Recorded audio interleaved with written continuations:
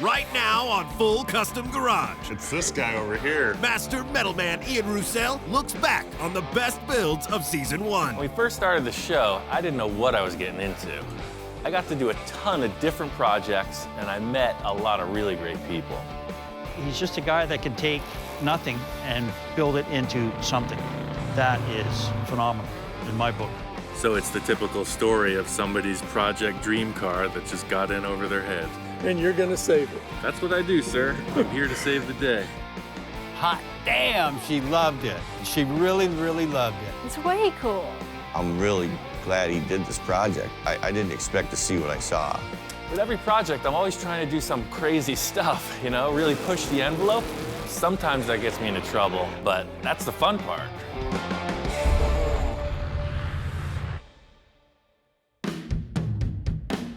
One of the first projects I did was for my friend Bill. We took his 1948 International truck cab and we put it on a modern roll-off chassis.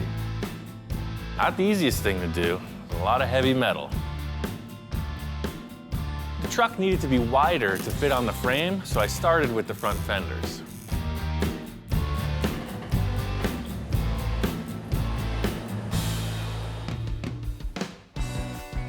So we get this cab set up on the chassis, and it looks bitchin'. I'm really happy with it. Bill's big concern is getting access to this engine. He really likes the idea of the old school trapdoor style hood. I think we should just go bigger. The whole plan here is the nose of the truck, the hood, the side panels, the fenders, the bumper, the lights, the kitchen sink. The whole deal slides forward and gets out of your way. You want to check the oil? There's nothing stopping you. I helped out on a build of a really cool truck, showed Bill a bunch of pictures of it, and I think we could use the same formula for this, just upsize everything. We need to get this so that it's a sliding mechanism.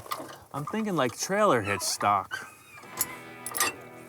It's like, see how you got these two square telescopic tubes? Oh. If we just had some generic material. You know, I have some tube down there on the pipe rack that I want you to take a look at that might work for that. That's the stuff, man. So my idea for the sliding tilt nose, I got this trailer hitch receiver stock, and he has the interior section for that. See, it's different than the standard stuff because it's got rounded edges. So it slides on there pretty nice. I thought I'd take the rust off, but that seems like it acts as sort of a bearing. So this will be incorporated to the truck frame, two of them parallel, and then I'll cut two sections of this off, and the whole nose will slide forward, and then there'll be pivots here. So it slides off of the front of the truck and then pivots up. It's a telescopic square steel tube. It's super strong. I have a feeling it's gonna work out perfect. Everything's simple in concept. That's the realm I thrive in. Making it happen's a different story.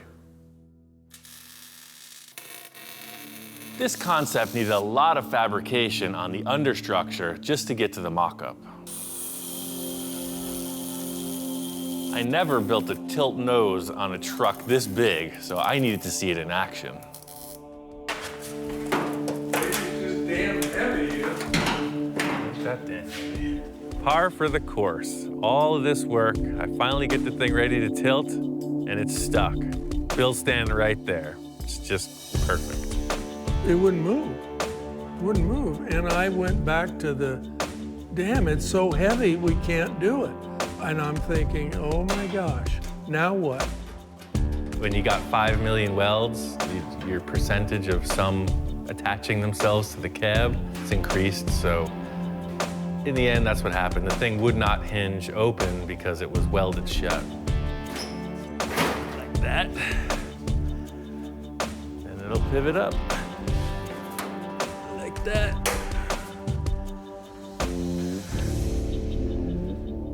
There it is. You got a tilt nose. It is just awesome. Really cool. Everything I hoped it would be. I was going for the KO, but I hung in there. I was bobbing, I was weaving, ducking, pulled it off. A lot of blood, sweat, and tears by that young man right there. In the end, the truck worked out great. The thing I like most about it is the front view. Obviously, we know the fenders are widened, but you don't think that when you look at it. You just think, what a frickin' big truck. There's not one thing I would change on this truck. I love everything about it. A lot of that is due to Ian and his persistence and his fabrication. It's a multi-functioning truck. It'll function as a flatbed truck, a dump truck, a van, does everything. Bill's truck turned out to be one of my favorite builds. The biggest satisfaction comes from the fact that it's a real working vehicle, and that's cool. Another project I did was a super custom 1964 Bug. It was based off a toy car someone gave me. One of the coolest custom pieces was the headlights and mounting brackets. These headlights are pretty crazy. They're actually pieces of spun aluminum that I found in the scrapyard. So I really made this whole unit. I had some glass lenses and I made everything else. They're seal beam bulbs that I glued in behind these antique lenses. So they're 12-volt high-low beams. They look like vintage car parts, but they're handmade. Really badass. The other cool feature is the way they mount on the car. So it's a round tube. So they're adjustable up and down. You can move them in and out because you'll see when you steer, it's very close, like so. And when the hood shuts, these strange little shapes clear the hood. You could really see the difference when we pulled it next to a stock Bug. I really loved the stance and the radically chopped roofline. The thing I like most about the chop in the roof is just the radical nose-down look of the whole thing. At first, I was building the car for myself, but I listed it for sale, and that's how I met Mark. He became a good friend and a long-term client. Wow. That's crazy. Just crazy, man. My name is Mark Hayward. I'm from a little town outside of Vancouver, British Columbia, Canada. Thought we'd come all the way down to California and meet Ian and pick up that beautiful little gem we got sitting over there. Oh, man. But I fit. You're about 6'2", right? Yeah. Oh, yeah. This is gonna be all right, man. So this car here, I mean, I basically bought it sight unseen. It was just spur of the moment type of thing. Like you say, we corresponded on email, and he said, well, maybe you're interested in this Volkswagen I got. I mean, how could you not? Just taking one look at that thing. It's phenomenal. Not only did Mark buy the Bug, but he brought another project for me to work on. Oh, yeah, I got something for you. I brought you something. Okay, I heard that there was a little treasure in the trailer. I got a little treasure in the trailer, all the way down from the frozen north. Whoa, what the heck is that thing? That's a 51 Henry J. Holy moly. Yeah. I don't think I've ever seen one. That's crazy, and it has no trunk. What kind of car doesn't have a trunk?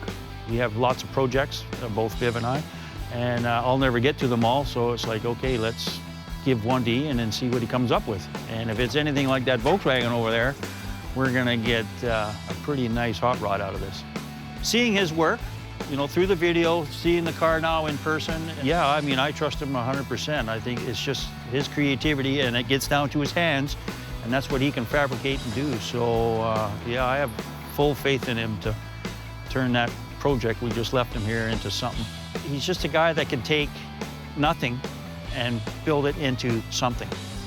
That is phenomenal in my book.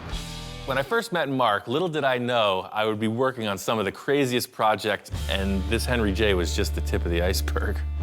Next, I got started on Mark's Henry J, and it was all about chopping the top. It got pretty technical, but I knew I wanted to retain as much of the rear roof as possible, so I started in the front and worked my way back.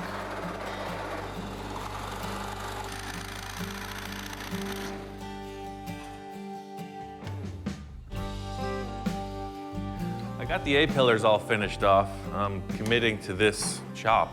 That's the height of the roof. I wasn't looking forward to cutting this roof and making it wider, but I think I'm gonna have to.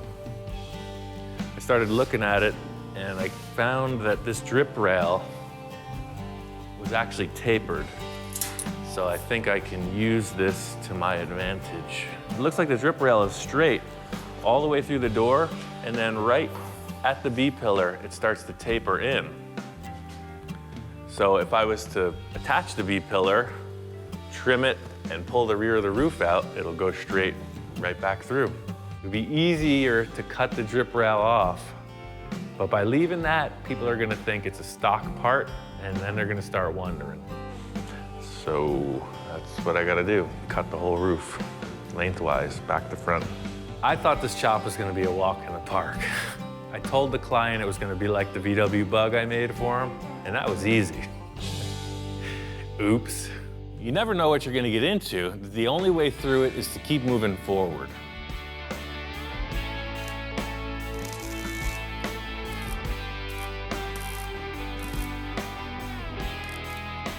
So I'm just gonna cut up to the B-pillar. I'll probably do a little relief cut on the inside and see if I can just twist it a little, but I have a feeling I'm gonna have to go all the way to the front. This is the thing I'm unfamiliar with. I'm just feeling it out. I'm gonna make a relief cut on the inside of the structure and then just zip the sheet metal open and see when it moves.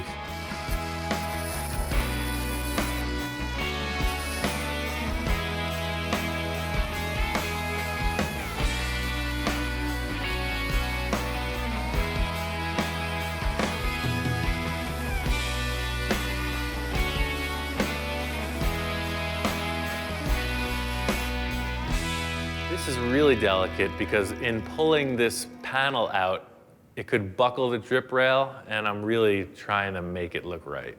That's the hard part.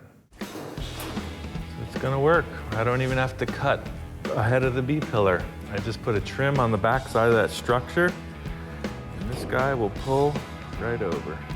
I really lucked out. Made a couple cuts, I pulled the thing, and it snapped into place like it was meant to be. Yep, that's why I get paid the big money. Pretty cool. The thing is, it looks easy because I just cut it, but I've cut a lot of cars. I know how these panels flex, and that's why I made this decision. I'm just gonna weld it on there now, like I meant to do it that way. The cuts in the roof turned out to be a lot smaller than I thought they were going to be, and that was a huge relief. From there, it was just a matter of filling the gaps with sheet metal and finishing it off.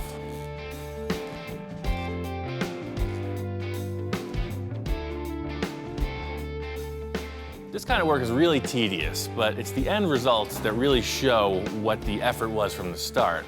I think the end result with this chop was that it's very subtle. Could have gone really radical. It looks good from every angle, and that's what I was really trying to accomplish.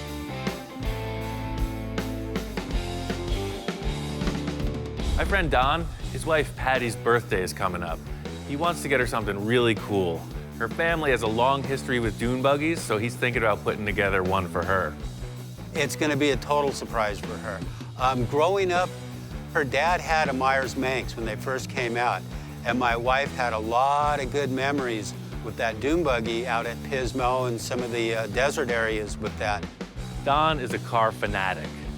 His wife is a little more conservative.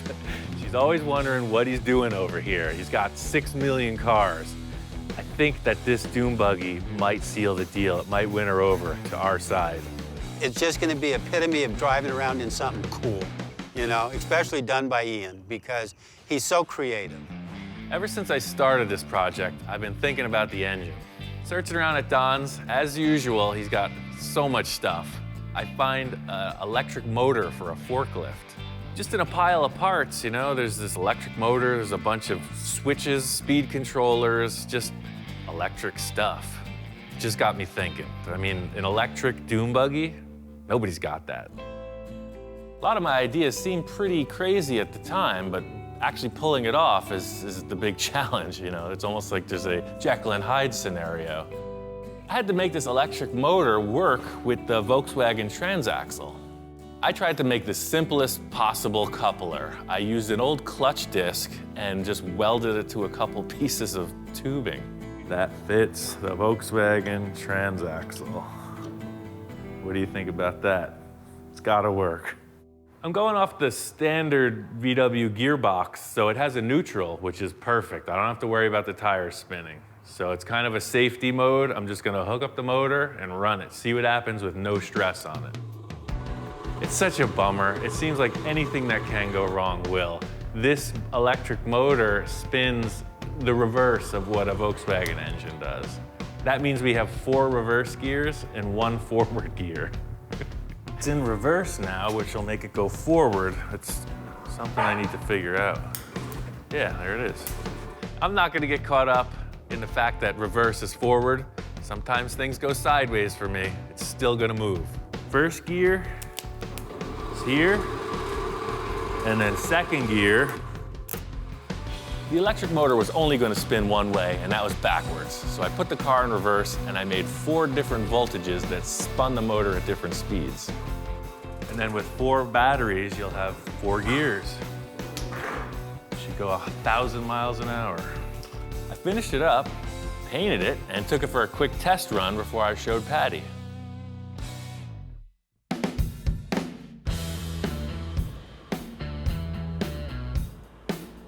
And it cruised great. I think it came out pretty cool. I couldn't wait to bring it to Patty and see her reaction. And here is your birthday present. Oh, I like the red. Hot damn, she loved it. She really, really loved it. It's way cool.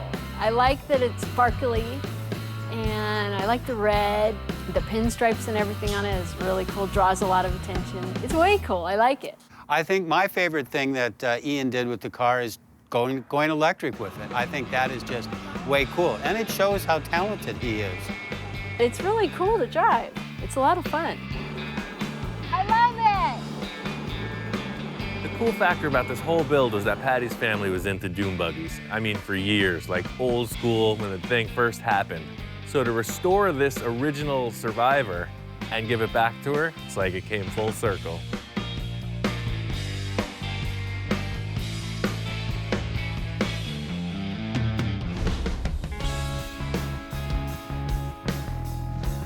We're in Ventura, California. It's the Chopper Fest.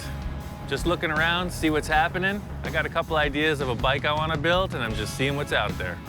Seems like the bike world's taken a couple turns in what's popular with style. For me, the 60s, 70s, the chopper thing that was going on is really the core of it. A big part of the chopper scene were these straight 4 engines, Hondas, Suzuki's. Denver's Choppers was building frames for these kind of engines, and I just think it's cool. I want to take that element of a really long bike, but make it a 3-wheeler. Trike conversions have always been popular for motorcycles. It's really hard to get style into this 3-wheel design, and I'm just gonna push my skills and try to make it happen. This project was all about the look, so once I got the engine and frame kind of figured out, it was really all about the seat and body shape. This bike has a solid rear end. It's a rigid, it has no rear suspension. I need a comfortable seat.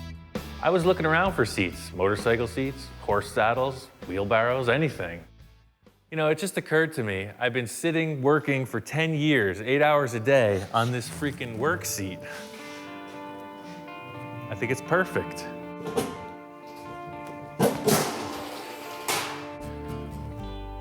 I want the seat to be right on the axle. As soon as I put it in place, I was like, wow, it's low back, really wide. It's perfect. With the seat in place, I wanted to start building the fenders. Here is an improvised arch maker. I need to create a radius around those tires. There's a lot of ways to bend tubing. Sometimes I just do it primitive. It works for me.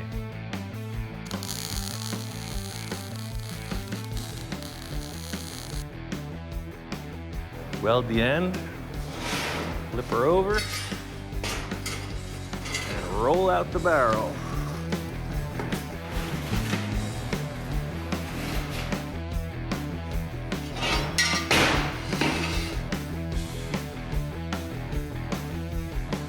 This rim made the ring too small, so I'm just gonna stretch it out on this tire. It's always easier to open the arch up than to try to shrink it down. So the idea here is to get this to be about just a ½ or an inch off of the surface all the way around the tire, kind of like here. So all you do is just start to beat on it.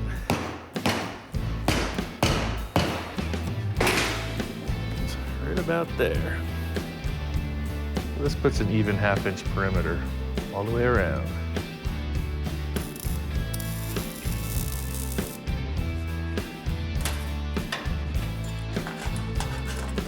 You can see it swings down and then out and then back around, and it's all one panel.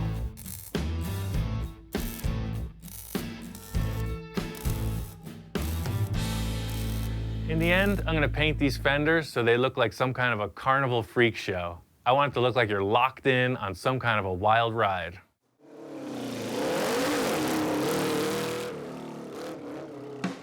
The whole thing with this is to look like a giant toy. It looks like a big wheel. It's one thing to think about a project, but to see it right there, it's great. It's what I live for. It was fun to take it to the Born Free show and see that other people were digging it too. Hot rods are a purely American thing. They started with early Fords mostly, 20s and 30s Fords. As I understand, GIs came home from World War II, they wanted to go fast. These were made from cheap cars that were just sitting around, just waiting to be hot rodded. These cars are really desirable. They're making fiberglass reproductions, all steel reproductions, so to find an original surviving all-metal body, that's the best starting point. Ian and I have been friends for a while. We've worked on several projects together. He gets excited coming over here to see all the projects that I have. I like things a little more simple, and Ian's way more creative. This is like ideal hot rod material. It's a little bit too far gone if you needed to restore it. All the mechanical parts are junk, but for a hot rod, this body is really good. One of the more unique things of this build was the roof. Every Model A has a hole in the roof. Can't get around it. One of the cool factors is it really gives you an opportunity to kind of make your mark.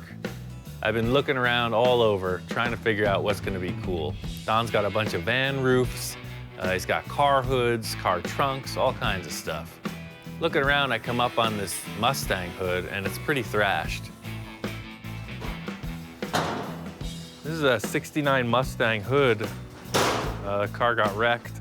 I cut it out about the same size as the roof opening in the Model A. It's got a neat crease down the center, and it's worthless as a replacement hood.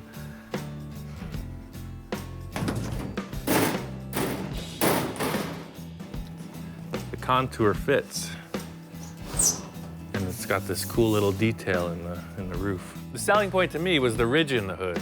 The ridge in the hood immediately made me think of a 50s trick where they would put these little air vents in the roof of the car. So that's really what I was hoping to do. I mean, I already had this thing built in my head.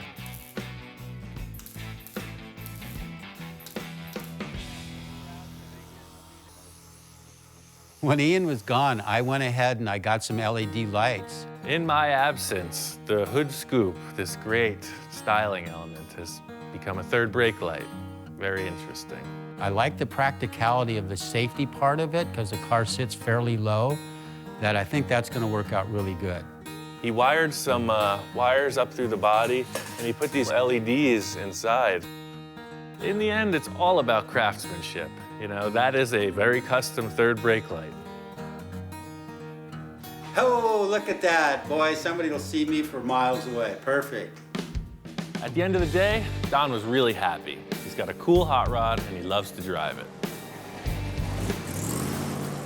I'm really happy with the way this whole build went because the car is easy to get in and out of. It's a nice car to drive. It handles well, it corners well, it stops well, and the wife can get in and out of it well. I'm just so tickled. I mean, I couldn't have asked for anything more, or a person of Ian's caliber to help me with my own personal project.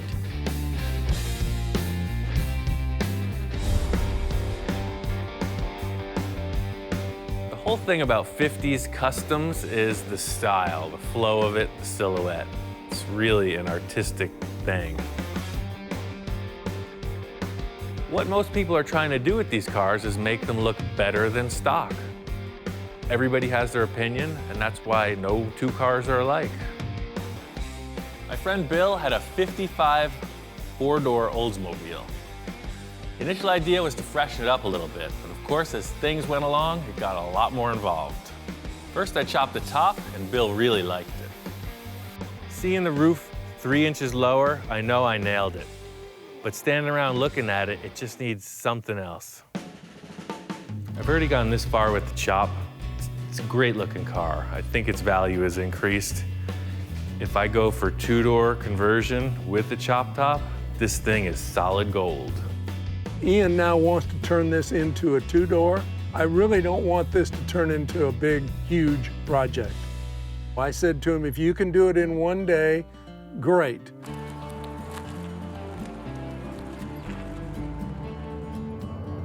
On our way out to Riverside, California, found a guy who's got a 55 Olds. It'll be perfect for this four-door to two-door conversion I'm working on. Hopefully he's got the parts we need. Right on, I think that'll work. He had all the parts we need. We were able to cut off the backside of the door pillar and get the two doors, and also scored a new bumper. These doors were a lot longer than the original front doors, so I needed to see what it would take to make them work. Four-door to two-door conversion, it ain't easy, but I gotta do it like right now. I just gotta prove to Bill that this is gonna work.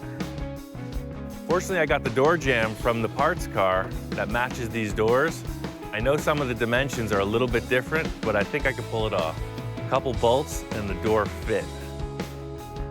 If this door didn't fit, I think we're going back to a four-door. I just assumed it would fit, and we lucked out.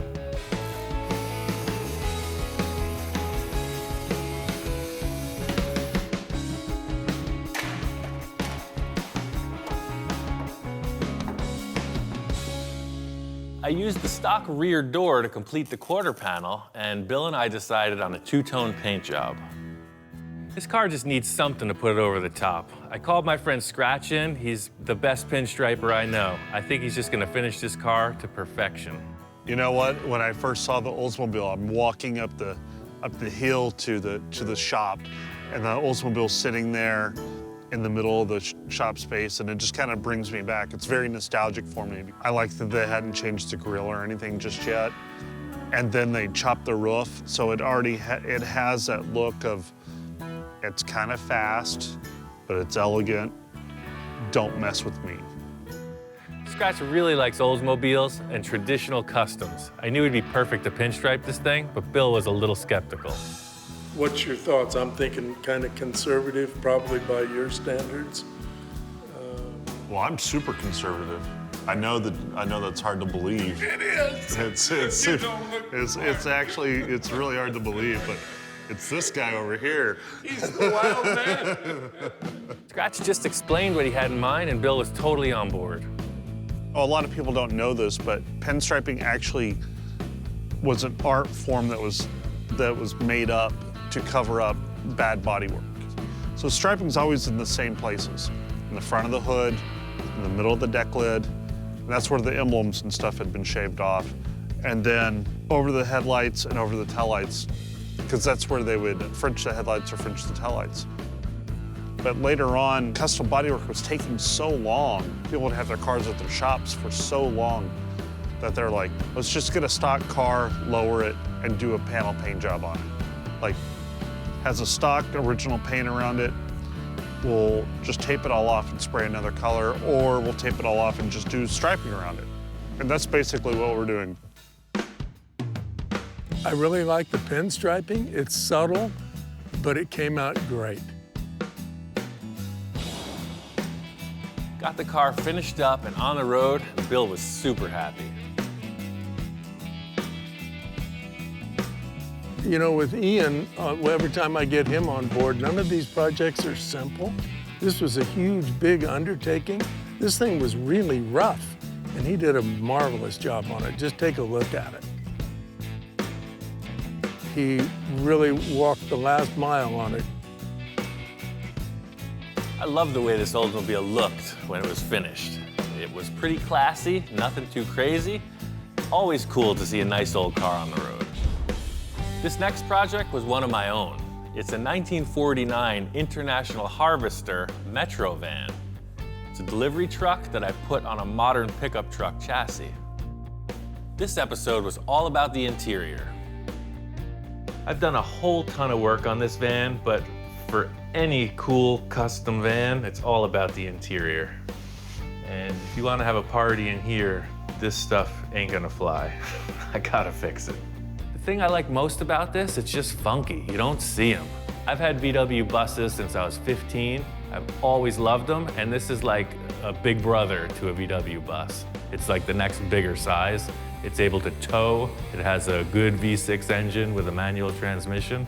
It's the same idea as the VW bus, but rarer and cooler. My whole concept with this is like a dual-purpose vehicle. During the week, it's a work truck, and on the weekends, it's a play vehicle. I want it to be able to convert from work truck to camper pretty easily. I called my friend Bob to give me a hand. Ian's working on a project, and he said he could use my help, and so I thought he'd come out and work with him again. Every time I get the opportunity, I'd love to come out. This is the start of the rear deck. The whole idea is these panels are gonna fold up and become the walls of the van when you're in work mode. And then if you go camping or whatever, this is actually a big mat. It's a big bed you could sleep on. I'm gonna work on fabbing up the structure out of angle iron. I came up with some material that could act as hinges, so Bob's gonna build the hinges and I'm gonna build a frame.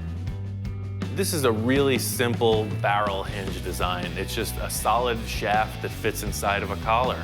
Bob's just cutting a bunch of blank pieces and making sure they pivot right. Since we're fabricators and body men, we don't like to go to the store and buy hinges when we can make them.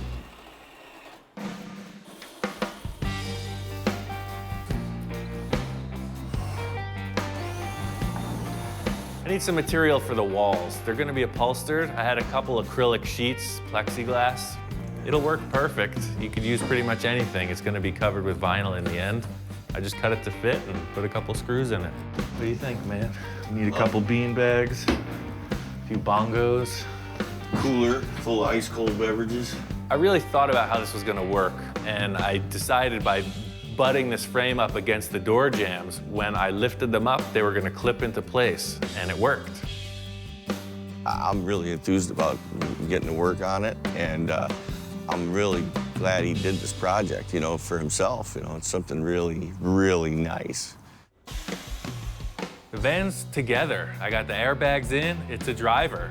The big secret it's hiding is it's my old work truck. It's a 1988 GMC pickup truck. From the radiator to the gas tank, I modified the whole thing and put this international body over it, so it drives like a modern vehicle. It's got a Vortec V6 with a manual 5-speed. Airbags all around. It's a bitchin' ride. I chose this kind of oxblood color vinyl for the interior because I just thought it would look rich.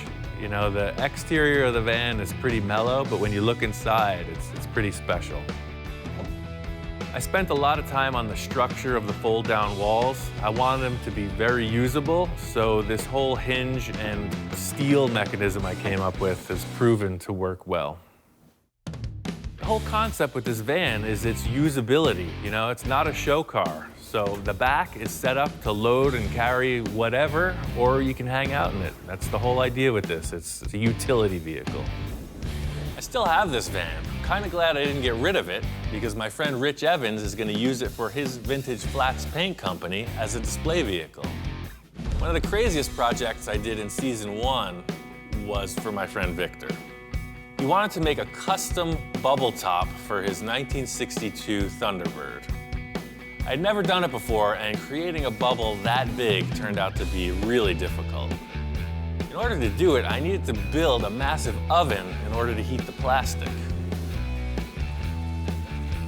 Big challenge trying to figure out how to heat this thing up. I'm just hitting walls with it. I'm talking with Victor about it. And he said, well, we need some igniters or elements. I said, I got some perfect elements. Let me just finish cooking my steaks. I guess his family barbecues a lot. You know, they have big family events. go on vacation. They do a lot of motorhome camping, and they got these 2 huge commercial barbecue grills, and he thinks that it's gonna make it happen.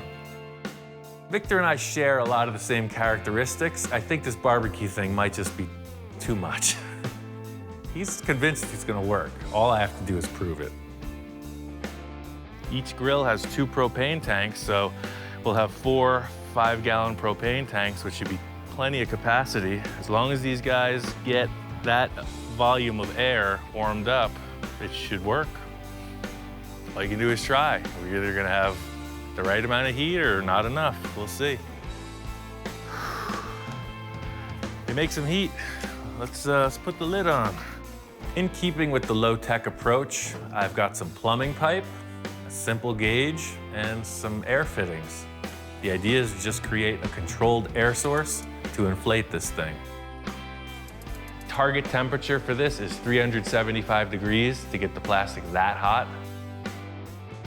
I had the idea that this laser thermometer would be a perfect way to check out the temperature, and yeah, the readings are consistent, it's heating up, and it seems like it's gonna happen. Pretty weird. This huge sheet of plastic, as it heats up, is starting to deform. It's getting like all wobbly looking, and just putting a little bit of air pressure in it. Ian just strategically putting the air in and heating it up, and I walk up out of coming from a project that I was on, and I said, Ian, crank it up, let's take it to the limit. Yes, Captain, taking it to the limit, as requested.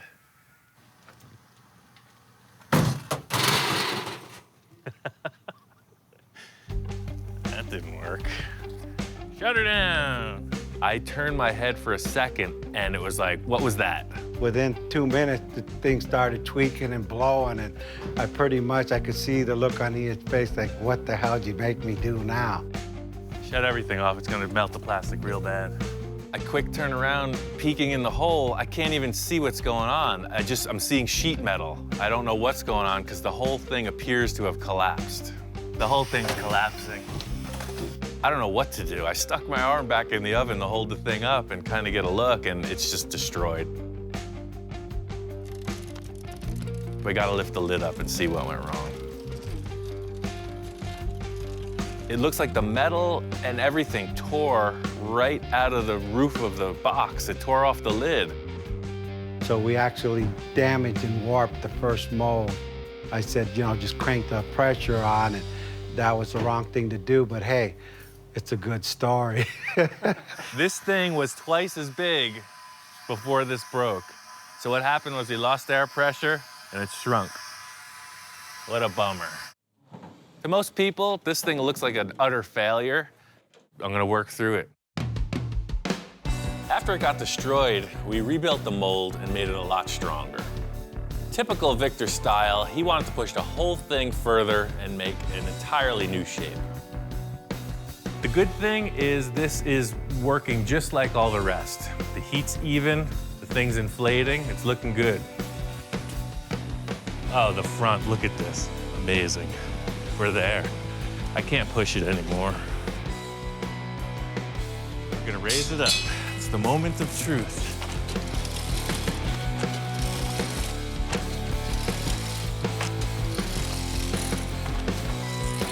Oh, we got it, man. Look at that. Yeah, see, that's what I was looking for. Everything looks great. It's back into shape. The whole idea is to just cool it off, raise it up out of the box, and unclamp this beast. I took this 1/2-inch MDF board and created a series of templates off of the bubble Victor liked most. I spaced them out 8 inches apart, made a whole bunch of support to withstand the pressure of this bubble pushing against it, and fastened it to the backboard. Getting the buck off of this thing really revealed that it was a successful idea. This was uncharted territory, and the result was ideal. It's pretty crazy.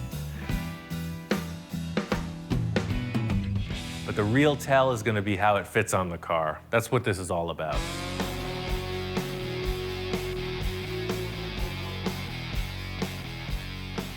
This car has been in the works for a long time. It is a concept car. It's gone through so many phases of development, and now to have it finally wrapped, I'm stoked. The car came out amazingly beyond my expectation. On the bubble top, the interior, this is a total custom build. The bubble top is next level. The car is, like I said, a piece of art. I mean, the car is a masterpiece. I saw Victor pull in the driveway with this thing. It's like, get out of the way, mister. I want this car. Well, Ian, when he came in and seen it, all of the ideas all came together, and he was impressed. The thing drives up, and it looks like a spaceship. I wish it didn't have tires. You open the bubble top, and the interior is just going off. There's all kinds of crazy stuff going on in there. I'm ecstatic, he's ecstatic with it. Everything flows just perfect. The first season was a ton of work, but I'm used to that. The thing was the great unknown. We just threw it out there to whatever might come in the door, and it really was a great time.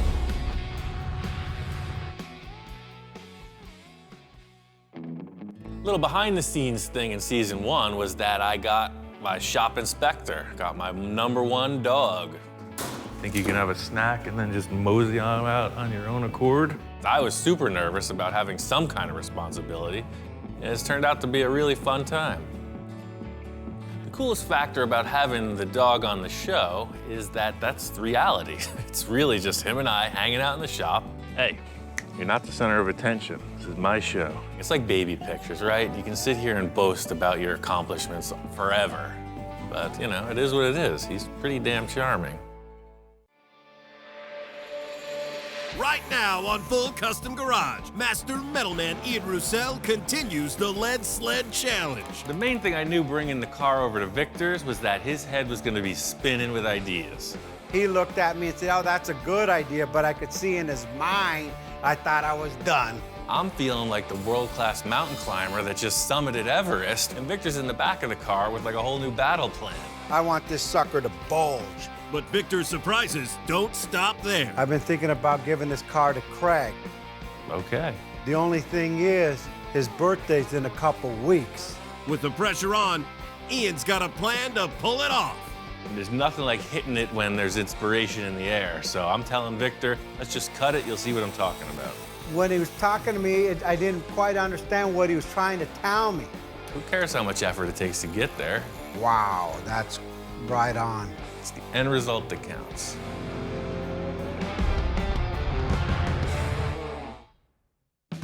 A while back, I had this crazy idea. I wanted to take this old Packard and convert it into a lead sled for my friend Tom. Oh, man. Came out pretty cool, and then Victor saw it. I said, hey, Ian, you think Tom will ever sell the car? And he said, you kidding? Victor wanted me to come over, some kind of consultation. I'm walking down the driveway, and the Packard's already there. Surprise, I got the Packard. I don't want to change that much, but I want to change everything. Victor comes in and just wipes the slate clean. Check it out, I got your clip. They said, that's not gonna work. I said, I know it's not, but Ian will make it work. Took a bit of doing, but I got the body on. That's it, man. I brought you surprise, so come on out and I'll show you what my idea is. Victor says he's got something out in the driveway. 1950 Mercury, it was another project. This nose piece is a game changer, but it's gonna take a little bit of doing though. The modification isn't over yet. Okay. I really want to get this thing to my house. The whole thing with taking the car over to Victor's house is now it's in his ballpark. And I still got some tricks up my sleeve. This thing has the potential to go totally off the rails. This Packard's come a long way. I got it over here to Victor's. He was saying he needs to check it out in person, kind of ruminate on it. There's 1 or 2 things left for me to do sheet metal-wise, and this thing's almost a wrap. All right, so this is pretty much all the fab in the hood, aside from the scoops. I'm gonna finish these 2 scoops by the time he gets here, and we're good to go. I don't know where the idea first came from for these scoops in the side of the Merc hood, but you see it all the time. It's a really cool thing. It breaks up the side profile of the hood a little bit. My original idea was putting them more towards the middle of the hood, but Victor wants them further back. I'm a little unsure if this far back is really gonna work or not. The only way to figure it out is to mock it up and see what it looks like. The whole thing about this vent is it's all about placement and the shape of it. The reason this idea works on the Merc hood is because there's a huge indent that people cover over. The Packard just doesn't have that. The whole thing is just trying to get this thing to work. The process here is pretty simple. Just make this piece of sheet metal fit the hood and put a curve in it. The whole thing about this location change is I don't have the shop set up the way I typically would, so it's all about improvisation. The thing about this is it's a section of a cone, so I'll try to just push it. So I got a piece of pipe I found. Victor has a sheet metal brake. It's pretty basic, but I think I could pull it off. If you asked Gene Winfield, for instance, how they did it back in the 50s, he might say this was the same technique. It's as old as history. I got both these pieces formed. They look good. Tacking this thing on, and Victor comes in. Ian, how you doing? Hey, man. All right, you got the scoop, huh? Yeah, I did all the detailing on the hood, and I just wanted you to check out the scoop before we finalize it. They're kind of mocked up. I really can't tell. Can we drop the car on the ground? Yeah, I just jacked it up. Yeah, we'll be able to see how it looks in proportion to the size of the hood. I walked in, and Ian finished the scoops. I wasn't really sure how they were going to come out because I had placed them more towards the back, and then they look kind of funky. For sure, it doesn't need to go back. A little forward, just to see. I just wasn't feeling this first vent and its location, so I was telling Victor, stand back, let me move it around, tell me what you think. 4 eyes are better than 2. Yeah, that looks more in proportion. Yeah, I think about right there, that's it. By moving this vent around, you know, you hit a sweet spot. I tacked it in place and then stood back, and I concur. This thing is looking good. That's it right there. Actually makes it look meaner. Yeah, it just breaks that up. Now, the hood, instead of being 20 foot long, now it's only 10 foot long. Right. Well, if you're cool with the placement of those scoops, I'll just finish welding them in. That's a no-brainer. There's a lot to do on this front grille, so I don't know where you're going with that.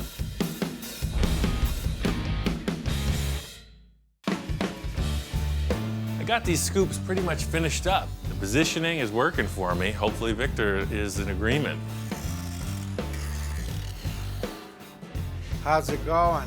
Good, man. I just finished grinding all this stuff down. You got a couple scoops. This looks good. I mean, what a difference. So the scoops took a little while to weld, so I didn't warp everything. I took the stock Merc bumper and I narrowed it because we narrowed the nose underneath the headlights, remember? In the first glance, it looked like nothing was done to it until I really looked and said, hey, them bumpers aren't too long anymore. Yeah, so where did you cut the bumper from? I narrowed the overrider on each side so it doesn't even mess with the chrome plating. And then I narrowed it right behind the license plate so it looks like it's a factory bumper, just a little bit narrower. Perfect, yeah. Clean cut. Actually, it looks factory done. I think the whole goal that we're going for here is this subtle kind of makeover. You're not seeing any real hard lines of modification. It all just kind of flows, and I guess that's really the end result Victor's looking for. Yeah, the bumper looks great. Before we could commit to the grille, I want to commit to the headlight covers. Victor pulls out these headlight bezels for the front end restyle. We've been using them the whole time, but he tells me he's been thinking. Last night when I got up at like 4 in the morning, I mocked these up. Then I remember I had another set and I actually put the light bulbs in it. So I got one more set. I've already stuck the light bulb in there. Victor has these aftermarket pieces you see on custom Mercs all the time. It's like a Frenched universal headlight. And it fits right in, no extra modification, nothing. It worked perfect. They got brand new fancy bulbs inside, and it really gives the car a really face-forward appearance. Now it's been cut, sectioned, chopped, straightened, length, and now it's Frenched. I think this is perfect. So we just weld those surrounds right to the fender, and that's it, done. So we're committed now. Let's get into the grill. That's another story. I asked Victor what grill he was using, and he comes over with a wagon full of parts, you know, the swap meet thing. I even modified the wagon to carry my equipment. This is my candy store right here. You know, I go to the swap meet here in California, Pomona, and just collect things.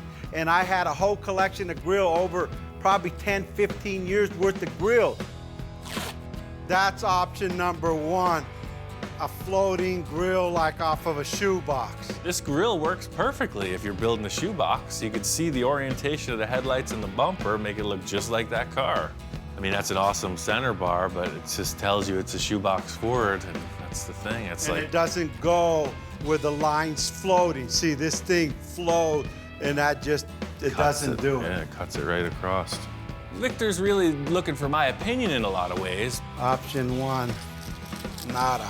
Nada. But still, it's not easy to put these parts on a Packard, so it's got to work out somehow. Option two is a 53 Chevy. This might flow a little better. It really works with these curves in the Merc opening, though. That's cool. The second thing up is this grill from, say, a 53 or 54 Chevy. It's a good-looking piece also. That fits it and it flows. The only problem I see is, what do you see behind it? You see nothing but the radiator and all the lines of the modification we've done behind it. It doesn't work with the overrider either. Yeah, you have to no, run just a blade bumper. It fits, but it doesn't work. The grill, to me, is like a nose on a person. It has to fit right between the two headlights, which are your eye, and your mouth is the bumper. Well, I don't think any of our choices so far are that good, man. It just doesn't flow. So now I guess we'll go with option three, which is the regular stock Mercury grill. I think both Victor and I were just looking for that other thing, you know? We were both leaning towards the Merc grill because it's a classy look. We're just trying out other options because you never know. Wow, this works. Even being narrowed, it still doesn't hit it. And it fits perfect because it covers everything up. everything, that whole big opening of this radiator. It's like the car was made for it. The bumper fits, the grill opening fits. It's pretty much a keeper. The thing is so crazy modified, maybe just a little element of stock is what's gonna really make people wonder what went on here. It looks like a stock Merc from the front. Once this car passes, they're gonna go, what the heck? I thought that was a Merc. Hey, everybody's got their thing, right? Victor loves Mercs, and I think that's what we're doing here. We're building another Mercury out of a Packard. If we're using the stock grill, then it's a pretty simple fix to the side of this fender then. I'll cut off all this ridge here where the old turn signal action used to happen, and I'll just follow it around right into the wheel arch or the piece of sheet metal. You can see how far out this is sticking. But now we have this curve here dictating the curve of the fender. So the sheet metal, you can see, will just turn the corner. It'll go right around, and then the pan will connect through there. See, so this, I mean, obviously I'm covering up the wheel, but you see that's gonna follow this bumper right through. Pull that cardboard back for me. I want to see something. I'm just thinking about, let's finish this whole problem. Let's just get the fender put back together and move forward. Victor's like, hold on, I got a whole new idea. Can we turn the cardboard on the other side? Let's see, I want to see something. So if it's coming in. Yeah, right there. So it's gonna kind of end there, right? Can we open up that whole wheel well with a radius there? Oh yeah, for sure. That way it'll steer when it's low, because it's not gonna steer now. Victor's idea here is to radius the wheel opening. He wants to see the tire, because the car sits so low, the tire totally disappears. He loves the look of the white wall, but more importantly, for me, the idea is that it gives the tires the opportunity to steer. It looks awesome, sure, but to create this very complex shape, as well as filling in a hole, it's a pretty big deal. It's the problem with these custom cars, and with Victor, is, you know, the sky's the limit. There is unlimited potential here. Every time we solve one problem, he's got more ideas to create problems with.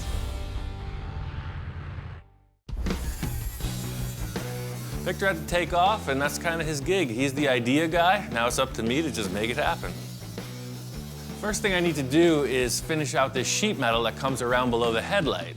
It's just gonna be one panel that wraps right around. Mates the Packard fender to the Merc sheet metal. I don't have any of my regular tools here, so I gotta figure out how to form this stuff. The whole thing is I'm looking around the shop for something with a slightly smaller radius than what I need on the car because it doesn't actually stay the same shape you roll it into. It always relaxes a bit. I got two options. Roll of tar paper or a copper pipe. So there was like 3 or 4 rolls of tar paper laying around. I picked the one that looked like it matched best. Working out of the shop, you gotta make do. Their equipment's awesome, but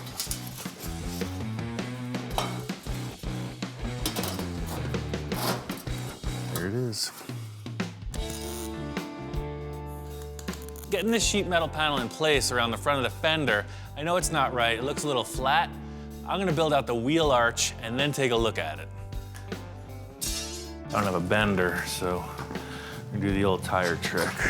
I've used this trick a whole bunch of times before I got my fancy equipment, and first thing I can think of is a Volkswagen rim, because you always need some of that, and I know it's gonna be the right radius. Back before all those fancy tools were around, that's how they used to do it. They would take the spare tire off their Model T, and they would curl it up. It takes a little muscle, but I got some to spare.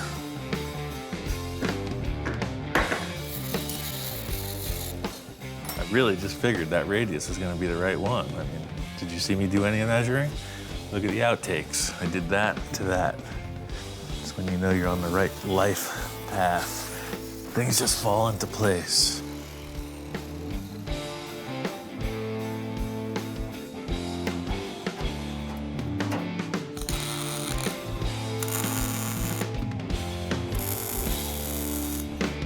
The wheel arch is gonna work, but the sheet metal panel ain't happening. It's starting to look like a cartoon car, you know?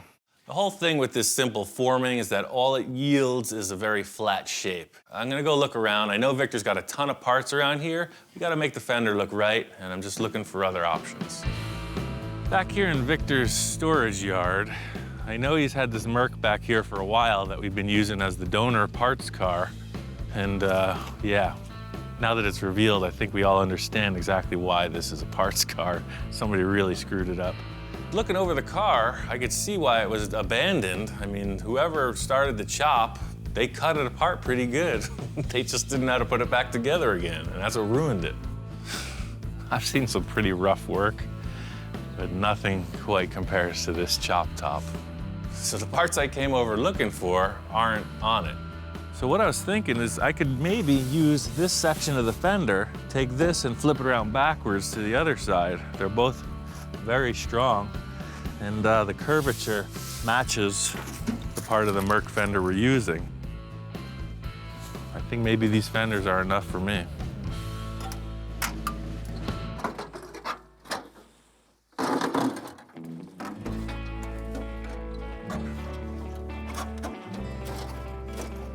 I think the car was getting a little sentimental. It started to reattach itself, so it was a little difficult removing it.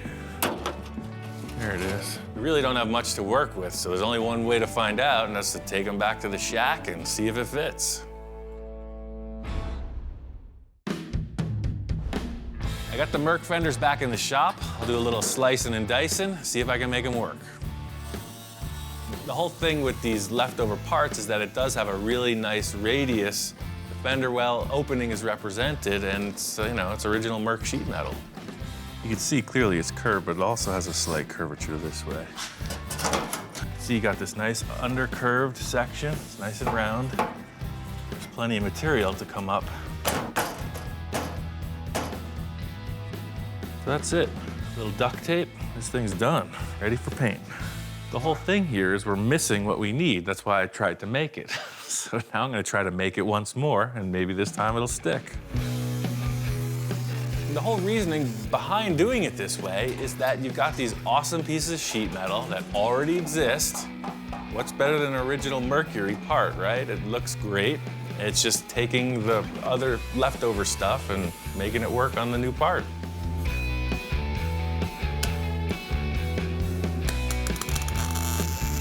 I got the piece of Merc sheet metal fit on the car. It's welded up. It looks like it's gonna work perfect, but I need to cut out the wheel opening so that the tire will steer. I started the fender opening with this round tube, so I need to continue that detail right through to the bumper. So I'm going to continue with the radius on top and then gradually angle it forward and then turn really sharp right into the bumper. Everything here looks good. I was just finishing cleaning it up, give it a once over with the sander, and Victor walks in. Ian, how's it going? Right on time, man. I got this thing pretty much nailed. Hopefully it's what you're looking for. Look at the white wall on that thing. That's like right on. We wanted to see the wheel and tire. The radius on the tire is bitchin', dead on. Victor walked in and he was all smiles and nods. He was liking it, and he didn't realize the amount of effort it took to get here, and we weren't going backwards, so he had the right response. I know you want it to look as much like the Merc as possible, so I took a section of the leftover front fender off your car, and I used that, and that's how the whole contour flowed out into the headlight area. When he was talking to me, I didn't quite understand what he was trying to tell me. I mean, it looks like it was designed and built like that from the factory. This whole car's flowing, baby.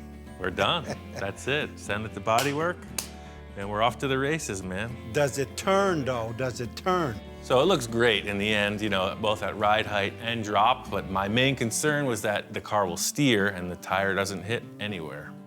I've been thinking about giving this car to Craig. Okay. The only thing is, his birthday's in a couple weeks. If we can get this into bodywork, this thing's ready, man. Bodywork and paint it. I don't believe it's ready yet. After looking at the car, and especially now after I see this flow, I got some issues back here. I think we need to do a little bit more to this. So here it goes. I'm feeling like the world-class mountain climber that just summited Everest, right? We did it, we're on to the finish, and Victor's in the back of the car with like a whole new battle plan. Looking at the side of the car, it's straight. I don't want it straight. I want this sucker to bulge. I'm welling away with my hands like I'm always talking and pointing and stretching, and he's looking at me like, oh, shoot, what am I getting into now? It turns out there is kind of a deadline with this car. Victor's planning on giving it to one of his employees, his right-hand man, Craig. That's the thing with Victor. He's got a million ideas, and they all start flowing. Looks like the rear of this car is going to be a whole new adventure. The main thing I knew bringing the car over to Victor's was that his head was going to be spinning with ideas.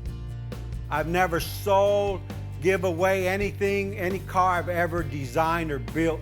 And in my mind, I go, hey, you know what? Who better can I give the car to? I mean, Craig, he's a good friend. He just so happens to work with me.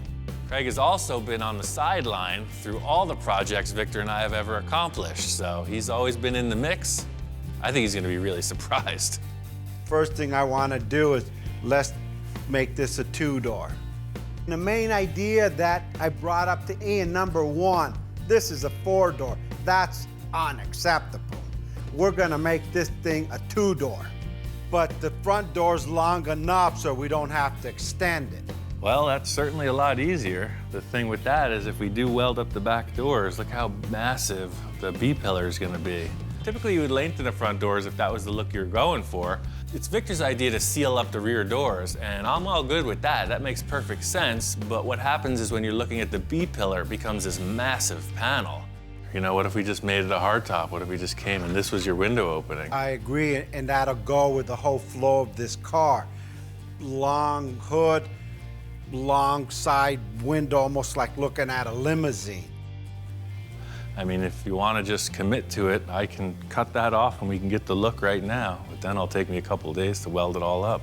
I'm anxious now. Let's start cutting that sucker. There's nothing like hitting it when there's inspiration in the air. So I'm telling Victor, this car is super strong. I got braces underneath. Let's just cut it. You'll see what I'm talking about. I've done this on a few cars in the past, and I know what this is going to do. It's going to give it this immense open air feeling. The side of this car is really closed off by the B-pillar and the window frames. As soon as I cut it, watch. Surgical precision. I kind of knew what this was going to accomplish, but it was really good to see that Victor was on board with it. He left it up to me to make it happen. Much like when I'm chopping a top, I'm thinking about the contour of the sheet metal and how I can reuse it to make it look perfectly factory. Just like when you do a chop top, you want to save all the contours because they're factory stampings. So this deal matches. I'm just gonna put it down there. You'll see, I'm gonna repurpose these old junk and make a custom car out of it.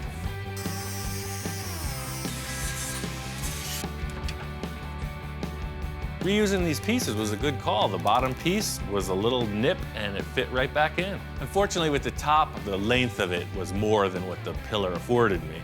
As it turns out, this piece is just too small. See, I just got away with it on the bottom.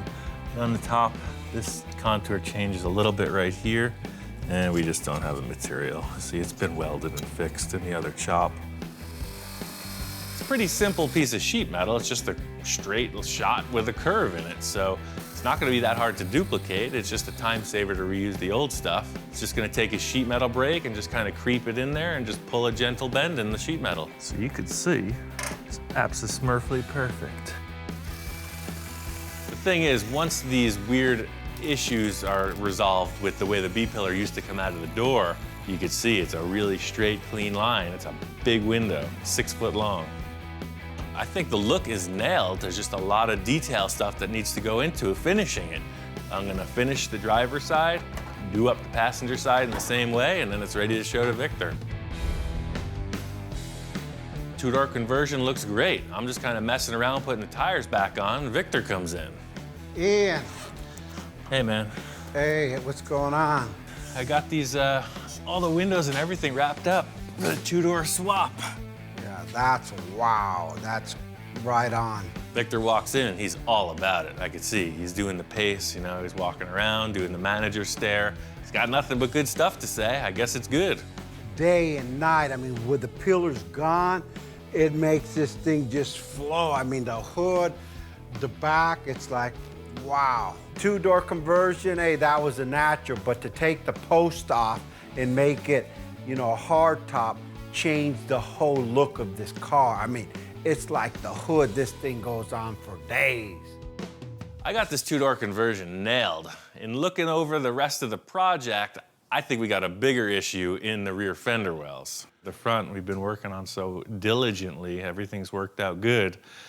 The airbag suspension, everything worked out fine, but what it added up to was the rear fender well. I can't get that tire back on. Victor's guys have done a considerable upgrade on the air suspension under here.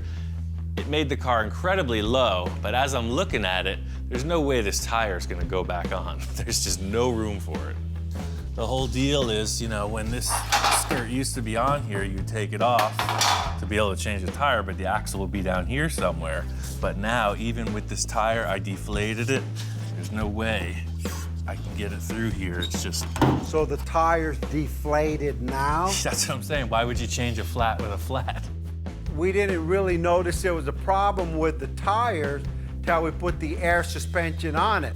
You know, there's a solution out there somewhere. It's just up to you what you want to do. That's good, because I got some other ideas anyway. I want to put some bigger skirts on this. Remember, it's supposed to be a Merc eater? Right. Well, we need to get some Merc skirts on it or something that looks like that, and I got some in my other yard. So let's go see what I got and see what fits. Victor is a collector of numerous car parts. His process is just seeing something cool and storing it for a later date. So I'm excited to see what he's got. It's gonna be a little field trip. This is my junkyard. Here's, I got some stuff back here. I forgot what I had. I haven't been back here. You say your junkyard like there's only one. I haven't been to this part before. Yeah, this is one I forgot about. Walking over to Victor's yard, I'm seeing some pretty cool stuff that he wasn't telling me about. I recognize one of them, but there's three that I never seen before. It's like a 65 Lincoln, some kind of cool little Nash Metropolitan, and then some oldie 40-ish Chevrolet. Oh, wow, this is cool. What's this, oldie Chevy? Yeah, something in 40? 30. Yeah, here they are right here. See if this thing even opens. Yeah, here we go. Check cool. that out. Victor's in the back seat of this car, dusting stuff off. He pulls the first set of skirts out. Oh, what does that say there? 51 Merc. And there's a label on it that says 51 Merc. These are pretty raw, man. Somebody's just like- making these out of fiberglass. Yeah, someone out of Pomona, you know me in Pomona. Here's one that's more completed, I guess. That's what it's supposed to look like. Second, he pulls out this weird looking pink thing. He's telling me it's a Fender skirt, but it looks more like an old surfboard or something. It's something you can modify, right? Sure, and you got a pair of these too. We'll definitely modify the paint first, but Yeah, no, maybe we'll paint the car that color, who knows? he's pulling out a whole bunch of different shapes. He's got these other ones, kind of like a round teardrop sort of shape. Definitely for a car like the Chevy we're taking them out of. So there's a whole bunch of different ones to choose from, but nothing tells it like putting it on the actual car. The three options you have here look like they'll fit. We just put them on the car and see which one looks best, and I think we're good to All go. right, cool, let's go put them in my truck. I'm hoping that we could use one of these just to bolt on to save some time, and hopefully it looks cool and we could get on with other parts of this project. What's up with these freaking kiddie rides, man? Yeah, no, I was in the helicopter business like your buddy. Oh, right. You're doing a little I helicopter figure if he work. could build a helicopter, repair it, I could do one too. We got to put a chassis under this and cut this thing out. We're ready to ride, man. I'm always a sucker for the interesting stuff. You know, I've seen a million cars, but he's got these little, coin-operated toys you see in front of the supermarket. He's got a helicopter and an airplane. Like you're 5 years old all over again. Whoa, it's a bucking Bronco.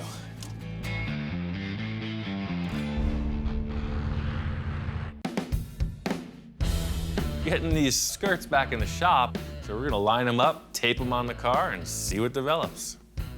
Okay, this is it. Let's see what we could do with that. I don't know, what's your first pick? My first pick is the 51 Merc. All right, let's do it. Here it is. Do you have the magic? Yeah, the glue? application tape. Got the application tape. How about right there? It don't have enough bulk to it. It doesn't add that other, element. It's, too flat. The whole issue with the Merc rear quarter is it's very flat, and these skirts represent that. Packard is much more curvy, so there's kind of a misalignment. We need to get something longer. Let's try these other ones. Pair to fast. Next on deck is Big Pink. Proportion-wise, it's there. The shape is just another shape. It's the wrong, see the curves on the car? That doesn't got it, but I love the length of it. It's just out of proportion. I like the way it steps off of the car, but that ain't the one. What I'm thinking about mainly with the second choice is that it's just way too square, Victor's telling me he likes the fact that it's longer, but it's not the right shape. That's it, man. That's strike two. We only got one more. Our third choice was these kind of manufactured-looking skirts. They had no label on them. These are off of a Merc 2. The contour of this one fits to the body better than all of them, so this just might be the one. Taping them up on the car, they look pretty darn close. Look at that, it's great. The size is there, but it doesn't flow. It doesn't match the body. It's still too small. I like the way it bulges here only. From here to here, it's done. You're done here. But this I don't like. I have my Envisioning tape? envisioning tape. Aha. In typical Victor form, simply taping this skirt on the car is not going to be enough. He's got his other roll of tape, his envisioning tape, and he's starting to draw lines on the car. So what you're looking to do here is bring that 2/3, 1/3 proportion to the skirt. You want that to come right up to where the old trim line used to be. That's why they put it there, because that line looks best. I get it. That's cool. While Victor's here, I want to mock up the shape of the fender skirts. Once we figured out the outside line of the skirt, it's just a matter of trimming the metal to fit and fastening it to the fiberglass. Victor's whole plan here is just completely covering up the old rear door. By having the skirt match up with the front door jamb, it's going to give the illusion that the two-door was always that way. Yeah, that's it right there, man. That's it. I think you're onto something. Victor liked the look of the skirts. I'm just going to replicate that in steel and get the car ready for bodywork and paint. This car is getting very close. The last few things are wrapping up. Victor's got his interior guy Lino on it. Yeah, Lino, he's done a lot of interior work for me. He's done 4 or 5 cars for me. Lino, right now we're designing the seat. They're off of a 62 T-Bird, and we've already molded them into the back seat of the Packard, and they fit perfectly. On the interior, I wanted to keep with the theme of something in the 50s, right? We're going Merc Eater, right? Lino, show me how that's gonna look. Okay, you want to do some diamond tuck? Okay, good. Okay. One thing unique about Lino, he's deaf. And then what about here? What are you doing here? Here's the leather. I don't know sign language, but I don't know what it is. I understand exactly what he's telling me. In fact, that guy talks more than any guy I know. Okay, so that'll be just pure leather. Okay. Okay, he's gonna do a red seam here, okay.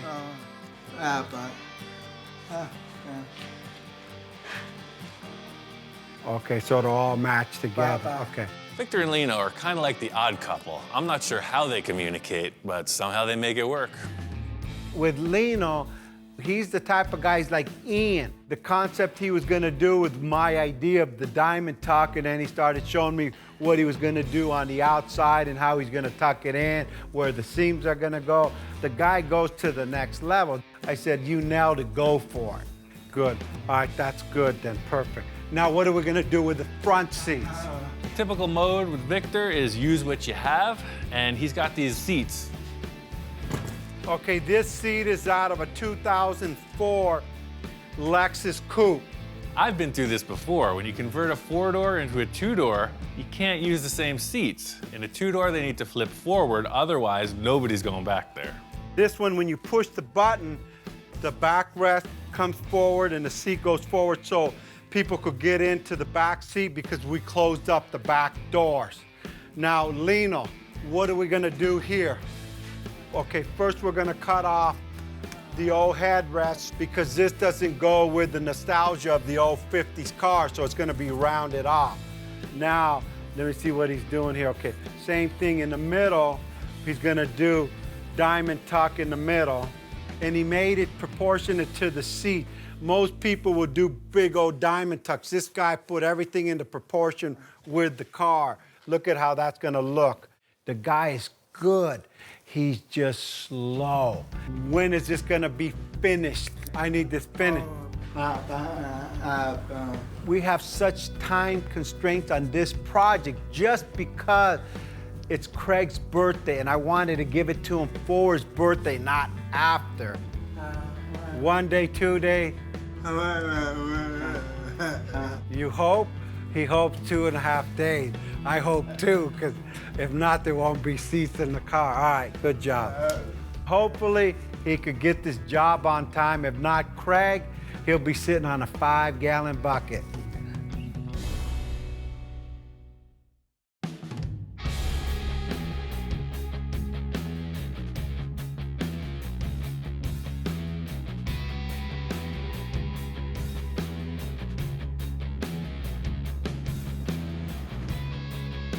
Car's done. It's a wrap. Victor's guys got it all dialed in. My favorite thing about this car is that it looks 100 miles long. It's like that cartoon you saw with the big giant gangster car. It's exactly what this thing is. It's really stretched out. It's low, it's lean, it's mean. That car looks great. I knew once I give it away, that's it, it's not my car. So I said, hey, I want to enjoy it while I can. We better take this thing for a test drive. And it drove so smooth. I said, hey, Ian, you want to drive this thing? And he looks over. And I'm like, of course. It's what I came here for. Chassis swap was an awesome call. This thing drives like a new car. The gloss paint job makes it very classy. We're driving. I said, pull over. I want to see this thing. When I stepped out and, I seen the car driving and looked at it in a wide open space, it was like, wow. I mean, this thing looks mean. I mean, like really, really mean. I could tell from Victor's response, his expression as I'm cruising by, it's exactly what he wanted to see. He's a happy camper. I looked, I said, hey, Ian, get out of the car and look at this thing. Let me drive by. I mean, look at it. I was always sold on the rear view of this. I did the chop to my preference. Victor kept that in place. The thing that really turned me on about the whole thing was the nose, the way that the Merc was modified. Just a little bit, car coming straight at you looks good. I see him with his thumbs up, and I seen the guy smile. I didn't think the guy could smile. He's like, whoa, I see teeth. After the test drive, we take it back to Victor's shop. We pull it in next to his Mercs. Let it down, parked it right next to my other 2 Mercs in the garage, and she fit right in. Lino finished up the interior. It looks great. Leather upholstery, totally pro. Victor was able to get an original Packard steering wheel, and Lino modified the wheel to fit and the dashboard to cover all the existing late model stuff. It looks old, acts like new. I'm so charged up right now. I can't believe Craig is gonna get this thing. He's gonna flip out. Yeah, I called him. He's due any minute, and I told him, hey, come down, check out my new car. I just completed it. Yeah, he has no idea what's gonna happen here. It's a heck of a bonus. I don't know how Craig's gonna respond. He's a pretty cool character. It's all business. Let's see how this works out. Wow, this thing came out beautiful. Didn't that come out really cool? Check it out, man. What do you think? Wow, you guys did a great job on this. I brought you here, and I know today's your birthday, and all the effort and everything you've done, man, dude, happy birthday. That's your car we built. So this whole time, we've been building your car. I just paid you back all the effort you did for me, and that's your car. No way. Happy birthday, really? man. Yeah. Thank you. For somebody to go ahead and do that for you, it's totally awesome. Sit in it, turn your car on, drive it. It took some time to go ahead and sink in that the car actually belongs to me. You know, still as I'm talking right now, I'm not believing it. Craig, man, you look good in that thing. Let me see, close the door. Are you sure this is mine? It's yours, I already told you, man. You just need the shades and you got it, man. Look at that face. A face only a mother could love. This car is totally awesome. And to even own something that Victor and Ian had built together, it just, there's no words that could describe it. It's priceless.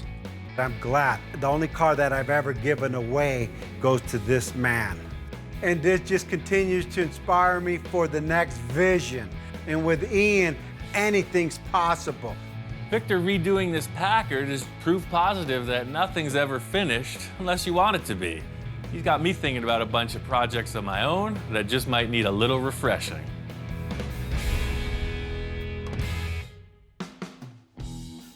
If it's done right, we could give a Merc a run for its money all day long.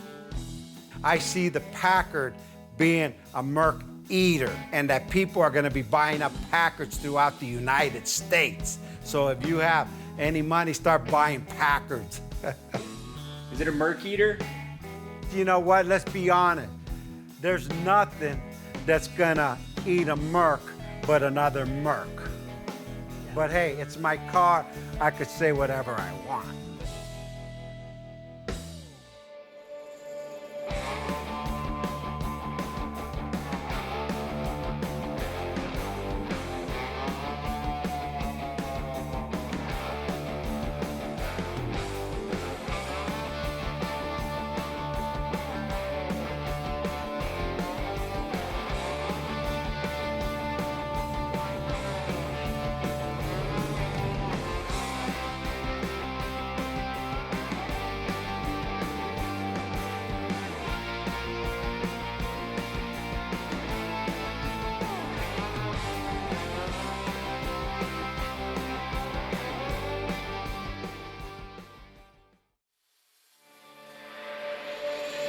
Right now on Full Custom Garage, Master Metalman Ian Roussel does the unthinkable. I got a show car, and it's just not up to par. Ian's got a plan and brings together the A-team to make it happen. I think this is gonna really get taken to the next level.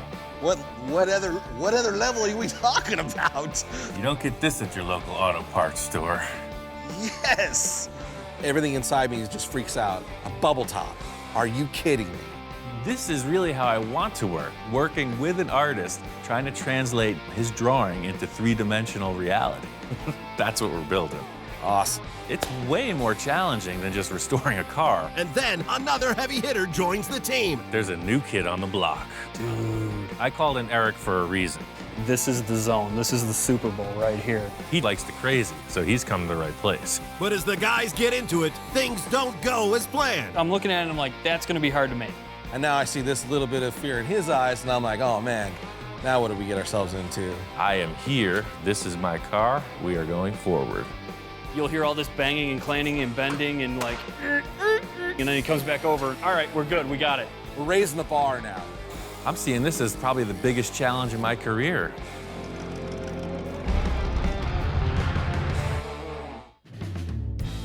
Called up my friend Johnny Jalopy. I've got a new car project I'm starting, and I really need his help. Hey, what's up, man? You returned. I returned. Howdy. I don't really know what the heck I'm doing here, but I'm expecting to walk in and see some old car or some sort of parts laying on the ground, kind of the way he always starts a build. And there's nothing there, so I'm like, okay, what's going on? Been a while. Yeah, what's up? Well, you know, after that crazy car we finished last time, right? I was thinking I gotta have you on board. Thank you. I was thinking I gotta have you on board for another project. Okay. Man. I really want Johnny to come back to the shop. We collaborated on a project about a year ago. Johnny drew this really radical cartoon hot rod Volkswagen thing, and I knew I could build it. I got a plan, but I'm gonna need Johnny's artistic talent to move forward on this new project. What's up? Well, I got something under that cover, and I want to talk to you about it. Ah, what's under the cover? This car's been sitting here in the corner of the shop for a while now. So as he starts to slowly pull the tarp off, there sits the Space Junkie. This iconic, badass car that Ian has created. I've seen it in pictures. So, exactly. Holy cow, man. So it's kind of in deep, cold storage. It hasn't gone anywhere in years. And you want to change it. What could you possibly want to do to it? Well, let's pull it out and give it the once-over. This car is a 1931 Chevy. It's a radical departure from your restoration and even more from your typical show car. This was a really intense build for me. It was really a workout on my skill level regarding bodywork and fabrication, and I'm ready to change it up. Like anything else, you get used to looking at it, and that's why I wanted some fresh inspiration, because I think you got what it takes to bring it to the next level. You're talking, obviously you can't, it's definitely chopped as much as you could chop something, and it's stretched as much as I could think you'd want to stretch something. So what are you thinking, like new wheels or another paint job on it? Or? I want it to be completely revamped, not just a simple paint job. I mean, all the way. You're not satisfied with I'm not satisfied. It's got to be different. That's exactly it. And he's like, yeah, no, I'm done with the whole thing. There's some cool things about it I like, but for the most part, I'm kind of over it. And I'm still like, how can you be over? I'm not over it. I'm still kind of in shock, like, I don't know where we're going with this. I can't imagine what we could do to make it cooler than it already is, but I'm in. I've got Johnny here, and I'm slowly easing him into the idea of redoing Space Junkie.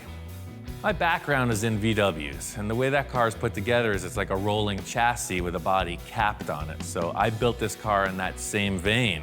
The nose detaches independently from the body, but they both lift off the chassis that is completely drivable without either. I mean, first of all, let's just take the spinners off. The spinners from the start were a gimmick. It was something to make people laugh. It was kind of cheesy. It was a direct reflection of the whole trend of the spinners at the time. It didn't start the trend I thought it would, so. You thought it was gonna really take off and you were gonna start taking some orders? I mean, come on. It's a 100-year-old wood spinner. It's like, it's wood, you hear that? It's freaking awesome. Spinners are just the tip of the iceberg. So this nose is undone. It kind of shifts up and forward. Let's take it off. The nose of the car is very easy to remove. 4 bolts, and that really reveals the work that's gone into the chassis and suspension. So see, look what's going on under there. Even that looks cool. That's what I'm saying. There's a whole different story. I mean, now look at the engine. What a freaking wild setup. Holy cow. You don't get it with the hood on. Dude, look at all this detail that was really kind of hidden. I get what you're saying now, that it really kind of had some coolness in it. He spent time and made these really cool body panels for this car, but the true talent of Ian is all the stuff that was covered, the whole chassis work and the way the front suspension's set up and all these really cool, intricate details that he had done were all hidden underneath his body. You know, I'm thinking, and he obviously was thinking when he built it, is here's the cool part of the car. So how much time do you have in this, Ian? I mean, I've worked on this car for over 5 years. Not full time, but every minute I could give it. So that's why it's so developed. It's a pretty good accomplishment. I can't wait to take it apart. So it makes all the sense. 5 years of your labor of love. Let's just toss it. Toss it, man.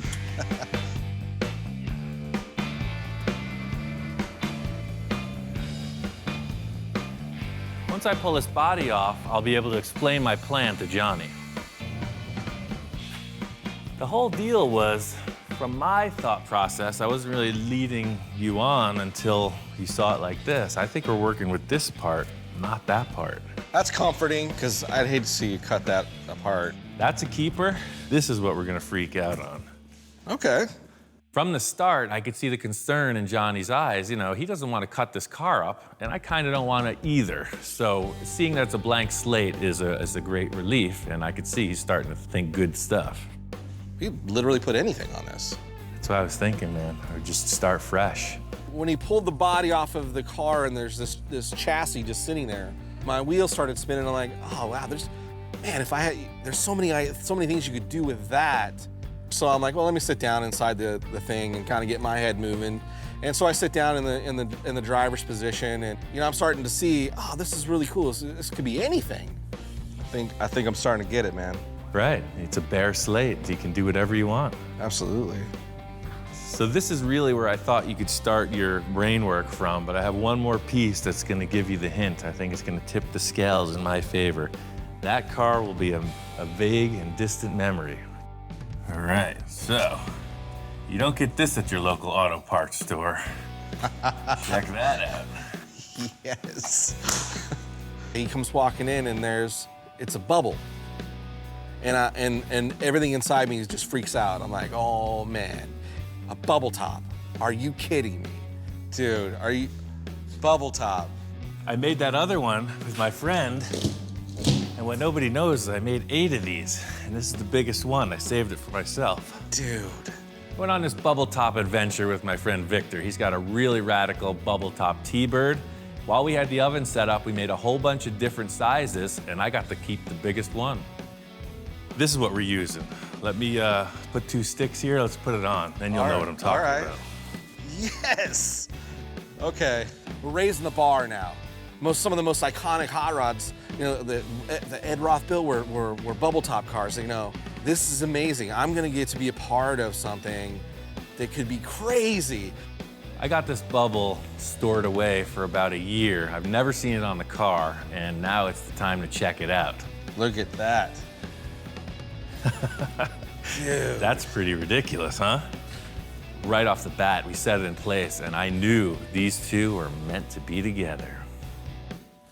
So, you have a chassis, you have your bubble, but wait, there's more. What? I got one more piece to this pie, one more slice to the puzzle, and that's these quarter panels from a Ford station wagon. It looks kind of loose now, but you see you got a pretty cool body line, and then the details of where the lights come in the back I thought was pretty neat. Yeah. So, and it's got those cool, iconic little pod things in it. Exactly. And that goes on with the pods and the circles. Right. My concept, as far as this project goes, has ended at this. That's why I wanted you to come by here. Okay. It's like you got your bare essentials and just roll with it, man, whatever you think. I'm up for the challenge of building whatever you can dream. And bubble tops are my favorite. Yeah, and that's a pretty substantial yes. dome. The challenge is now we take all these 3 elements together and we come up with a cool design.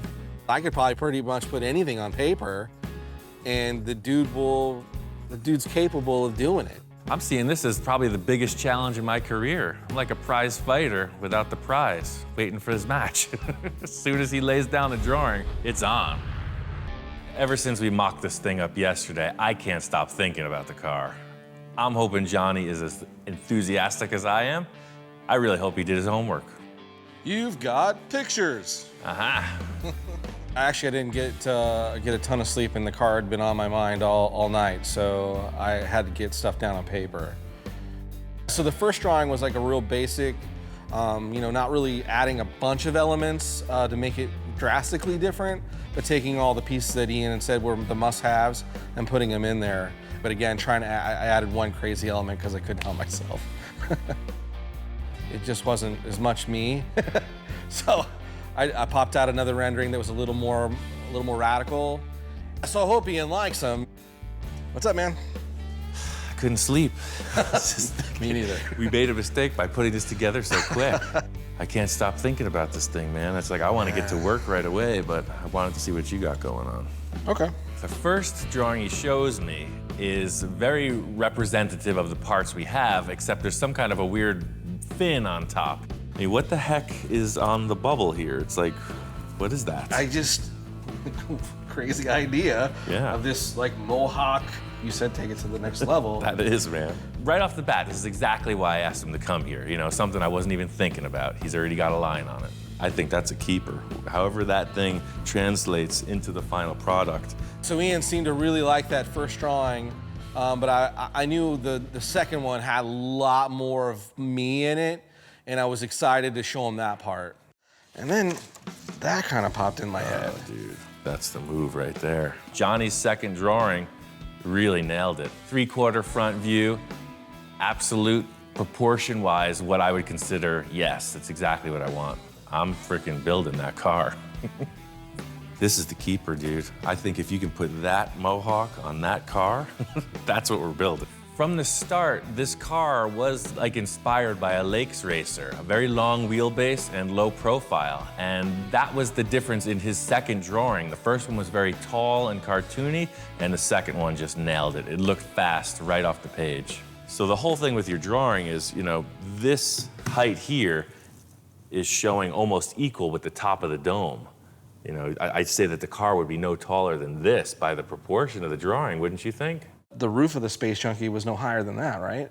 Even lower, right? There was just enough room for the sunroof to coil up above this element, so it was probably about this tall. So that is kind of proportion to kind of what I drew. Ideally, yeah. We mocked up this bubble yesterday. It looked great because we had nothing to compare it to. As soon as I'm comparing it to Johnny's drawing, I could tell it's way too high profile.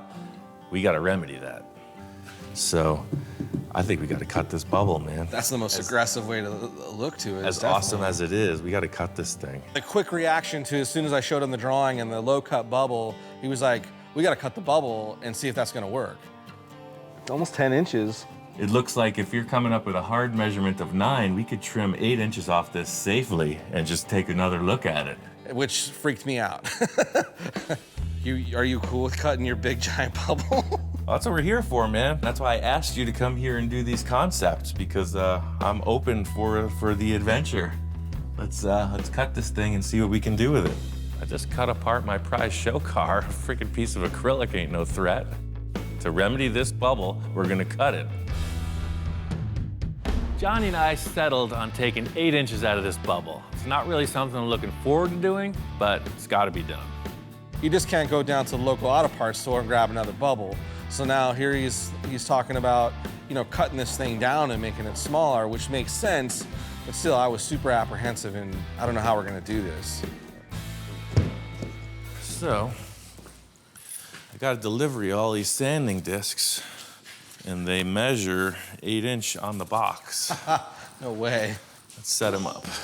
Typical machinist layout thing would say you have a base plate, you're gonna measure vertical, and then across to whatever it is you're gonna scribe on. And that's really what we're doing with the floor. We got a base plate, we got a couple risers, and a couple cross beams, and we're gonna trace off of that.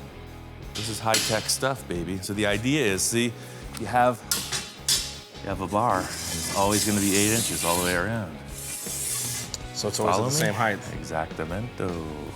For me, I've drawn lots of stuff with straight lines, freehand, and I can pull a pretty straight line, but I'm going, Man, thinking about trying to draw a straight line completely around that bubble and make it symmetrical was crazy in itself, but he was like, yeah, no problem. This is what we'll do. It's pretty precise. Yeah, that's what I'm saying. It's freaking rocket science, baby. That's awesome. So that's a very big trim. Look how much less of a dome it is. The main reason I like this bubble because of its massive proportions, and just raising the bottom perimeter 8 inches shrunk it down almost in half, it seemed. You see how much plastic we're losing, you know? It's a very small bubble now. Right. I don't want to say a quarter's been taken off, but maybe it's a fifth of it taken off. It definitely doesn't look as dramatic back here, but this is a lot of real estate. Yeah. There's 2 things we're trying to accomplish, and that is fit it between the rear tires so we can have some body work in there, some steel, and make it as long as the chassis is from the firewall to the rear edge of the frame. By cutting the bubble as small as we did, we had taken out the length of the bubble to ensure that real extended, long dragster look. We needed to keep the length. So what if we took this and raised it? Did this? Then it's a very long, narrow bubble now. I see, so you're almost changing the rake of the cut. Rake of the bubble, yeah. Let me draw a line on there, let's see what we got. Wow. Yeah, it's totally different, Look at totally that. different dome. Well, once we got it marked, that's it. It's okay, we've made a decision. Now what do we do? Are we gonna stick it or are we gonna decide again? Give it one eyeball approval.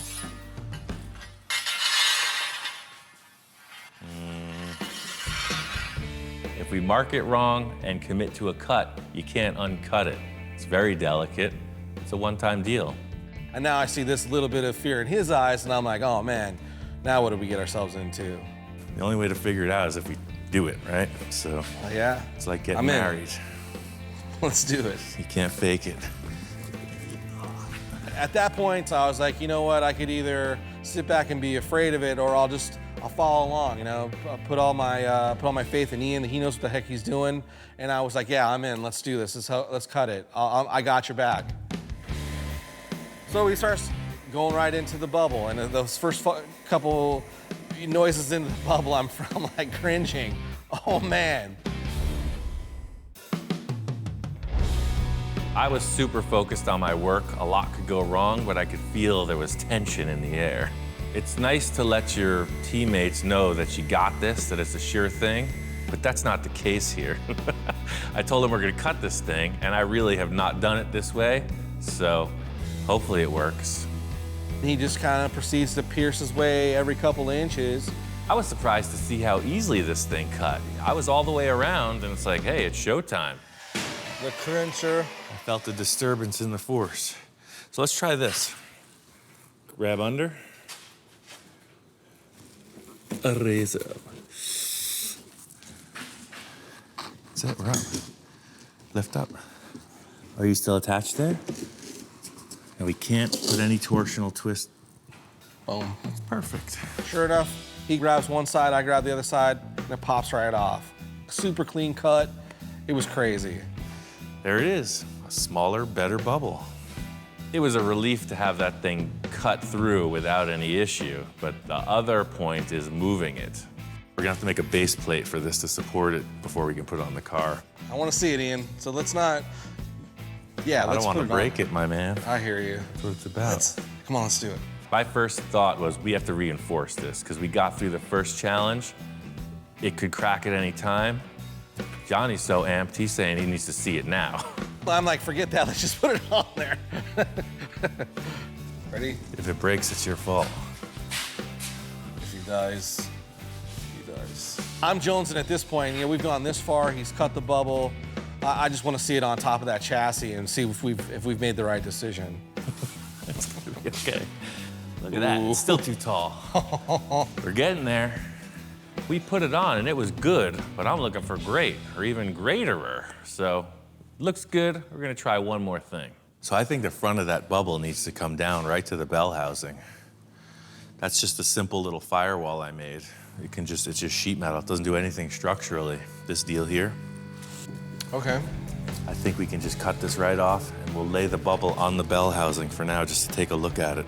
So, cutting some more of the Space Junkie.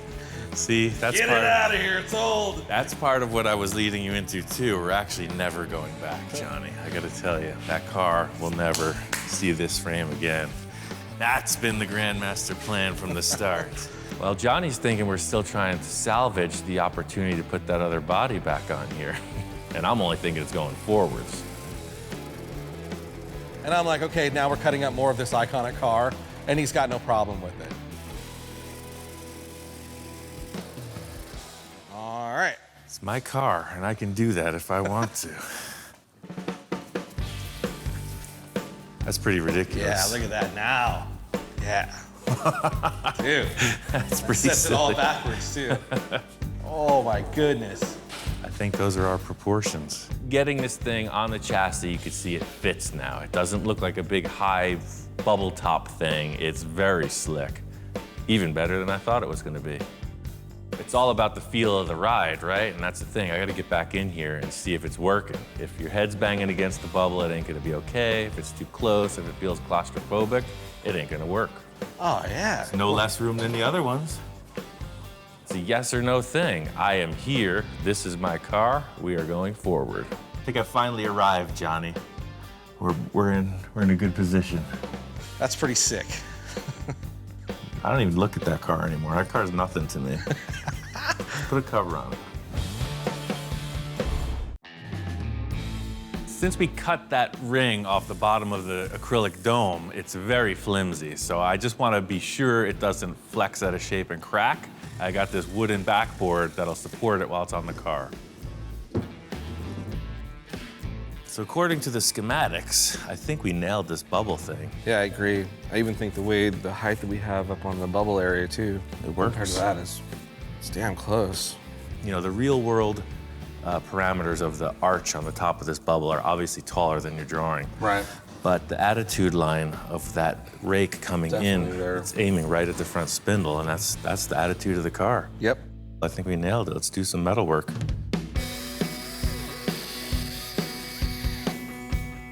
We're trying to make this tire appear as big as possible, you know, up over the edge of the quarter panel, and that's really it. Just cut and trim until it looks right. So we're close. We gotta take this whole wheel arch off now, too.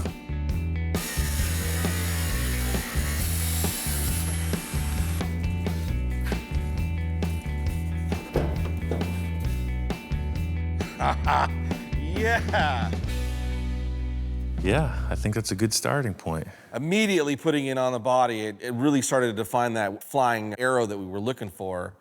But the body panel only goes up to about half of the chassis, and there's this whole other part that needs to be filled in. But ENC is pretty confident that that's not that big of a deal. So this is pretty much drawing in space. You do the thing with your magic markers on the paper. I do the same thing with steel bars and aluminum bars on the cars. The whole deal here is kind of giving the nod to Johnny's design. So I asked him to get down and figure it out with the tape, you know, what lines are you seeing here? I do this all the time, so Johnny's first try at this worked out pretty well. As we put up the tape lines, we could really see that the stretch of the car is super exaggerated, way more than I even envisioned in the first drawing. This is really the point I knew we were going to be challenged because, you know, in a perfect world, everything would be art, right? So, yeah, I just draw it and it's done. Just there. So I think that's being the cue, style-wise, of how we're going to take this thing and represent that feeling. It's obviously going to be like that drawing was pulled and stretched. Right. So I think we're going to have to stretch all those lines to kind of give it the same vibe. I'm digging where it's going. Yeah, It's really starting to evolve. Yeah, for sure. That's the thing. I wasn't thinking dragster at all until we took this body off, and now all of a sudden you could see it is. It's like a slingshot dragster show car bubble thing. And the next thing I know, he whips out a picture. See, the whole thing I was thinking about now and looking at this, it's starting to represent more like the dragster feel, you know? This is like a hot rod, but stretched out, and that's exactly what's happening here. So somehow, you know, the proportion has to mimic. Kind of the way this is wedging. Yeah, right, it's a total wedge, you can see. I'm digging it. And then we really start comparing that photo with my drawing, and then here comes the next challenge. Anything goes at this point. If you can come up with a concept for that missing piece of the body. Well, I got my stuff here. Yeah, I mean, whatever you can think. I'm gonna cut that other corner panel and get it mocked in place. let that be a little flavor in the stew. I got the artist in the house. I might as well just keep him working. Through this whole journey, you know, Ian's kind of played this whole game of ping pong with me, where he comes up with an element and then he's like, what do you got? So it's interesting to be working on his level or playing in his game, and going back and rehashing the same design over and over and over again and try to really get it down to a defined ending is totally different for me, but it's super exciting. Johnny's getting busy doing his drawing. I'm gonna get busy doing the metal stuff. I wanna finish up these quarter panels and get them in place. Maybe have a symmetrical look of what the whole back of the car is gonna be.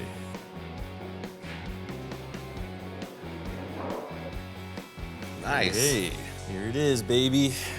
Oh, man. Yeah, so the back has got a pretty freaking cool look, man. Check that out. That is badass. So that's the thing. The rear is open for interpretation, but these quarter panels are a great freaking start. Well, it's pretty groovy. I got a little something for you too. Throw them on a plate. Speaking of that. So we were just having like the car show in the shop moment. And then it occurred to me that I'd asked him to do some drawing. So it's like, let's check out your last rendition.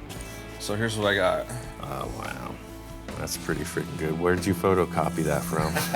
Who drew that? That's freaking nuts, man. So, you know, brought the body panel down. I still kind of left the spears in there. Right. With the lower look to it. Yeah, love it. Again, added the, you know, the mohawk that you liked from the first drawing. Mm-hmm. I kind of extended out the outer fins. Love it. Right. Everything's just a little bit more dramatic. Johnny really went off on this last rendering. He really put all the details he was conceiving. I love the fact that he put this giant aluminum fin across the bubble. We knew that, but he's got some wild ideas with the headlights. The front of the body has some vents incorporated in it. I've never seen anything like it. That's why I want to build it, because this thing's far out. Dude, I like that better than all of them so far. So I hate to keep asking you to draw stuff, but you see what it's developing into, man. It's freaking amazing. Nothing's cooler than, you know, being some guy that just draws a bunch of doodles to get to be a part of something as big a scale as this. When he said, hey, I need some help, I didn't expect it to be like this. Well, man, I hate to say it, but I gotta head home. I wish I could stay longer and help you. What are you talking about? You mean you have a day job? Yeah, I gotta get back to the day job. Johnny's time has been short and sweet. He nailed this concept, and now all I gotta do is build it. Thanks for doing the hard part, man. Thanks for letting me come and be a part of it. Right on. Johnny Jalopy had to hit the road, but there's a new kid on the block. I called up my friend Eric. He was on board to come by and check it out. He walks in, and I think he's a little startled. Thanks for coming out. Thanks for the invite. Right on. What, What? You act like you've never seen this type of thing before.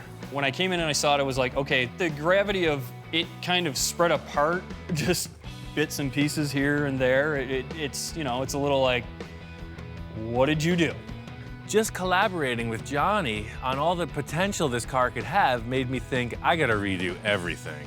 I pulled the engine out because I want to freshen up the paint on the frame, pulled the wheels and the hubs off. Everything needs a little once-over, freshen up. Eric walks in the middle of this strange disassembled state. I'm almost kind of glad I wasn't here to see it being unbolted. It's kind of like pulling apart Frankenstein's monster. And okay, we're gonna make a cooler version, but you don't want to be in the room when, you know. So this is kind of what Johnny comes up with right off the bat. So he's thinking like slingshot, dragster, bubble top show car thing. I'm ready. Yeah, we're sitting there messing around, right, mocking stuff up, and he goes back to the drawing board and he comes up with this ridiculous aluminum mohawk fin thing across the top. Dude, this is gonna be sweet. There needs to be more bubble tops in the world. Just like calling in Johnny, I called in Eric for a reason. He has a background in building crazy stuff. I never wanted to have the same kind of car. I always went to the next thing or something different.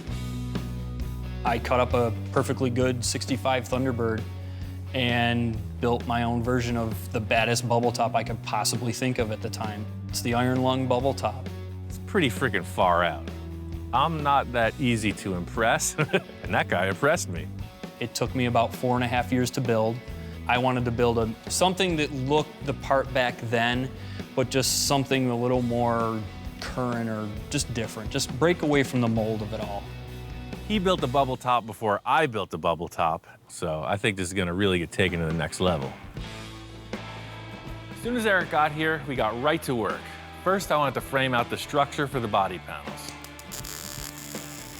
Basically, you need to have a squared structure and figure out, how you place these, because if one's off by an inch, when you go start tying things together, you're gonna be off by a mile.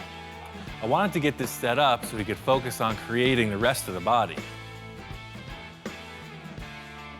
Any concerns? You think it's gonna be all right? No, I'm good. The gear drive is just buzzing away like a blower belt.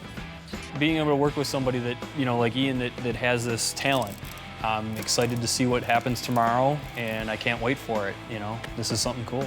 It's gonna be all right. Today we got right into it. Had a lot to accomplish. I wanted to see the front of this thing fleshed out. We're trying to avoid this generic shape that the rear quarter panels offer us. I want to taper them in, try to follow the contour of the acrylic bubble. So Ian has this idea that we're gonna do these slices into the quarter panels to kind of try to draw things in. I'm a little skeptical of it, just simply because you're trying to curve something. The metal does not want to go that way. We only have 2 of these quarter panels. We can't go out and find another 59 Ford Ranch wagon for quarter panels if we screw this up. I have Eric on the mission of modifying what's already in place, and I'm going to create what isn't in place. There's a series of bends that I need to make for the front cowl area, and it's pretty complicated. The way that these quarter panels are created, it was like a big stamp. Bang, one-shot perfection. I don't have that capacity, so I'm gonna have to make these in a number of different shapes. So I'm comparing each contour to different parts on the original Fender, and I know how I'm gonna piece them together somehow. So I get all the slices done on both sides. We start to pull it in, and it works. It's funny, it's just a big piece, so you're looking at it and you're like, yeah, after we slice this, cut here, bend this, twist that, it will be perfect.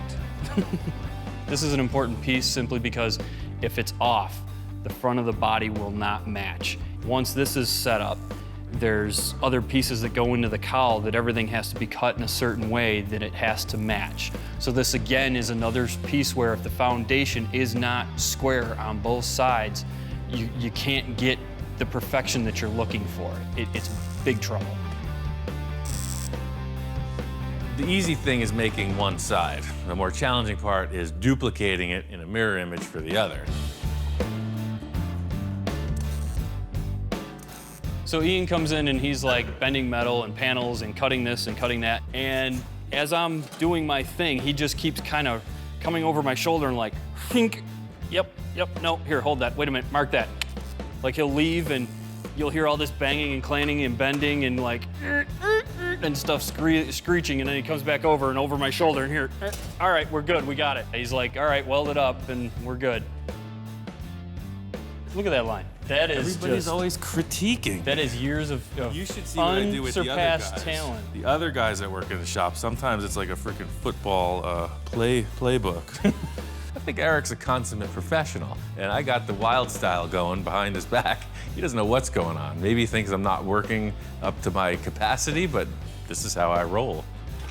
He has a certain style and a certain way to finesse his equipment to do what he wants.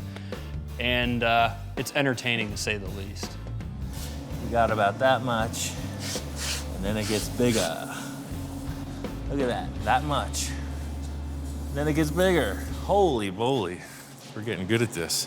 We're both standing back and looking at it, and it occurs to me that Eric hasn't seen this thing mocked up. Johnny and I set up with the fenders and the bubble on, and I think it's time to show him what's happening. Totally fits. That's pretty ridiculous. I can't say that I've ever seen one like this. That's pretty weird. I want to see the holy mohawk on it. With the bubble on it and the body panels going, it's starting to really take shape, and it's amazing. The front is looking perfect, man. I couldn't have imagined it better. but now we have to imagine a better rear section. The rear portion of the car is a blank slate. Eric's got a couple ideas. He's not talking, so I guess we'll see what develops. Eric was holding out on his concept for the rear, so I finally asked him what he's been thinking. All right, while you're in a good mood, Yes. open to ideas, I have an idea for this. What if we were to maybe dish this in? Right. And do a radiator, since I like doing the pod things with the headlights and the grills kind of thing. What if we did a pod for the radiator and had it separate and exposed, like show the mechanicals of it, but do like a case for it? I like that idea. So it's almost like the engine is like a piece of jewelry in the front. Yes. And the radiator is another Is the one piece in the back. hanging out of the back. Yeah. I'm totally down for that. All right. This is a complete blank slate at this point. I am open to suggestion, and the more outrageous it gets, the better. It's not something I would have thought of, but I like the idea a lot. So do I earn my supper for this evening? Yes, I think you're gonna get a gold star on the refrigerator. Cool, man. For today's efforts. My mom will be so happy. Yeah. I told him my idea, and he was like, yes. And then almost instantaneously, he's like, I got some stuff that can do, I'll be right back. Just give me a minute. I have a lot of stuff. So he says he wants some kind of a concave surface, and I think I got just the thing. Well, I was looking for this, but then I saw that. This is a good start. It's about the dimensions we're working with. This is what we need. My television provider no longer carried my show, so I took down the utility apparatus from the top of the roof, and I had this dish. And he comes back in here. I got some stuff. Found a radiator. Ooh. I think it's a Ford Mustang, and I found a dish. You were asking for a dish shape. I totally think he took a ladder, climbed up on his roof, and stole a satellite dish. This is perfect. Concave shape, right? This is perfect. And it's Yeah. steel. Oh, man. It'll be perfect. This is like the perfect shape, and he comes in and we kind of set it in place. I'm like, we're totally putting a satellite dish on the back of this car. Satellite dish on a car, that makes no sense at all, but it works.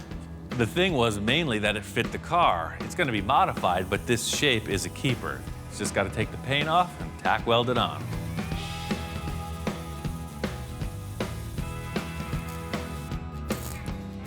So we get it on the car, and we got it where we want it, and now the trick is to make it not look like a dish welded to the back of a car.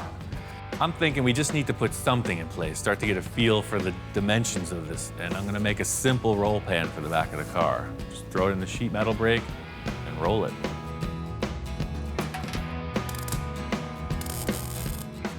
Once we got the pan on, we took the body off just to get a better look at it. So the big question is, how does this transition from our fabricated part into the satellite dish? That's what I'm wondering. You know what, maybe let's make the top first, because I have you could see the old line right here. The way these things here from the factory, I'm digging them. So, you know, this is just a line. I was thinking a tube shape with a nice round edge, not just coming only straight across, but coming back and down. Yeah. The whole thing was just to get some line in place. You use this round tube, and I just create kind of a shape. But I'm thinking like a V shape. It kind of tapers down. Something that'll just give a landing point to whatever sheet metal we put in place. I'm building out the back of this car with these strips just because we're trying to move fast. This car's gonna have a lot of fiberglass, a lot of filler on it, so I'm just creating a surface. It's very simple. We're not getting too crazy with it. We're gonna put in a series of strips, trim them to fit, and then weld everything together. The whole thing is just standing back and checking it out. There's still a lot of loose ends, but you could see that the dish was the right call. It's a great centerpiece, and nobody's gonna know what happened. Yeah, so I'm real happy with this contour. Just the way you're seeing the mimicking reflection of this and this, but it's set in. That's exactly what I was hoping for. Yeah, it's the makings of a fine bubble top. So, Eric's gotta hit the road. All good things must come to an end. This has been like hot rod summer camp. And it was really neat to meet somebody else in this universe that gets this stuff and gets these things and like it doesn't matter the work, the time frame, just that it's gotta be the best that it could be. and the ideas are just, the possibilities are endless. It was really great having Eric here. He brought a lot of great ideas to the project, and I'm inspired to take this thing all the way. Next time on Full Custom Garage, Master Metalman Ian Roussel continues the transformation of his wild show car. I had a t-shirt when I was like 15 that said normal is boring.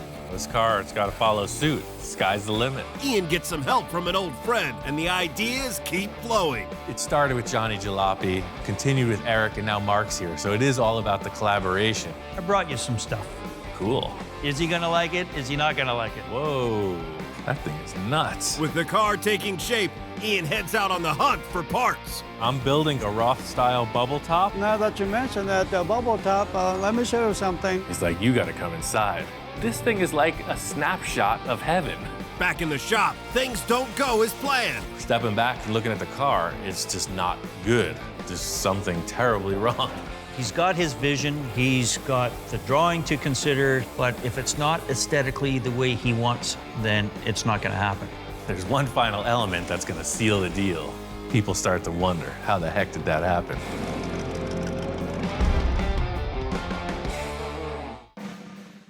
So Ian, you better send me photos, you better keep me updated, I better get a Christmas card. And other than that, man, keep trucking on now.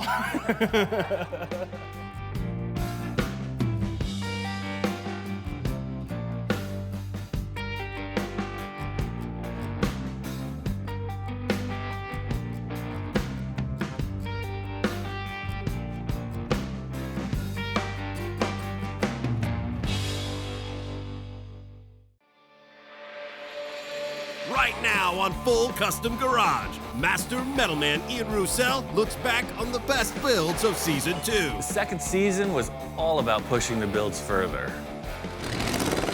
I thought it was going to be good, but it's spectacular. Wow. I was blown away. I really wanted to do stuff I had never done before, you know, venture into the great unknown. He got in deep with this project. I was thinking of, hey, I'm gonna throw a wrench in the fire on this guy. It's just a pile of parts. Well, that's why you're the man for this project. Going into this bold-faced and fearless.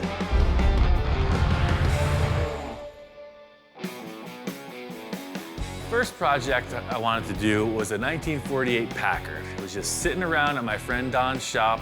I wanted to turn it into a custom lead sled for my friend Tom.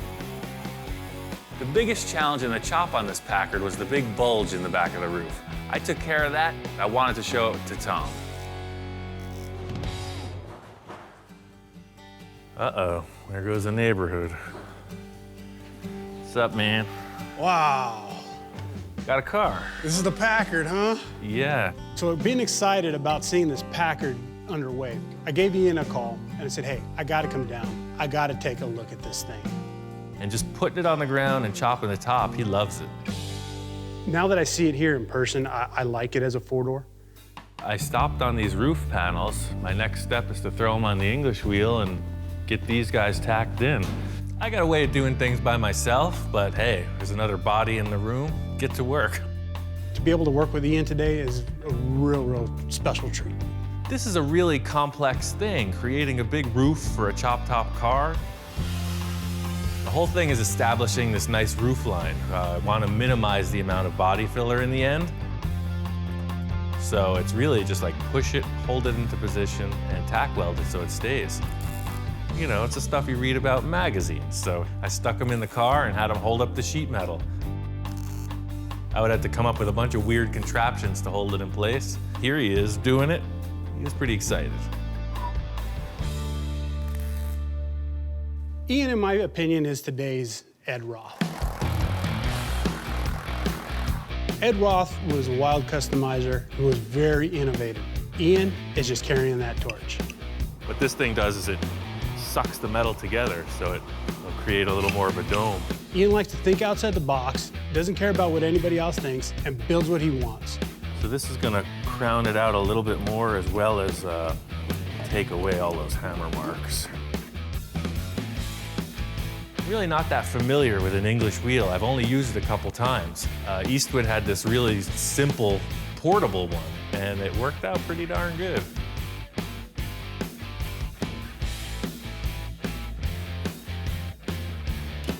good. Yeah. Getting the sheet metal tacked in place, that's it. That's the car. The line of it's established. It's just a matter of finish work. If you like it, here we go. I'll put it all together and on to the next. It's a killer chop. Once we got the roof dialed in, Tom had to take off. So I got the thing painted and finished because I really wanted to show it to him complete and ready to drive. When I first sat inside the Packard, man, I couldn't help but feel, man, this is cool. I'm ready to cruise, man. And I am one cool dude because I'm cruising this thing. This was a very emotional experience. We took that car out of the carport and I was angry. I was just thinking we were going in a bad direction. I pulled through. It's really undescribable. I can't talk about how grateful I am because there's no words to express it. I mean, other than getting in there and cruising down the boulevard with a big grin on my face, there's no real way to express how just excited I am. It's a cool car and I cannot wait to show it off. Tom has helped me out with a lot of stuff in the past. So going through all this extra effort made it worthwhile. He's really happy with the end result.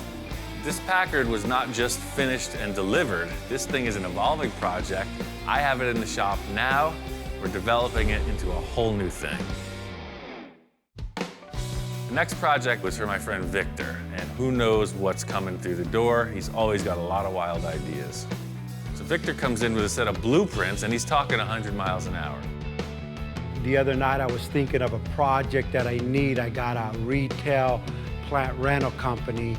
I need for my nursery to have like a little car spectacle, something like people would see like, what the heck is this thing? If Victor wants a spectacle, he came to the right place. Victor wanted to build this VW kit car. It's called a Boonie Bug. He found these old plans. Remember, like everything we do, this means nothing. This means someone has built something like this, so ours cannot be like this.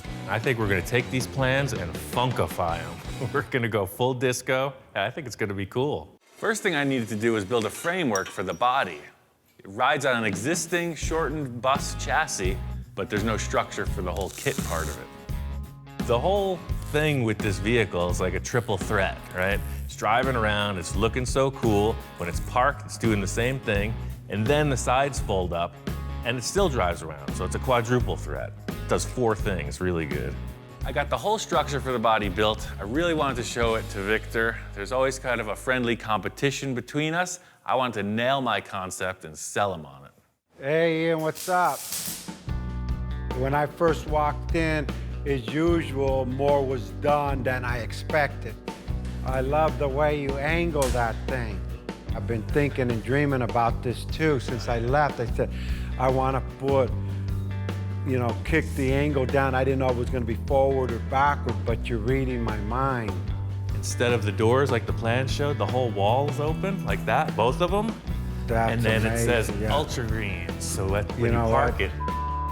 I was thinking of, hey, I'm gonna throw a wrench in the fire on this guy. I'm gonna have him make something raise up because I want my sign to show. And I come in and you raise up the door and my signs go there so the guy like outthinks me. But yeah, no, that came out crazy, yeah. The build of this was pretty inspired and quick, so I got it finished up and ready for paint and interior.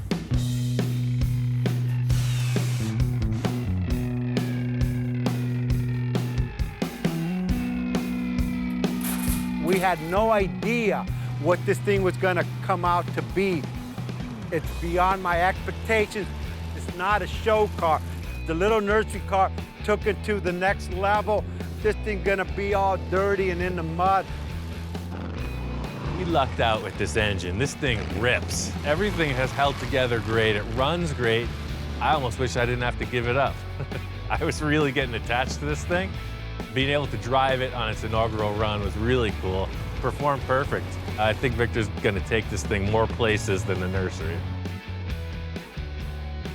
So in addition to the paint, Victor went all out on the interior. He's got custom vinyl interior, 2-tone Special seat, gold and green. He's got a custom steering wheel. They put AstroTurf inside instead of carpeting. I mean, this thing's looking good. The reason why me and Ian hit it off so good is he's creative. The thing I like most about this was that it is a stand-alone concept. You're not going to take it to a car show and judge it against anything, so there's a certain freedom in that.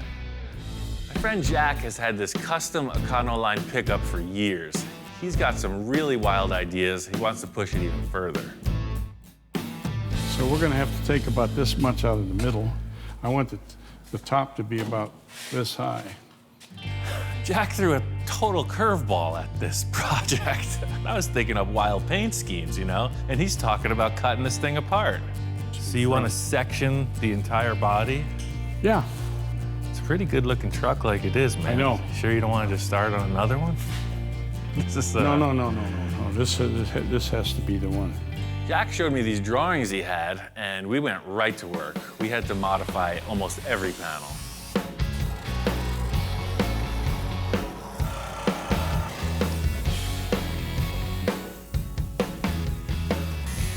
Usually I'm the guy standing back assessing the whole thing, and that's the nice thing about having another professional in the room is you got 4 eyes instead of 2. Still has to come down more, just a hair. Well, 1/8 inch. I don't have any hair. That's good, that's better. A great thing about the way Jack thinks on a project is he's not really wishy-washy about things. He says yes or no very efficiently, and that's really what I'm all about. Make a decision, stick it, and move on. Once we got into the back rear window, Jack left the entire thing up to me. Just work through it, make it good. That was a challenge, to say the least.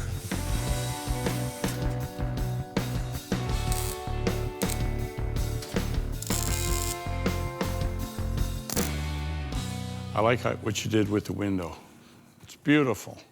I'm feeling pretty good with the rear of the roof, and then Jack shows me these taillights he wants to use. These are freaking massive taillights. What the heck are they out of? I've never seen anything like it. It's 70 Chrysler. I found him at the junkyard. He looked at me, what the hell is this? And I said, well, we're gonna try this. We're gonna put these two together and see if they fit on the truck. You know, these taillights are quite a bit different than what you had. I thought we were just gonna like hole saw and put the other ones back in. No, you gotta. So you're switching up the whole bill on the back of the truck too, I see. Yeah, well, that's kind of like how I am. This kind of changes everything. I don't know where he's going with this, but we're gonna have to figure it out. To make these huge taillights work, I had to French them into the back of the truck. It wasn't something Jack and I talked about, so I kind of took a leap. I was hoping he liked it. Whoa. Hey. Whoa. What do you think? Is that gonna work? Wow. So I take off for a day or two and look what happens. This is beautiful. Wow. There's only one thing wrong. What's that? It's upside down. No, I'm just kidding. Okay, I put it in the other way and it was like, wait a second, it looks like a smiley mouth. No, this is perfect, man. Well, when I walked in and looked at them, I was shocked. I thought it was gonna be good, but it's spectacular. I'm elated. I can't believe that in 3 weeks we've gotten this far. Beautiful, Jesus. The camera doesn't come out until Jack's happy with it. Once that digital camera's on the scene, you know we're on the right path. We are both on the same page with all the fabrication elements of this project, but the critical thing is the paint detail. We're doing something really far out, and we both have a difference of opinions on what color it should be. This color here, that's sunset orange. I've got this idea for this color. Looks like a sunset. I went and bought a gallon of that, and that's the color we're gonna use. This got a lot of metallic in it, a lot of fine metallic. I think you're gonna have to add something. It's like almost a production car color. You need something to make it pop. Our difference in opinion on the paint scheme actually turned out to be a really good thing in the end because we had 2 separate elements that came together in a great result.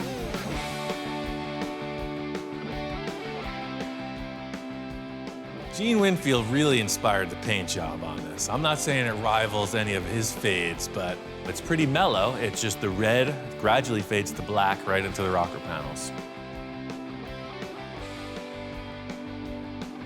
Ian wanted to surprise me with that fadeaway, and let me tell you, he sure did.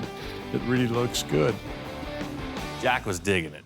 Right out of his pocket, first thing is his camera, so I know I'm on a good run here. It's been the story through the whole build is that as he starts taking pictures, you know you hit the mark. The next project was for my friend Kai. He's got a bunch of motorcycles. He wanted to get his 1958 Harley-Davidson Sportster back on the road. Once we got into it, we were over at his house, and he asked me what I wanted to get in exchange for the labor. I want that. You want that? Yeah. That. You want that? Yeah. Okay. Naturally, I'm entranced by this early Harley, but just over my shoulder, there's a police motorcycle. KZ1000, that's a hot rod. I've never really ridden it. I've had it for a little while. Apparently Kai got this in a trade or something. I guess his buddy picked up a few of them at the auction. It's a typical scenario. These police bikes get decommissioned after a certain mileage, and somehow Kai ended up with one. This is a KZ1000. Did you ever see Road Warrior or Mad Max? Yeah. Well, that's what's going on underneath here. Right. I'm just not a big Kawasaki guy, you know? I'm not a big Kawasaki guy either, but look at that engine. When Ian said that he was also interested in the Kawasaki, I was a little surprised. Yeah, you want it? I see this thing as a stripped-down race bike. This thing is cool. Well, I'll tell you what. You build that Sportster, you can keep that. I'll do that. I'll trade you for labor. Yeah, for sure. Okay. This kind of turned into a battle of the bikes. I was going really radical on the police motorcycle. Kai's bike was pretty straight ahead, but it's exactly what he wanted. Huh. This is pretty damn cool. It's gonna be all right. Yep, I think so. You know, I'd say it's a close runner-up to the motorcycle that I'm building. It's a good-looking machine. You're definitely gonna take second place. You think so? Well, things got heated a little earlier in the day, you know, so I don't hold grudges, but I like to stab it back a little once in a while. So Kai's sitting there admiring the machine, and I'm thinking, you ain't seen nothing yet. Just look at that thing over there. You got your fiberglass drooling off the rear fender. I mean, that's got a look. It's kind of Sigmund and the Sea Monsters right now. It's pretty groovy. Well, the way it looks right now, I don't think it's going to compete anywhere. I have seen nicer bikes, though, in my life. I can't say I've seen uglier ones. Thanks. You're welcome. After Kai kind of jabbed me, I wanted to play a joke on him with his bike. It was a whole parts stash I got from my friend Gary, and there was just so much potential on Gary's shelves, I wanted to see it on this bike. I put him on the bike, and it's on. This is a 70s style deal.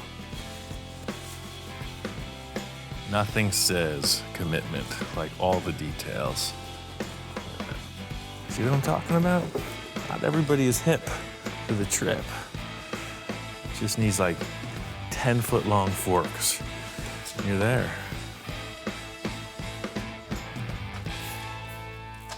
Hey, Ian. How's it going? Good, man. Got your bike just about ready to start. Oh, man, check it out. Did a little restyling. Holy moly. Look at this thing. Fishtails and everything. This is terrific, man. I love this. This is great. When I walked in, I was really surprised at how the bike had changed. Yeah, he may have meant it as a joke, but I was digging it. I was loving it. Man, this is awesome. The joke was on me. He walked in and loved it. I thought you were gonna hate it. I guess No, you're into it. I love it. I love the fishtails. I love the sissy bar. This weird prank actually resulted in a pretty darn good-looking bike. So it was sort of a debate between Kai and I. In the end, he really just wanted to go with something a lot mellower. So I put the exhaust I built on Kai's bike, but I was really itching to show him the progress on mine. So you remember my Sigmund the Sea Monster rear fender?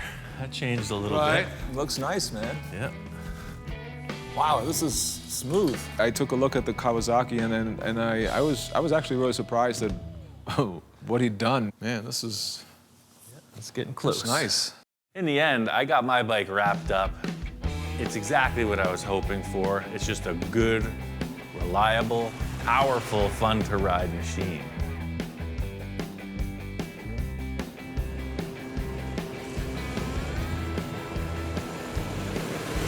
The whole deal with this project was the transformation. You saw this kind of very upright police motorcycle, and I just took it all wrong and made it gnarly, a very aggressive machine. I knew what was inside of it, and I just let it out.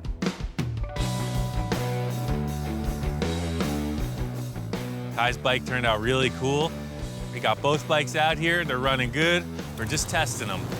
I love the way it looks. I just love the way it looks. It's old school. The general ride itself was exactly what I hoped for. You know, just smooth and has a lot of power.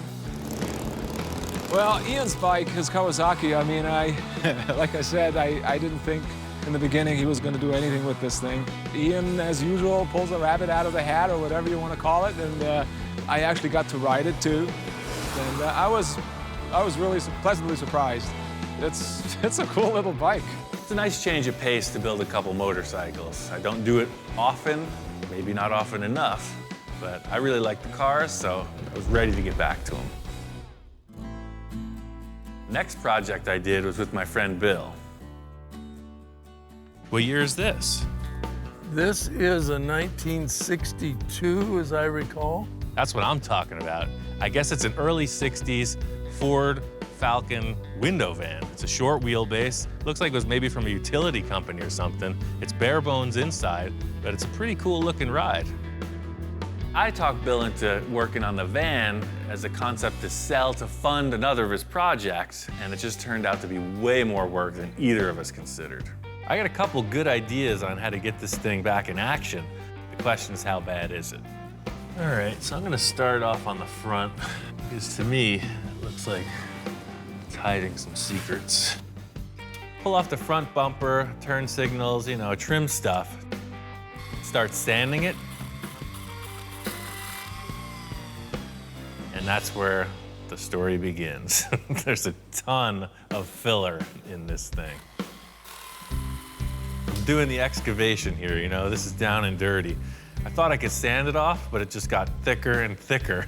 I ended up just cracking it off as brutally as I could. Yeah, it's all pushed in right there.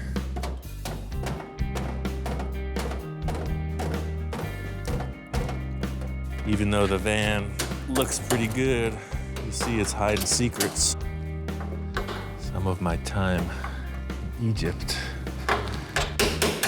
spent doing exactly this type of operation. I'd say there's been a traumatic event. This van ran into something, and then it was repaired really poorly. The easiest solution would be to get a replacement panel, but I think I can just take this thing, reformulate it, and put it back into place. The cool factor about this is that you're not your typical auto body procedure. I'm gonna fire up this torch and get medieval on it. This metal piece was created in a certain shape. The only thing that changed was the collision made it into a different shape. I want to bring it back to the way it was, and that's just done by a series of heating and hammering.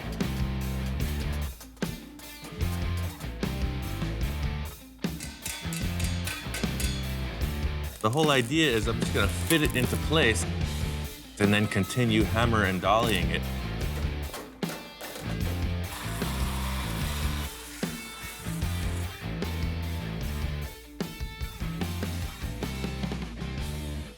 The van came out really cool. We got it all finished up, and it was ready to show to a potential client. Bill had somebody interested in buying. I brought up the bills, and just as I'm showing Bill the van, Jess shows up. Holy cow. See you again. Yeah, good to see you, Ian. Hey, Bill. When I first walked up and saw the van, I was just kind of blown away. It looked perfect. It looks like a plain white van on the outside, but the interior is all fitted out. It's deluxe. They put curtain rods in there. Holy cow. Yeah. So this is the Pendleton yeah, the flannel? authentic flannel. So I'm really impressed. I can't wait to take it to the beach. Let's drive it. Good, let's do it. Let's close the doors up and jump in there and fire it up. Oh, and we're off. So looking at the van from the outside and the inside and kind of being a spectator is great. The aesthetic is totally there. It's everything that I want. But it's not the feel of driving it. And so once you drive it, I was sold.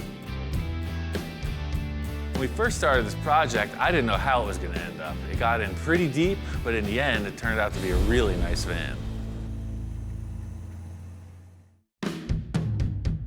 This next build came about in a completely different way.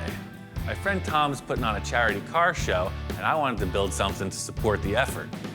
I went up to my friend Bill's house. He's always got a bunch of cool projects, and I knew he had some old trucks. In Bill's endless pile of parts, he's got a fire truck. Holy moly. You know, I love the old fire truck because it's a roadster, and it's one of those keeps getting moved back project. I'm never gonna get around to it. I really need to check this thing out. Pulled it out of the weeds, and it's in very good shape. I know the chassis got the look. And then seeing this body and the bedsides, I'm thinking giant hot rod truck. I'm always excited to watch Ian and see his gears turning in his head and what he does. These are the basic building blocks for my inspired project. I told Tom what I found, and he was up for the adventure. He wanted to give me a hand. So I was thinking, man, it'd be really cool if Ian showed up to my car show, but now he's talking about building something.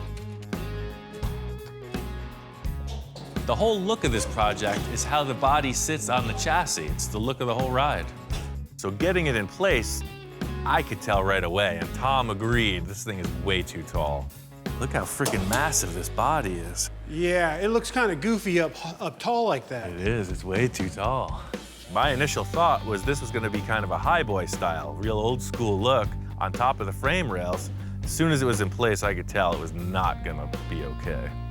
That's why I wanted to put this body on. It's just way too big. When the whole truck is up in the air, the body looks kind of small, but now it looks massive. That close to the ground, it changes everything. The firewall looks like a freaking tombstone. It's gigantic. I think we gotta channel it. Yeah, there's no question about that. It'll look so much cooler too. Right, I'm talking about a hot rod, and you know the formula, man. Low, big and little tires, then lean. We gotta strip this thing down. It's looking good, but it ain't there yet. Both Tom and I agree, this big box on the back of the cab is not the look we're going for. First order of business is to chop it off. Channeling means you drop the body down over the frame. It gives the whole vehicle a lower profile. The compromise is the interior room. But I don't care about riding comfort. This is all about the look. We're channeling this sucker. Get it down. I'm just into it, you know. I love this plasma cutter. I'll use it all day long. So I got the shades on, you know, shields are down. I'm in the moment. Tom's yelling. Woo, we got a fire in the fire truck. Fire in the truck. I think he's just into the fire truck. I'm like, yeah. It's just these wooden cars, man. Yeah. What are we gonna do about that? Should we call the fire department? So here I am, working on a fire truck, and I think, what would a fireman do? I went and got some water. Everything's solved. You know, Tom, that's why I keep you around. So we got the fire out, the body lowered down, just as we expected, and it looks great. Now you're talking hot rod. That's perfect. What do you think about that, Captain? Is that gonna work? Yeah, man, now it's looking like a hot rod. It was a ton of work to bring this concept to life. I got this thing wired up and fired up. It's driving around. I'm ready to take it to the car show. Tom hadn't seen this thing in a few days, so when I pulled up this morning, he was really excited to check it out. Oh man, I was blown away. It turned out awesome, man. You know, every time I've worked with Ian, I bring something to the table, but I take something home too. I either learn something when it comes to how to build or artistically. It helps me grow as a hot rodder and a car builder myself. This next project was a build with my friend Stone. It was really unique in the fact that it had very little to do with a car. It was more of a sculptural project. My name is Stone, and I am a metal fabricator and sculptor, and I build big, ridiculous things for festivals. The initial concept is a series of sculptures that Stone did. It's called the One-Eyed Monster. You know, the original state of the One-Eyed Monster was these small little sculptures that I used to hand make out of steel, and they were just little sculptures that I just kept showing in galleries. He says to me he wants to build the most gigantic one-eyed monster sculpture ever, a driving 30-foot tall sculpture. Because I'm gonna tell you right now, I know Ian and I know myself, like if there's any kind of thought in our head and it was like, oh, that would be cool, literally the next morning we will be not drawing it out, we will start building it. So this is below the decks of the One-Eyed Monster. Where all the mechanics and engine maintenance guys hang out. This thing's a full mutant. It's a 28 Ford Model A frame that I put a Mercedes-Benz rear clip, independent rear suspension, with the engine and transmission, and then it has a Chevy truck front axle. One of the biggest, craziest reactions that I get, besides what it is, I mean, it's obviously like, wow, what is that? That's weird.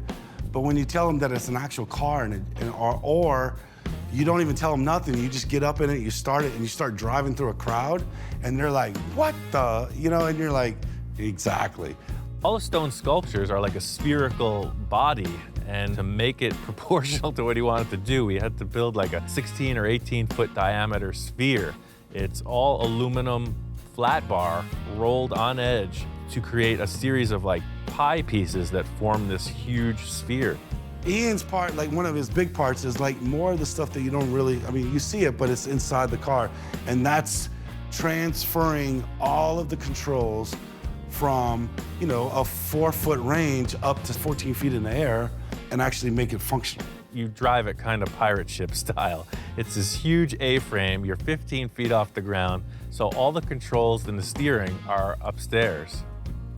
So we made 2 lenses for the eyeball in the same way I was doing the bubble tops and taillights on the other projects. For these, I just made a round oven.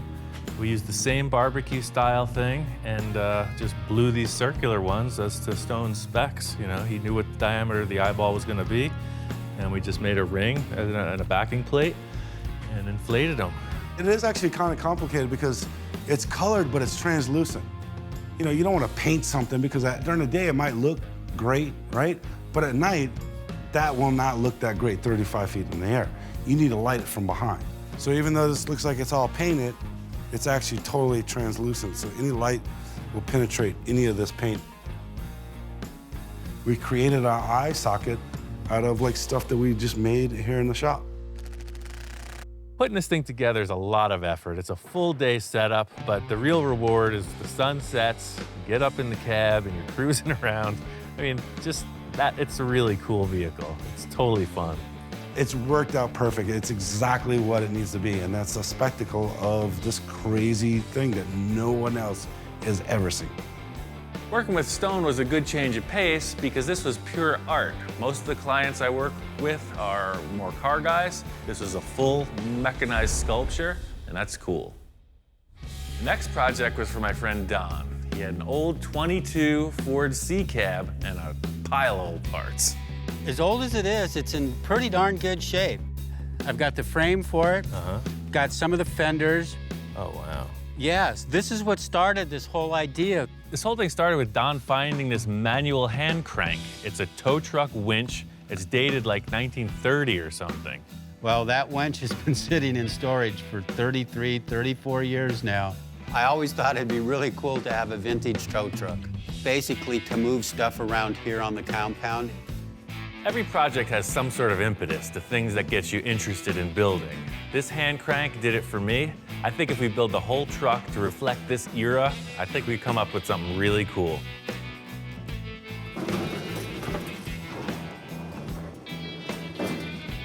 Look at that, just like a glove, Ian. We've got parts from like 4 different decades, and there's a lot of space to fill. There's so many different parts here, it could go in a million different directions. Ultimately, this is gonna be a functioning tow truck, so I started working on the rear. I was building the boom, and then Don shows me this gas tank he wants to use. The tank Don showed me is just kind of generic. It looks like something that should be under the bed.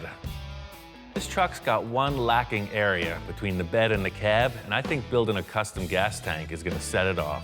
Ian has his own ideas on how this is going to look, and I have my own ideas too, so I'm a little concerned about it.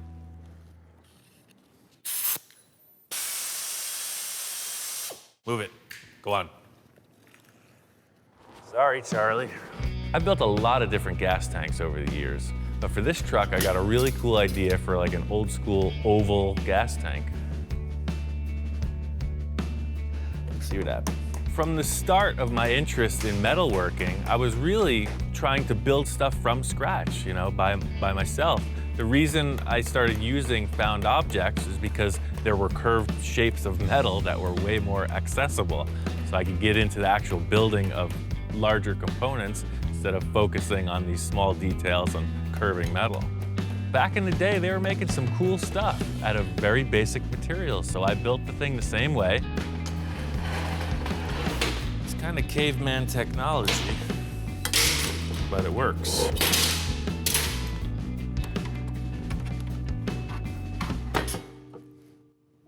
It's a stainless steel cap.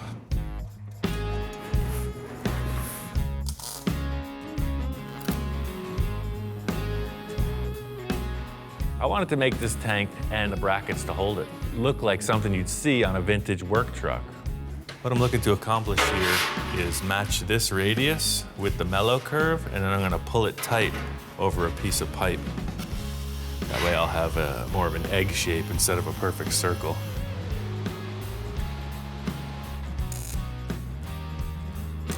It just depends what you have to work with, but it was just easier to start from scratch because we had it custom built in proportion to this vehicle. That's what we got, dog.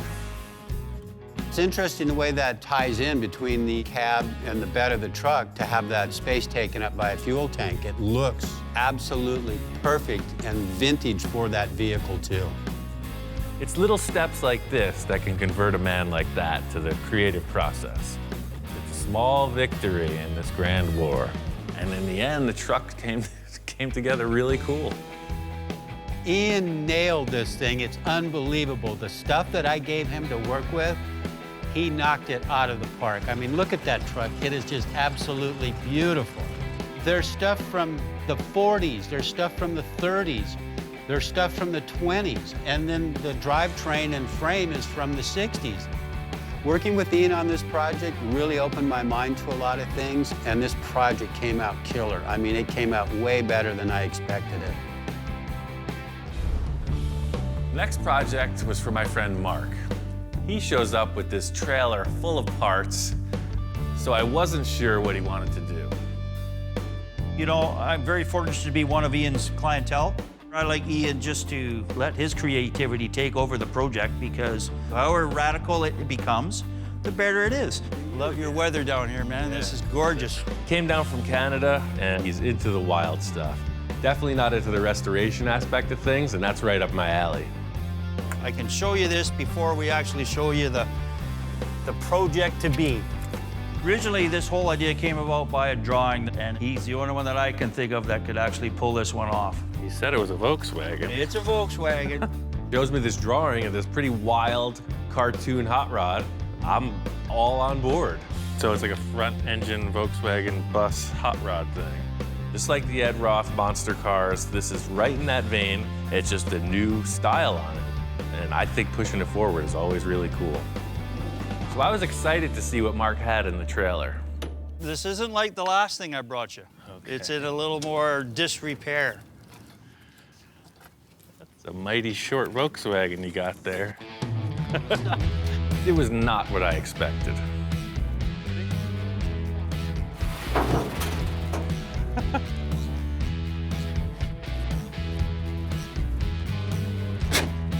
Here come the clowns. Must have been a rare factory option. Mark pulls out this shortened VW bus and just a ton of other random parts from the trailer. So I thought, well, let's throw AMC running gear in a Plymouth frame, and then now we're gonna put a Volkswagen body on it. You know, let's mix up all of it. I like having clients that are all on board. You know, they think I can accomplish anything. Unfortunately for me, the anything gets wilder and wilder. The big challenge is to make it look like the drawing. The stuff Mark's pulled out of the truck looks nothing like what we're going for. Oh yeah, oh, it's gonna be awesome. It's gonna be a one-of. I have my own ideas of the way this thing is kind of gonna look. To me, it's kind of rat rodish. I said, Ian, let's make this rat bus. Mark's talking about rat rod. He wants something kind of easy to build. You know, I'm looking at this drawing and I'm seeing full custom show car, like all the way. My time frame's kind of short. I'm kind of rushed down here to drop this off. This is just a quick pit stop for Mark. He's heading back up north, so I got free reign to make this thing happen. That's the excitement. Didn't Forrest Gump say you get a box of chocolates, you never know what you're gonna get? Well, that's kind of the way it is with me and Ian. Mark headed back to Canada and just let me go on this project. My whole concept was to make it look as much like the drawing as possible, make it drivable, and as wild and far out show car as I could muster. I got the whole front windshield established. The next big challenge is the rear portion of the cab. The drawing doesn't really show what's going on back here, so I'm leaving that open to my interpretation. I got a cool idea where I'm going to utilize the rear tailgate of the van and split it in half and make two. The portion with the rear window will be back here, and then the lower portion with this detail of the body sheet metal will stay here.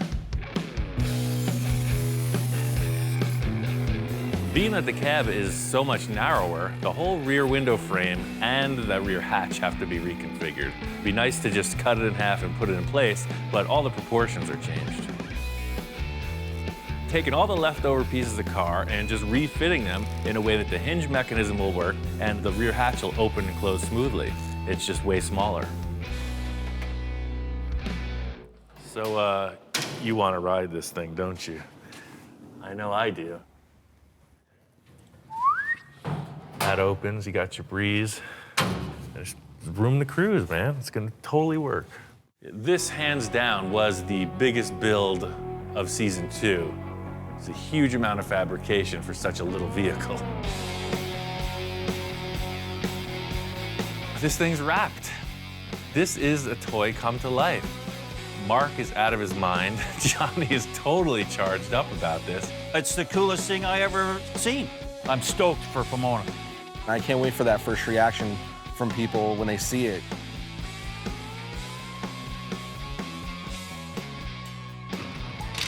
Up to this point, it's been a static piece. Johnny drew it, it's been sitting in the shop, but it's an actual car, it drives around. It's time to take it to the car show. We're out here at Pomona. It's a swap meet car show, the biggest one in the world. Shaka, good job.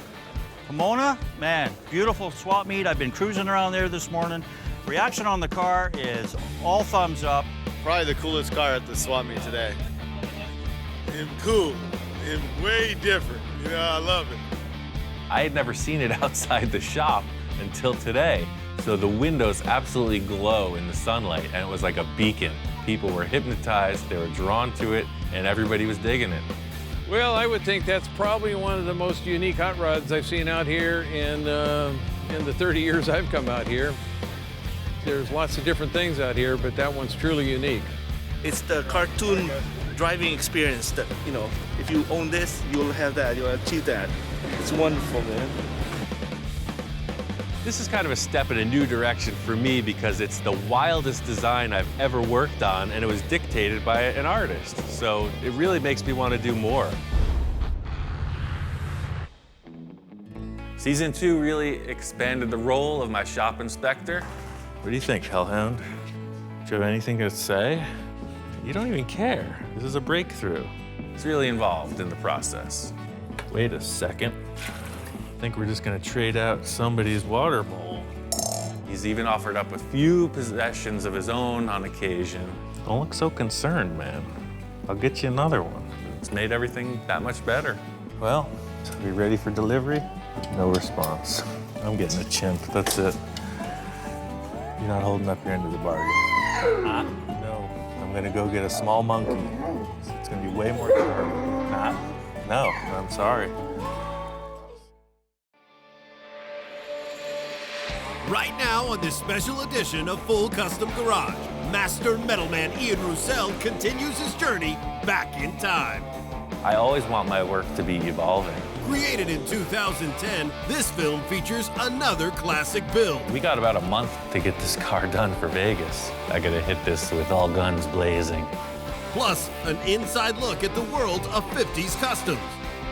See, everybody checks it out, man. Mercedes people pull up next to it, say how it's cool, and straight up homeless people on the street. With old school legends. I try to create things that have not been done before. and next-generation builders. Try number 2. Full Custom Garage presents Back from the Dead 2.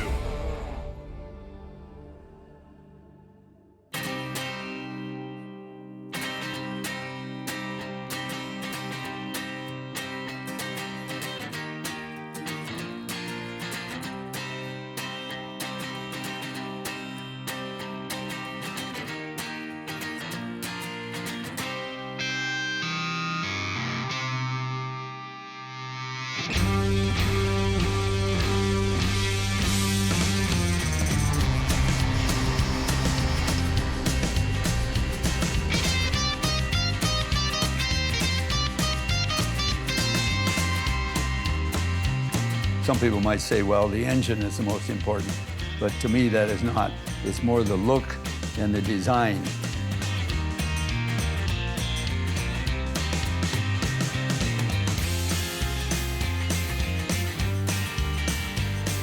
Everything I do with all of my cars is old stuff. I just don't dig ordering stuff from catalogs. I like to build everything myself.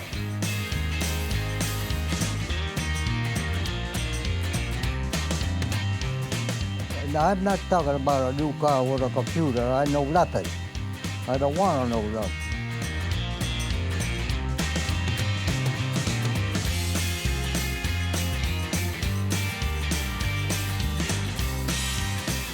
A couple of people has asked me, where did you get this car? Where did you find this car? You tell them, we did it.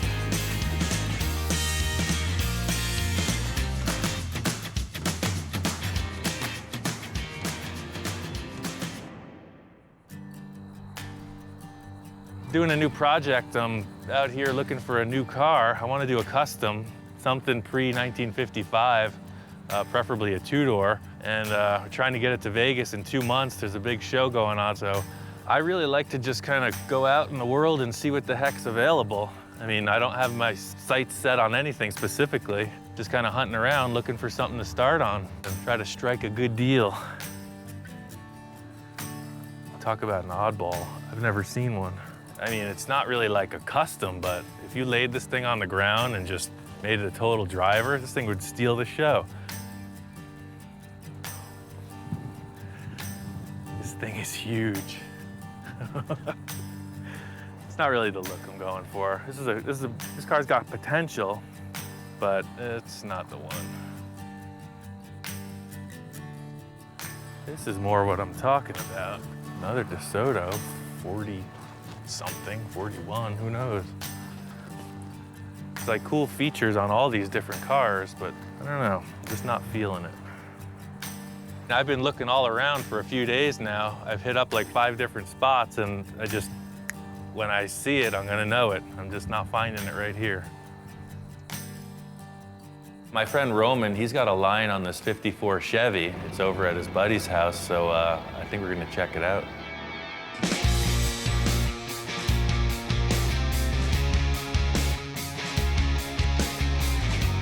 This is perfect, man. I mean, this is exactly what I was looking for. It's never been crashed or really beat to hell. It's just old.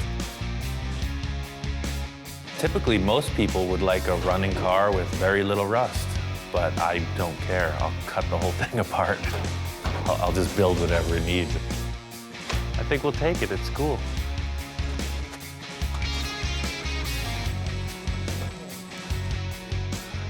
Thank you. On the 54, everything mechanically is junk, so I need to find a car that I can pull all the new stuff out. It's all the way in the back. Yeah, all the way by that dumpster. What I'm looking to do is update the drivetrain. This Skylark is a perfect example because it has late model 350 V8. It's got power steering, power brakes. I can gut everything I need out of this thing and put it into the new car. Thank you, Gus. I appreciate it.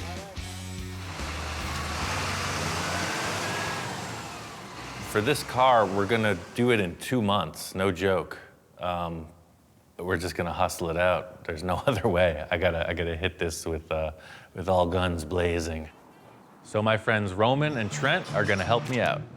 The only thing I wanted to save from the 54 was the 2 pieces of glass, front and rear windows, and the body skin. We just got rid of everything.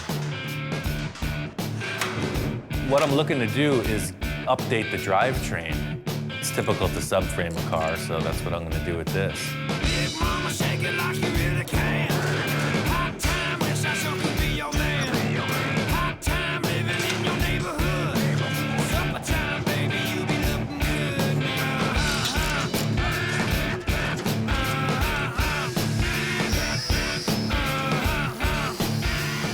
The reason that I'm subframing the car is 2 points.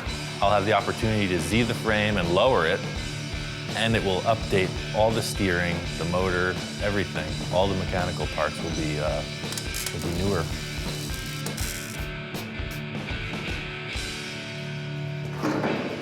Yeah, it's cool. Now all that's left to do is everything. Let's see, I got 1, 2, 3, 4, 5, 6, 7, 8, 9, 10, 11, 12. I got 12 projects going on right now.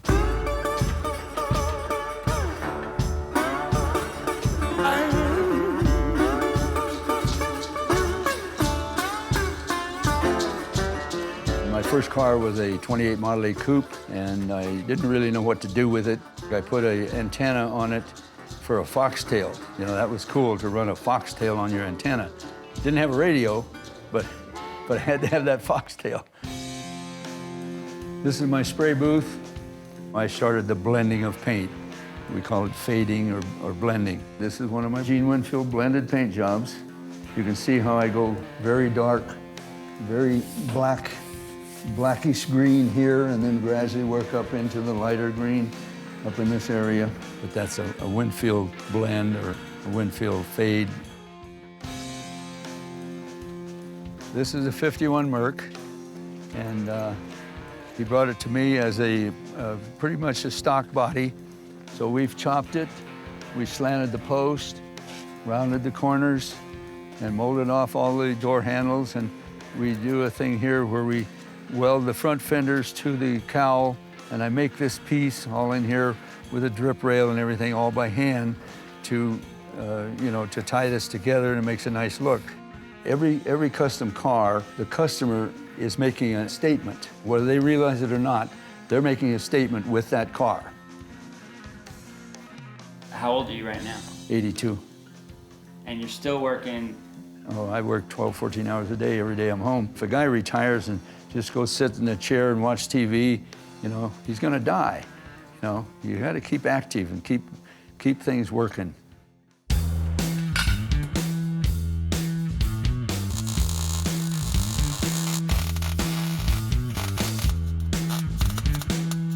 You can see here the old leaf spring used to mount right here.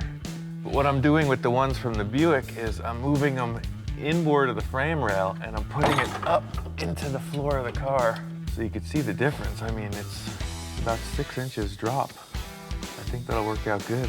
I had done a bunch of race car and street race car fabrication, and these guys were doing what they call a mini tub. Their idea was that it would give them more room for fatter tires. I saw it as a way to move the leaf springs inboard of the frame, effectively lowering it. I'm gonna have my 2 beautiful assistants prepare the axle for delivery, and I will shortly thereafter bolt it in.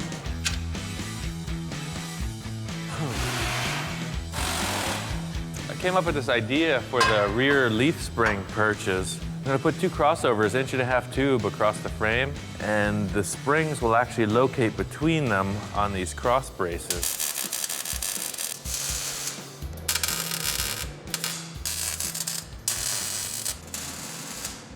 Now that I got this framework tacked in, the car will suspend itself. I'm gonna stop right here and I'm gonna chop it. I just wanna see how the ride height looks with the chop top, because they have to look good together. It's kind of like building a house. I really just wanted to just start with a solid foundation, get the front clip, the rear suspension all established, and then work up from there. In the early 50s, when customizing was probably not fully mainstream, George Barris was the one that promoted it and made it mainstream. When Barris moved from the Compton Avenue shop to Linwood, he had both of these buildings, this building and the building next door. This was a note he sent When I called him and told him that I rented this building and what the whole plan was and stuff, this letter came in the mail like a couple days later. When I was in high school, there was a Rod and Custom magazine that came out that had an article on Barris, the early years. And I showed this to my friend and said, hey, you know, how cool would it be to work there? In the early 50s, this was the parking lot. That's what this wall is here. You would be standing pretty much where this Lincoln like bumper is. Ideally, it'd be neat to have this shop to where people could come and see what's being done, and it really feels like you just walk back in time. This Ranchero is gonna be this car. He first brought us the car and with this picture and said, I want to build something like this. And it was like, well, if you like this car, you know, why don't we just build this car? We try and get people to pick an era. It doesn't limit you, but it gives you just an idea, a little spectrum of what would look right when the whole thing's done. Mostly for us, we try and just stick in the little era of what the customer wants. Like, hey, I want my 55 Cadillac to look like it was made in the late 50s. And then you got pretty much everything laid out, what you want to run. The majority of the stuff we use, if we're starting with something that hasn't already been messed with before, we try and do it on lead.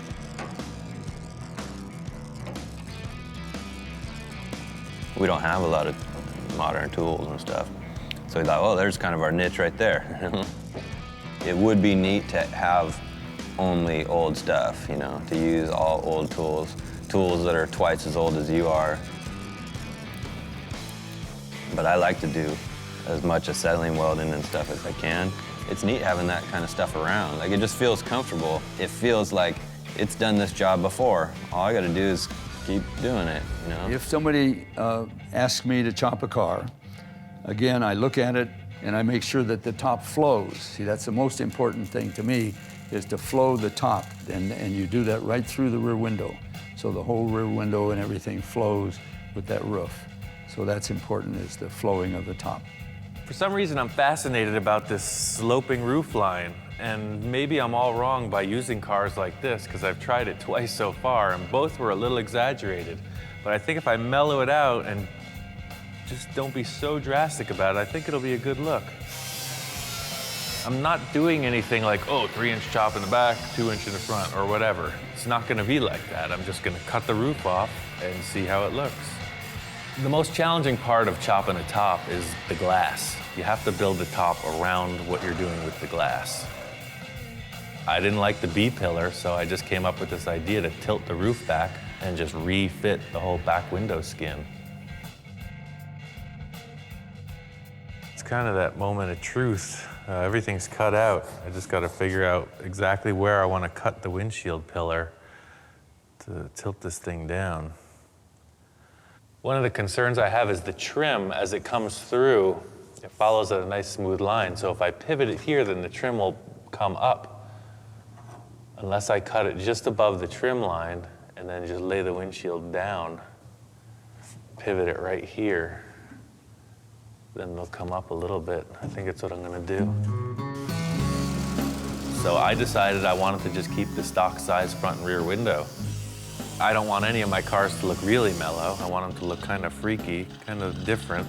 I think by leaving the stock height front glass and just sloping it, it'll give it a cool look.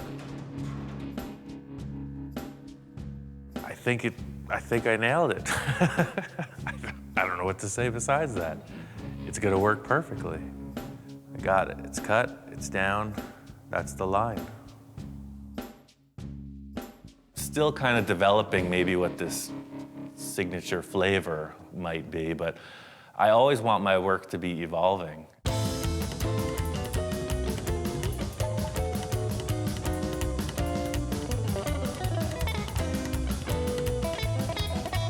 It's like Picasso, where you put a torch and a cutting wheel in Ian's hand, and this is what you get.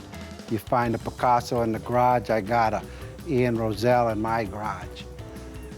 I'd say Victor's been my greatest supporter out of anyone since I've opened the shop. I couldn't find anybody that could bring my thoughts into reality till I met Ian.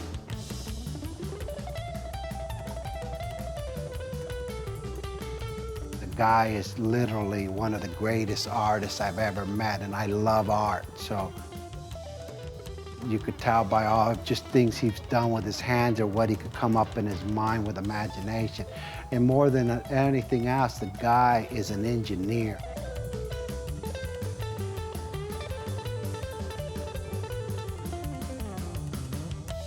Well, the best thing about the way we work together is it's his vision, and he just lets me run with it. He comes in and critiques it, and it's really just it's a great exchange. My main concern with this window is the way that the chrome strip is gonna fit. I'd love to reuse the stock chrome that comes around here, but because the windshield and the rear window are on different angles in relation to the body, the chrome just might not work out, I'm not sure. I keep using the word convincing in a lot of the stuff I've been building lately because that's what separates the guys who know what they're doing from the guys who don't. You see a little mismatch in the way the trim's gonna fit, and it's not convincing.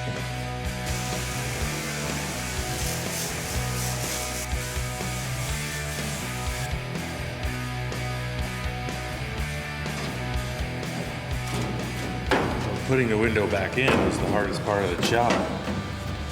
That's all it takes is one wrong move, lose the whole thing.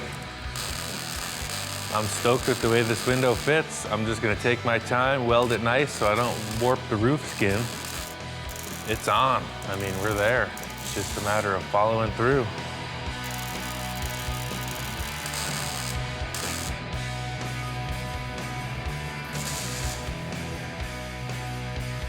I want to make sure that these guys fit before we get any further into this.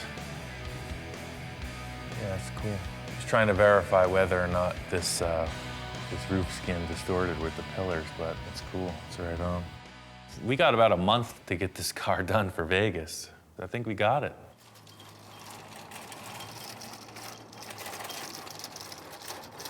See, everybody checks it out, man. It's funny because like even Mercedes people pull up next to it, say how it's cool, and straight up homeless people on the street think it's cool. People just enjoy seeing it. Or to see somebody that like that probably ain't got the best deal going, but to see him walk by and smile about it is cool, you know? It's a 51 Chevy Fleetline that's been chopped, the side trim's been removed, the door handles, the headlights are French, the emblem off the hood and trunk are removed, and the taillights are moved down into the bumper guards. I drove it stock, you know, just as it was when I was working with George Barris, and I told him I want to do custom work. He kind of shrugged it off like there was no money in it, and, you know, I should stick with him, and we'll do, you know, movie and TV stuff and car shows and things like that. You know, I don't really care about what it pays or whatever, you know, it's what I wanted to do. And so that's when he said to go work with Bill.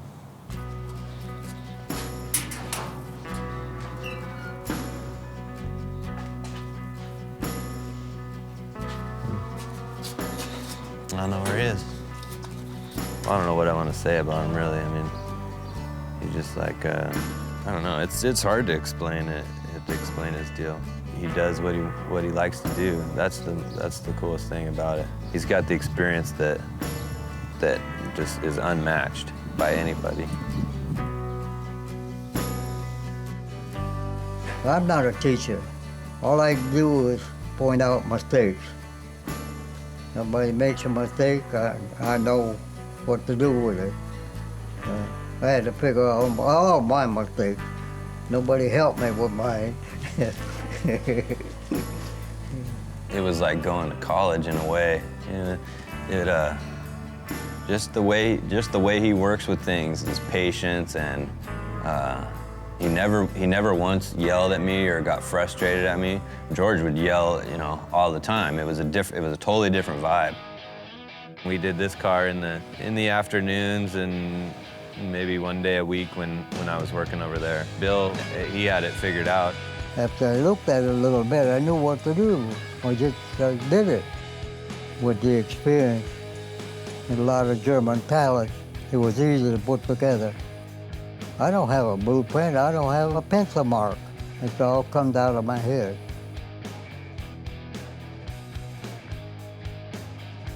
No fastback like that's ever been done like that, ever. I've done this top and everything completely different than anybody's ever done. The first car we chopped in here, I brought Bill over to look at it, you know, and he looks at it and he studies it all over and he goes, yeah, it looks like I did it. He takes pride in his own stuff, and for him to say it looks like he did it, that's the best compliment you're gonna get out of him. I love work, 7 days a week. I guess that's why I'm 88 years old. I wasn't afraid of it.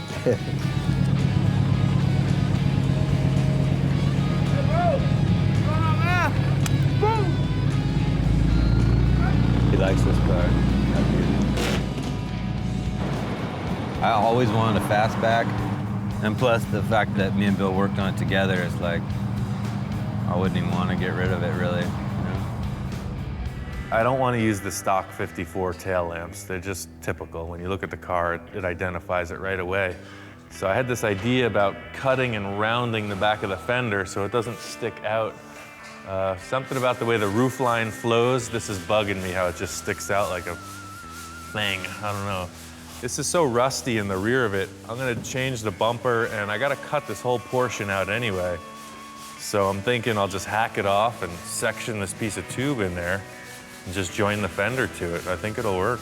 And I think this matches it pretty good. I think I'll just splice in right about here.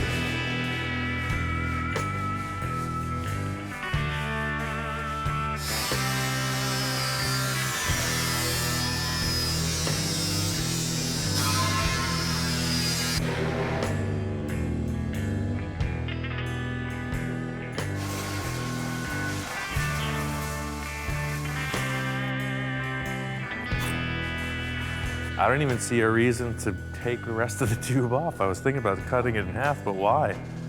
I'll just lap the sheet metal to it, and I mean, that's freaking strong.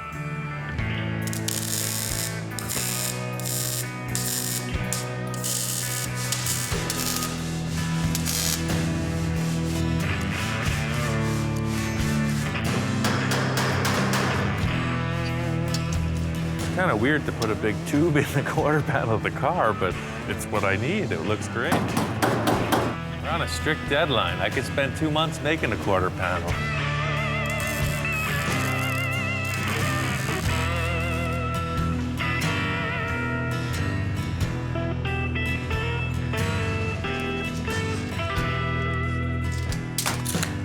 It's just gonna be a piece of sheet metal. I'll form it to the contour of the body.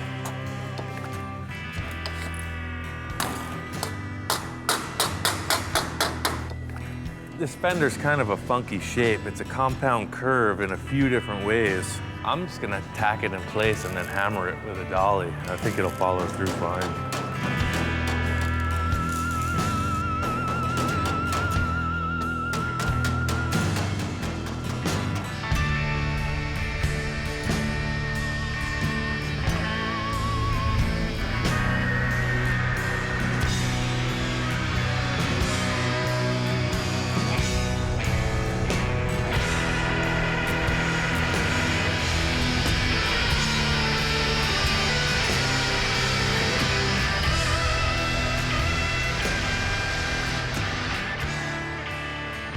This is a really complex shape, and to form it freehand with the shrinker and hammering and all the other crap you got to get involved with, it would have been a lot of work, and I just, by clamping it and welding it and hammering it as I went, it worked out good. Because this is more of a sculpture, it's just a shape that I have to look at the whole thing, so I want to just get this taillight fender area finished and then color the whole car gray so I can kind of get a concept of what it looks like. I mean, the whole idea is just to get what it looks like in one color. And I'll be damned if it doesn't look like a car. Yeah, it's cool. You could geek out on something till the end of time, but I think by doing those two simple things, raking the stock front glass back and lowering the taillights, it's a different car. It's really cool. I think the roof line is nailed. I think it's done. What are you doing, Roman? Just making this part pretty. Hey,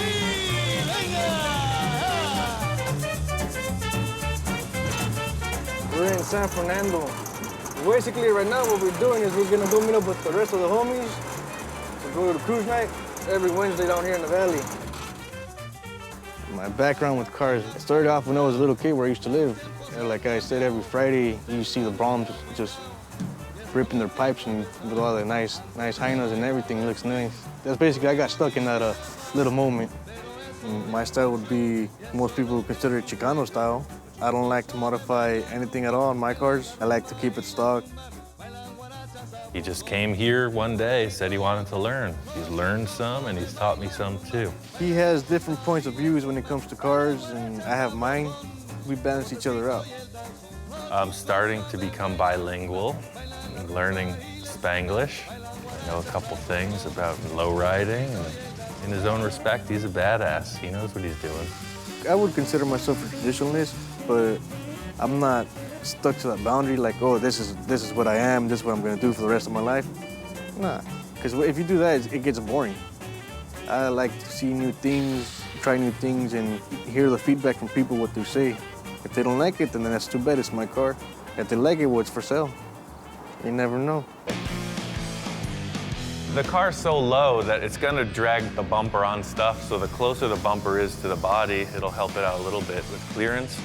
But also, I just like the look of it being a little bit more tucked in.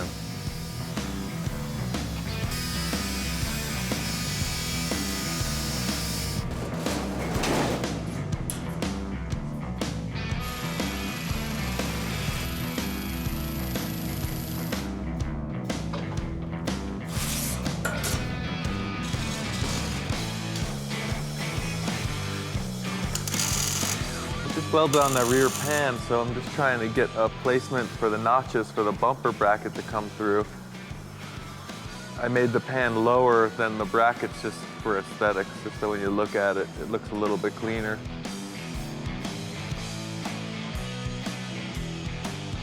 This looks perfect. I'll take it. Yeah, that's pretty much what I was looking for. That's cool. What do you think? Yep, you can't even tell what we did. I keep reiterating, it's easy. Making a car like this is just, you know, I want to make something crazy. This is just time. It looks great. It's just not my greatest vision. I like conjoined twins, three-legged dogs.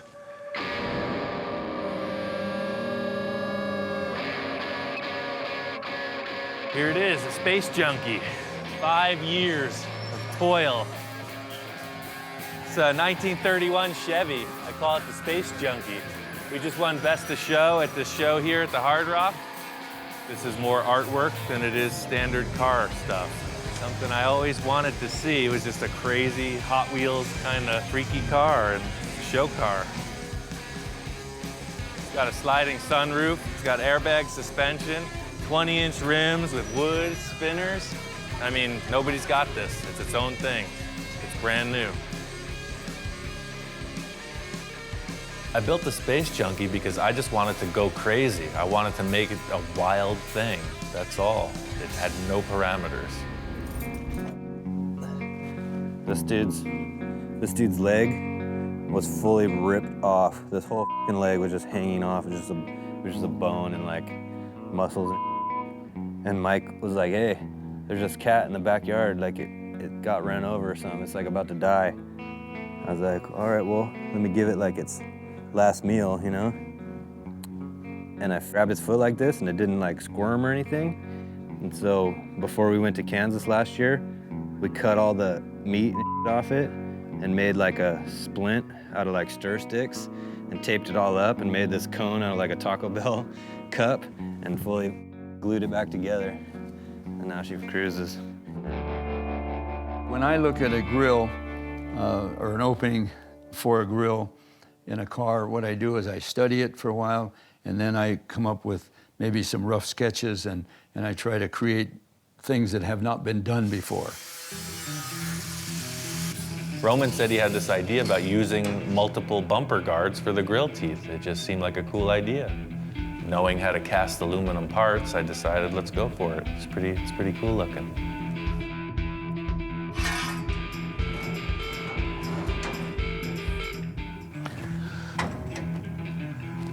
Just one more.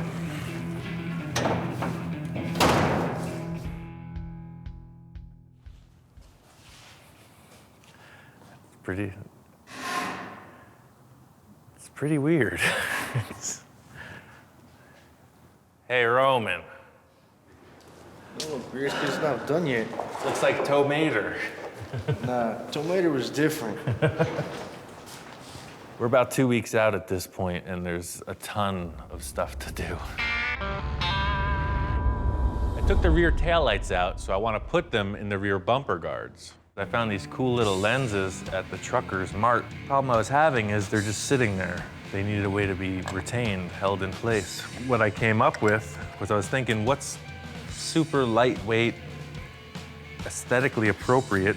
So I was looking at a regular soda can and this lens, and they're the same size.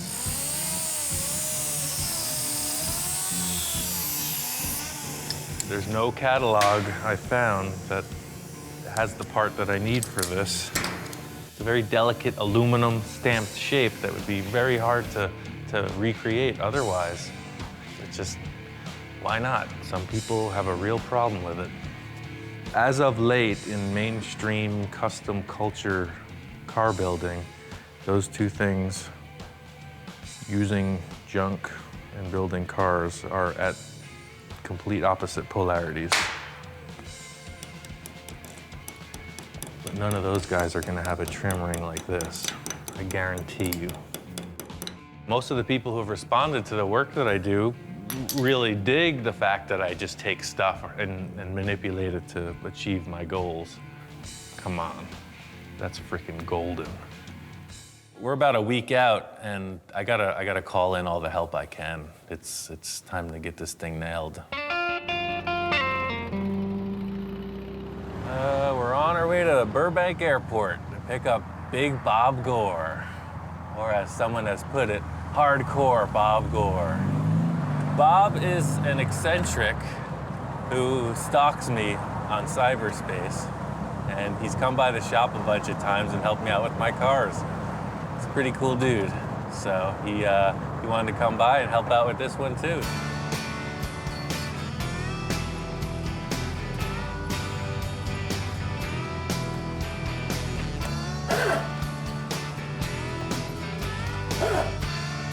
Hop on in. One thing's for sure is I'm going to be like the happiest guy in the world for the next couple of weeks, and there's just nothing, no way around it. That's just a guaranteed fact. I consider him one of my best friends, man. This is an opportunity of a lifetime. What I do for a living is I restore cars, I fabricate metal. Also, I'm a body man and painter. Bob's my friend from out in Wisconsin. He saw the first DVD and it just thrilled him. So we just kind of got to know each other over the phone, and he's come out a couple times to help me work on my cars. It's a good thing. My claim of being Ian's biggest fan is the fact that I drive my family crazy because pretty much just about every day, you know, at the end of the evening, I throw in the video. Sometimes you need something to inspire you. I asked Bob to come over and paint the car, because that's what he does. He's just down for the cause. It's awesome.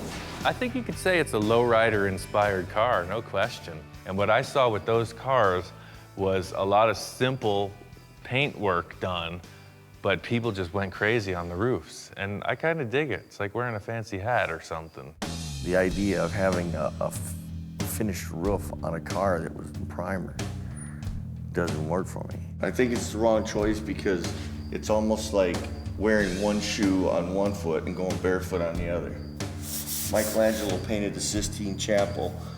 The Pope was telling him how to paint it, when in all actuality he knew that Michelangelo knew that it should be this way. So that's me, man. I'm in that position. Yep, you're the Pope and I'm Michelangelo. I didn't see what he was seeing. I felt it was the wrong way to go. I'm used to painting a whole car at once, not just one section of it. And we'll get used to it, man. This isn't a dealership. We had a disagreement about how the car should be painted. The bottom line is we need to get through this paint job so we can finish the rest. So I just let him go with it. It was the first time he and I ever butted heads. It's frustrating in this time frame was psycho. I mean, it's crazy, especially if you want perfection. I walk in on the car and the first impression makes it, and the car just imploded. It just sucked all the light out of the shop. It was not palatable. I didn't like it at all. After the events and everything, you know, obviously we're behind schedule, et cetera. I honestly don't see the car going to Vegas.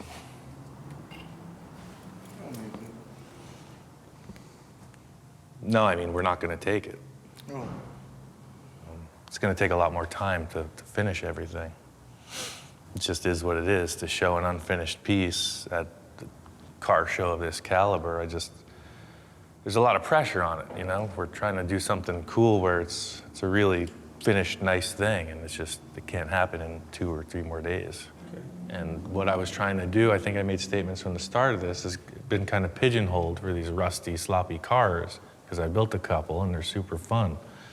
But the most criticism that I've gotten so far is that, you know, the rat rods, everything that I've done, and it's just not the case. And, you know, with the other car that I've done, the past 2 cars have been finished and nice. And I just want this one to represent, you know, a better level of finish. I was massively depressed that, and then it was just like when we conflicted with the paint job scheme, I felt the same way. If I could stretch it out any longer, I would stick back and redo, you know, paint the car the way Ian wants it done, and show people that what I can do,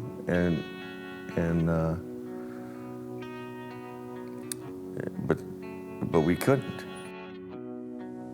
I guess I'm just at a little loss for words. It's, you know, it's pretty much a bummer. I mean, it really freaking pains me to call it off. You know, everybody was hoping for it. Everybody was planning on it, you know. It's my call, and, you know, I gotta kind of bust these guys' bubble. I don't know, man, that's the stark reality of things. People like to make this out to be rock star stuff, but it's really not. Bottom line is, this is my mark. And I'm not gonna do it halfway. It's gotta be right, and I don't care how much effort it takes. It ain't done till I say it's done.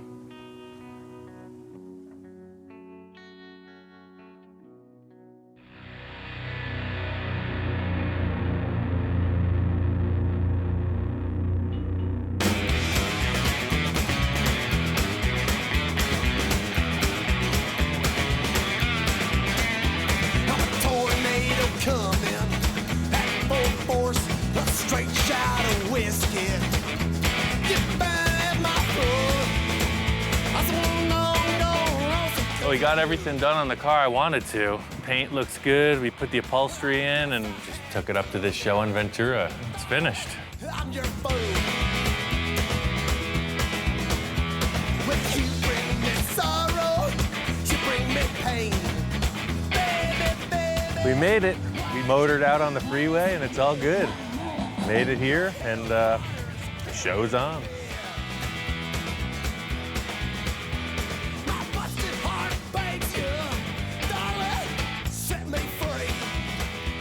Pretty cool. It's quite a nice ride, everything about it. It's pretty darn impressive and a lot of work. They just put so much thought into it and worked on it so hard.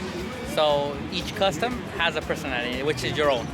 Your ideas, your thoughts, it all goes to your car. So that makes a custom right there.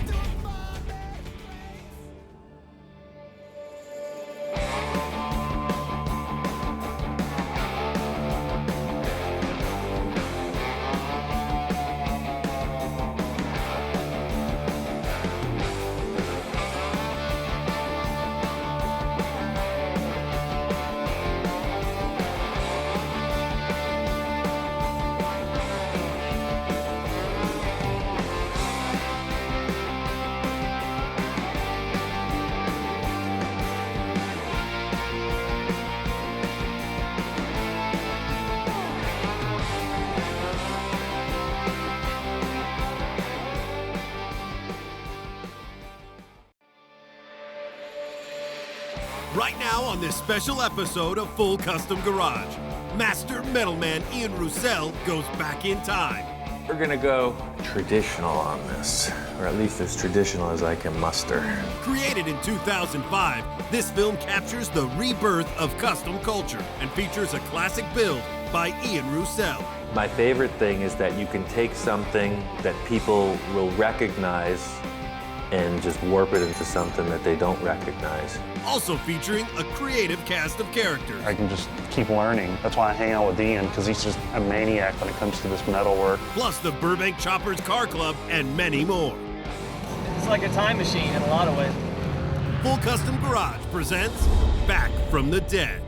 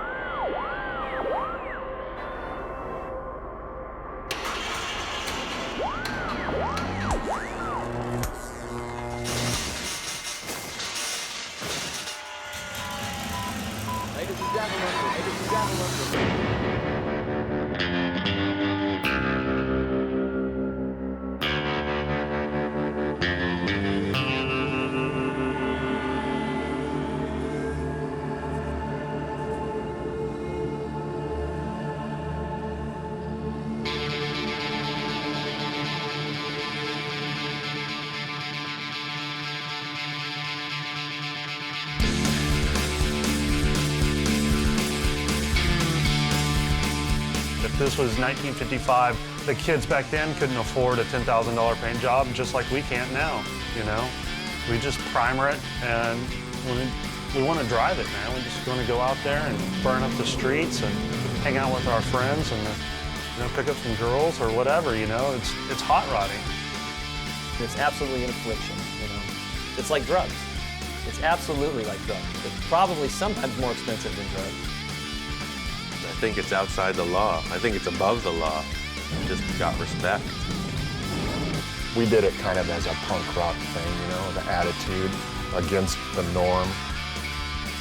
All this stuff is hand-built by the owner, and that's what kind of makes these cars stand out. I mean, they don't look like the $150,000 car. They're not supposed to. They're raw, they're weird, they're crazy, they're scary. The thing that I like most about these cars are that you don't have all the parts together. They're all around, they're leftover pieces from other projects. It's super low budget. It's more of a treasure hunt than anything. You have to scavenge around and just make something that's badass. The next project I want to do is a Model A. I want to build a roadster pickup. Call it a rat rod. It's a whole new trend. It's hot right now. Everybody wants one. So my intent is to dip into my own private parts stash, source out a few other pieces around town. I know a bunch of hideouts. People have stashes of parts, and we're gonna build this thing. I want to bring it to Las Vegas to sell. There's a show coming up at the end of March, which is dedicated mostly to this kind of custom culture, this new era of car customizers and people who live this lifestyle.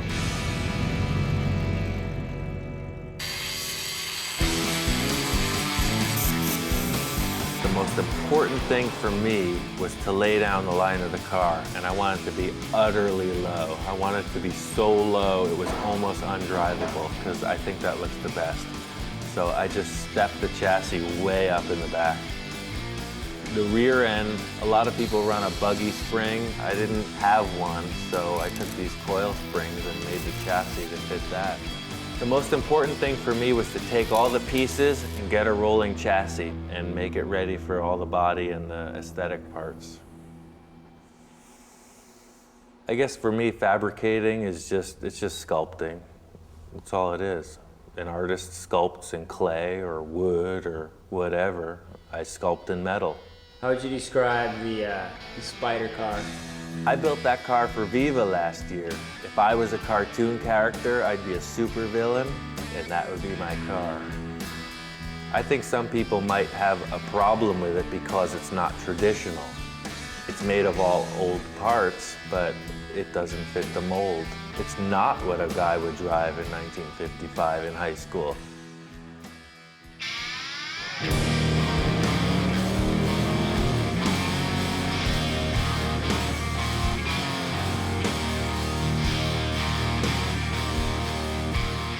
My name is Bill Wishart. I'm an auto tech teacher here at Fremont High School in Sunnyvale, California. So take a look, guys. 2 weeks for the dually deadline, all right? That thing's got to tow a trailer to Vegas in 2 weeks.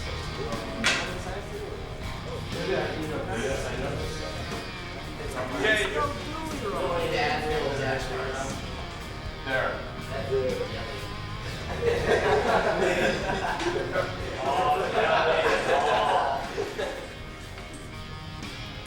There, happy? The thing about Bill Wishart is he's a no-nonsense guy. I mean, he has very high standards about how you will behave, how you will act as a student in his class, and also what you're expected to do. And Brian, you ready? Ready? Yeah, he gets his own category here.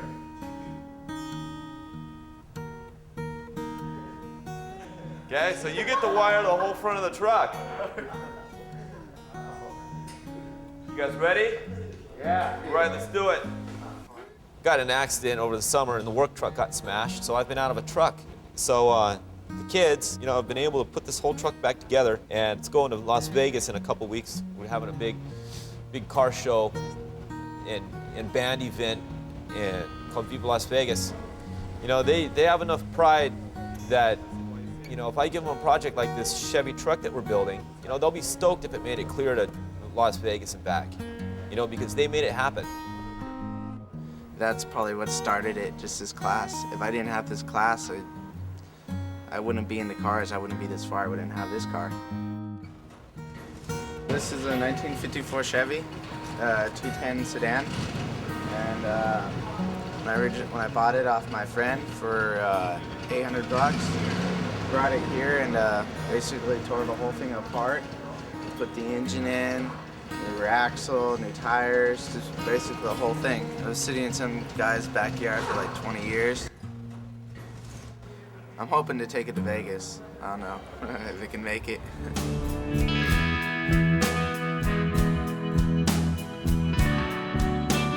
A lot of the guys you see striped, they draw it out, then they stripe it, you know? So I'm not really into doing anything twice. I want to do it once and I want to get paid for it. If I do it twice, I want to get paid for it twice. I'm really into being fast and symmetrical. My dad striped when he was a kid. My mom was an artist, and you know, kind of taught myself. And I finally met a guy that did it for a living, and he pointed me the way, showed me how to load my brush properly and stuff like that. And it was like overnight, everything changed. I think I'm done.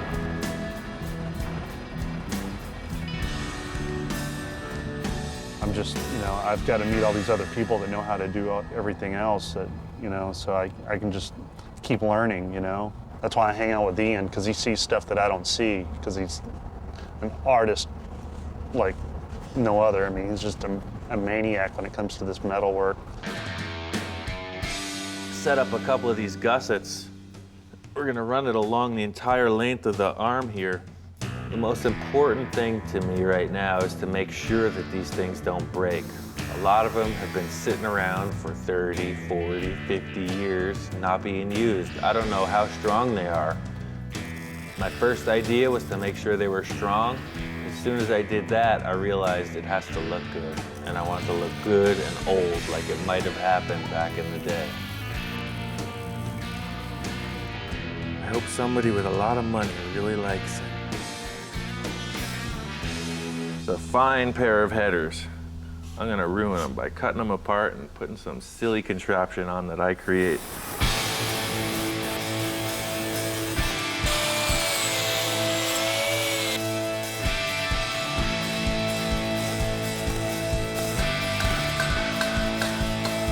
I'm gonna keep these till I'm dead. I'm gonna keep these till I'm all done.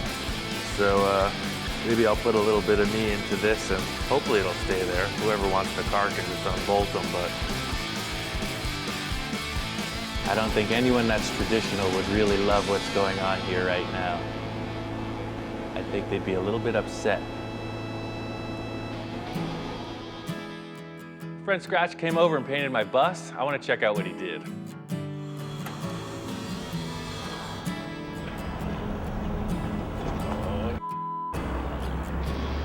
don't know what this is gonna cost. It looks great. You said do what you want, but I didn't really need that. I just figured, you know, the front end, you know, has all the striping on it, and the back didn't have anything, so I don't know. I'm really into a traditional vehicle, you know, like find a period and just form the car around it, you know, have like a 5-year margin. This is kind of my pride right now. I know you can't tell, but it's going to be a car that was actually a painting of Keith Wiesner. You're asking me if my art's influenced by what I see here or the other way around, and it's both. It kind of just keeps going. Like I'll see something and it'll turn me on, and I'll go home and do a drawing of something like it, but it won't really be the same thing. And somebody else will see that, and they go, "Wow, that's neat. I'll build a car like that." And they take it a step further, and then it just keeps getting translated back and forth. So it's a 26T, tall T.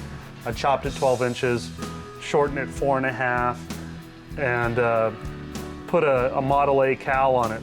You'll look up over the top of it when you drive it like a monster would. It'll be a car called Cherry Pie. This is my booth of wares here, and I got all my posters and shirts and stuff that we sell. Well, when I was a little kid, my dad had all these old Rod and Customs and different magazines, and that's what I used to look at when I was a little kid, even though it was the 70s. You know, I wasn't that into all the stuff that was going on in the 70s because I was at home looking at all these 50s Rod and Customs and stuff. This is my 50 Ford. It's a sedan and it's chopped. It looks a little more like a coupe now. Roof was shortened up a little. It has a 50 Mercury style grill opening. Grill bar made from 51 Ford grill components. I've had this since I was in high school. Just been working on it ever since. It's just kind of a long-term project. When I built my first custom car, I got the car going, it was pretty much done, and I didn't know what to expect. Drove it down to Paso Robles, and I was surprised to see that there were other people out there doing the same thing that I was. And that's how I found the Road Zombies. Was, you know, I noticed their cars, they were, you know, very similarly built to mine, and, you know, just kind of started talking to them, and, you know, they were cool. They invited me to park with them at Paso. We've got about, I would say, 17 current club members with two prospects going on right now. One of the prospects right now is a fellow named Steve Cavallero. It's a great lifestyle. It's a great hobby for me, and I'm stoked that I got into it, and I've met a lot of cool people, and it's actually the hot rod stuff has really got me more into art, so I'm starting to do a lot of more painting, and I just love the creative side of all these guys and what they've done.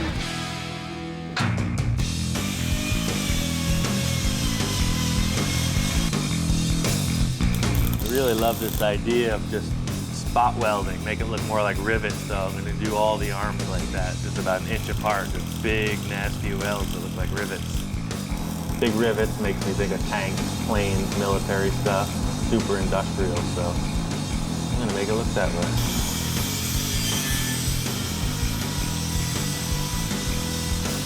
That wraps it up. I think it looks really cool. I want to see it on the ground at ride height. Ladies and gentlemen of the jury, this man is about to desecrate a fantastic bit of Americana.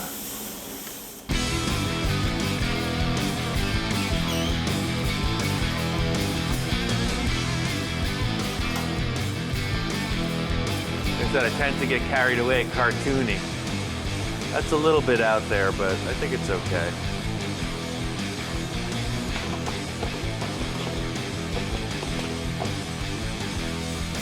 Okay. It's a 302, it's a small block Ford motor. I don't know where it came from, but it's all rebuilt and new. Yeah, this should make the car go at least 700 miles an hour.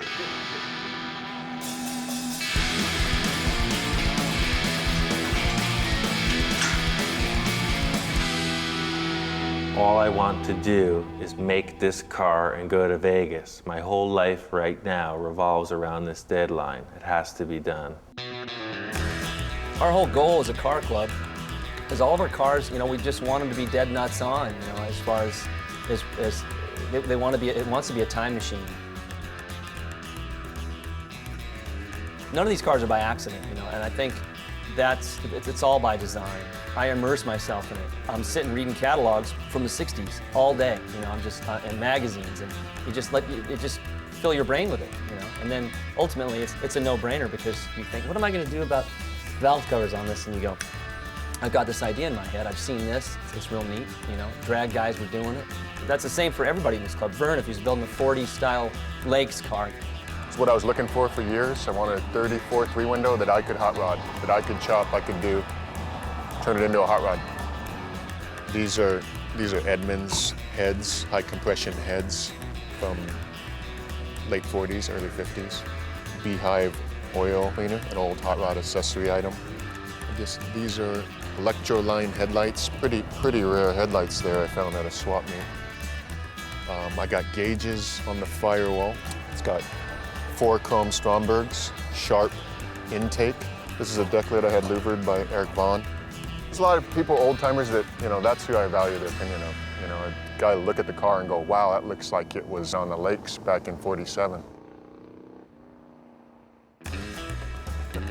This is my 1932 Ford 5-window coupe. I've had it since 1988. I guess it was rebellious, but at the time I was just doing what I wanted to do. I chopped the car and it was all rough welds. The paint was all melted off of it. It didn't have any windshield or anything in it. And I drove it to Bob's, and I mean, I attracted more attention than any car there. But most of it was like, wow, you really wrecked this car. And a lot of people probably had never seen a car in the process of being chopped. And that, you know, it was, you know, sure, I did take a, you know, really pristine 32 Ford and chopped it, but I mean, you know, when I got the car, there was no question that's what I was going to do to it. It has a 54 Buick nailhead motor with a 37 Buick trans and a 39 Columbia rear end, a 2-speed rear end. It has a narrowed 44 dash, a 16-inch Ford wheels. It's chopped 4 inches. I guess what got me involved, you know, I started looking at old photos like from the 40s, or late 40s and early 50s. You know, even though it probably wasn't back then, it just seemed so mysterious and romantic and, you know, so cool. Look at these boots, man. These are some working ass toes. And I think they're about ready to retire. So we're gonna do the ritual toe extraction. Everybody thinks that that's part of the boot, but really, if you just grip it just right, it's kind of like pulling a tooth. Look at that thing. It's ripe and ready to go. Just clip that on there. There it is. Look at that thing, man. We can use that in the car somewhere. It's a good piece of metal.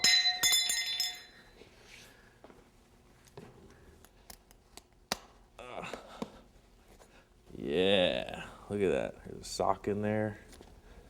Oh, there they are. Now I'm gonna put myself in harm's way for the rest of the day. I'm gonna have to be very careful.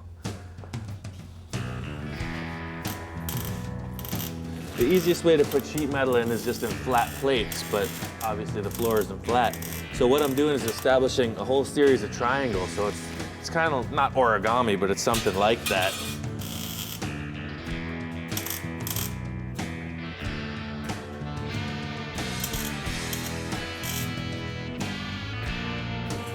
Thought I was gonna do this setup with the jagged, burned out stuff, but I don't like it.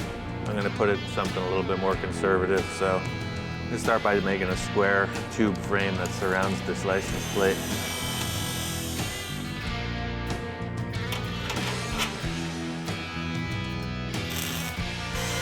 Weld it on and spot weld like you have the arms, and it's done.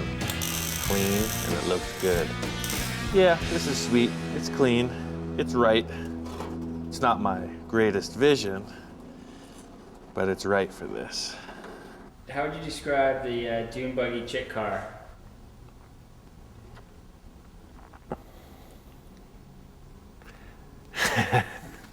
That car is just, that car means so much to me, dude. It's, that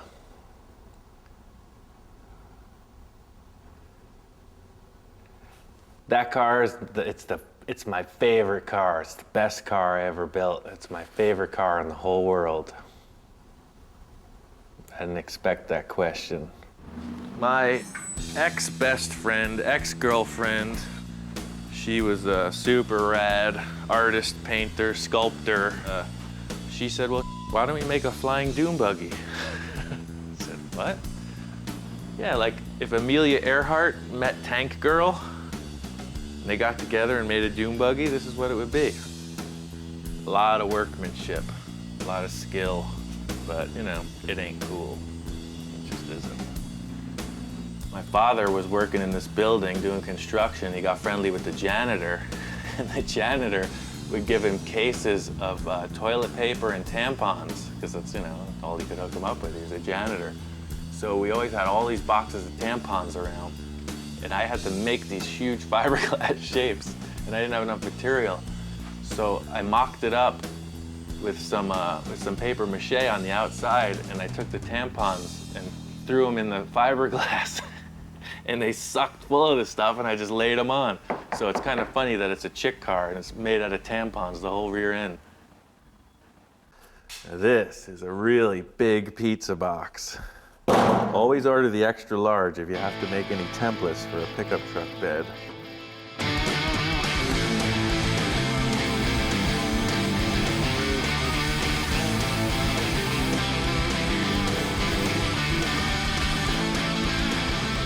All in all, I think this is good for now. We'll trim it up later after we get all the folds put in it. This type of forming with the metal strengthens it. I'm designing so that it looks cool too, but it's mainly for strength because I want this lid to be able to hinge up and support itself. So these will really put a lot of strength in it.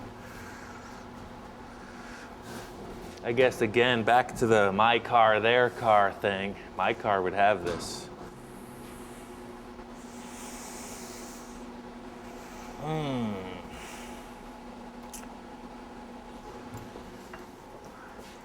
How do you know when it's right? I don't know that it's right. Call me in an hour. Maybe I'll just rip this thing and throw it in the garbage.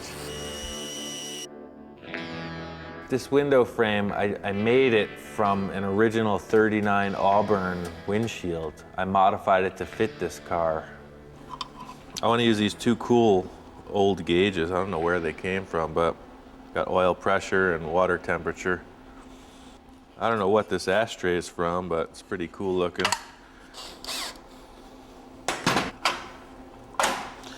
All right, that'll help you with your nicotine fix. And now for your alcohol fix, I think we'll install this fine bottle opener on the dashboard too. The police love to see that. I thought it would look cool to have the same kind of spot welded look like we did with the arms. A car, like any art piece, is an entity unto itself. You want to have a continuity. This is what's left of the original steering wheel. I don't know what year this came from, but obviously it's very old. It's just going to be too big. It's probably going to be up like that. It's here. Just change it around. I guess my favorite thing about the old tools is that it's not with mass production in mind. It's all about the handcrafting. So you get a lot of tools left over from industry that don't make money for people, so you can pick them up cheap.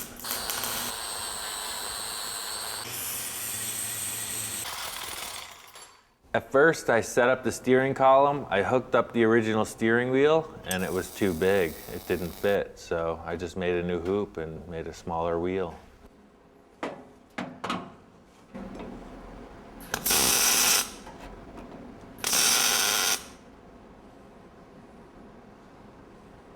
I mean, now that it's starting to look more like a car, I'm thinking about the paint, and of course, I was originally going to go with like flat black with red accents, but after seeing the dashboard and how cool it looks, I think I want to see what this will look like when I shine it up. I guess the reason I'm considering making it all metal as opposed to painting it flat black is because it'll just more showcase what I do. It's like I don't pride myself in auto body or Fondo or paint. I pride myself in making stuff out of metal. Makes me think of like a sardine can or something. It's like it's cool. I think the rusty frame is enough. Paint the rest black. I can't decide where to put the shifter. I mean, originally I was gonna put it in the middle, big tall shifter. My other car has that. I've seen a lot of other people do it, but there's just no room in here. So I remembered I had this is an emergency brake for a Chevy truck, like a 66 or something. I think I want to make a jockey shift, a suicide shift for this car. So when you're driving, you're out of the car. You're like, it's really tough. Come on!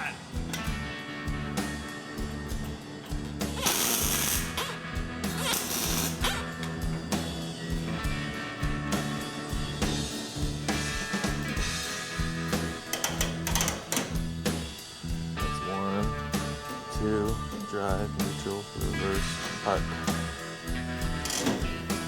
Cool.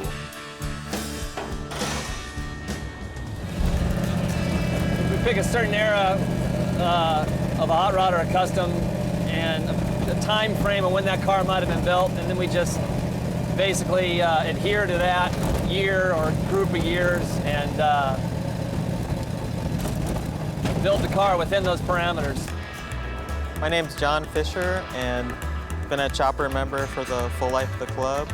And this is my 36 Ford. It's all done 40 style, kind of motorboat style.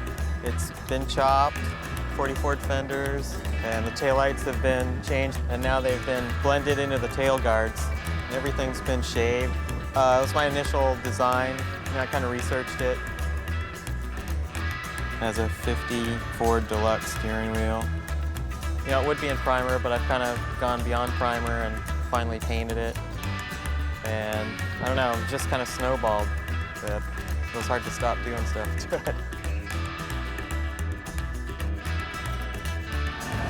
Kind of gives you a feel of what it would have been like for a guy driving it, you know, in the 40s or the 50s or the 60s or whatever, depending on what car we're driving.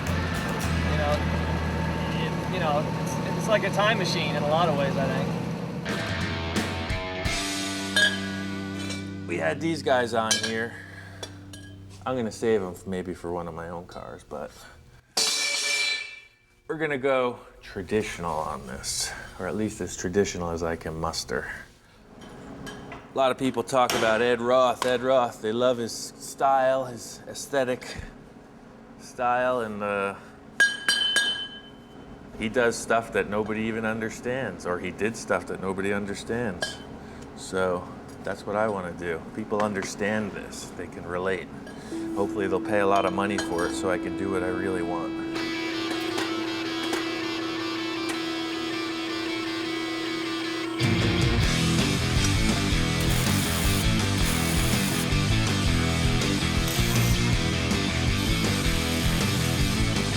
I've seen this car before somewhere. That's all I can say. I'm trying to create something that everyone likes, except me.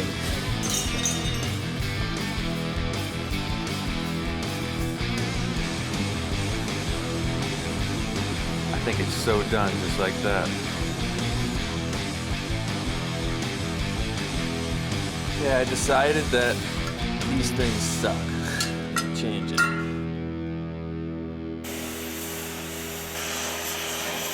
Follow me.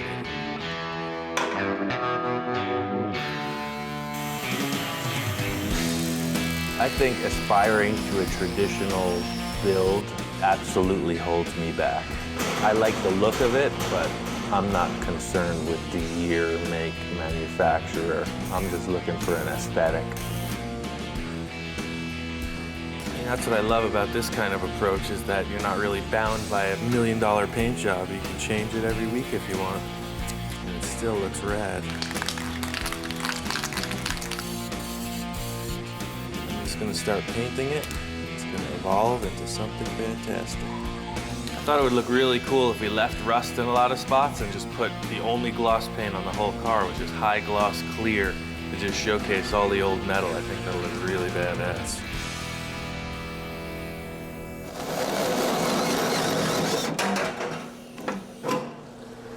The body was just too nice.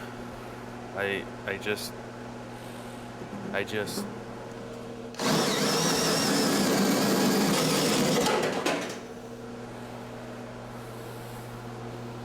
You thought I forgot about those steel toes, didn't you?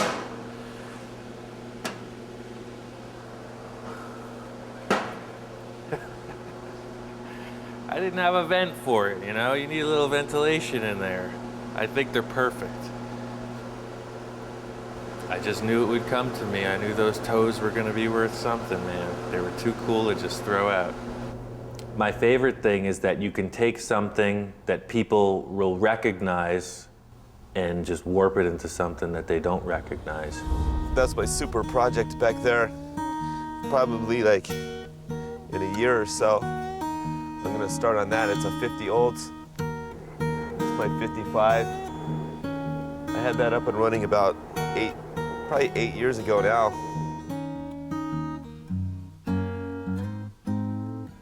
One of my crazy buddies, Nacho, he had some wild idea to build a Tiki head for some reason. He didn't know what to do with it, so we brought it over here. But it was one of those things like, you know, who knows what the hell we're doing here with this thing, you know? So this is the workshop. This is where all the cars get built out of here. Maybe 6 to 10 cars within the last 3 years.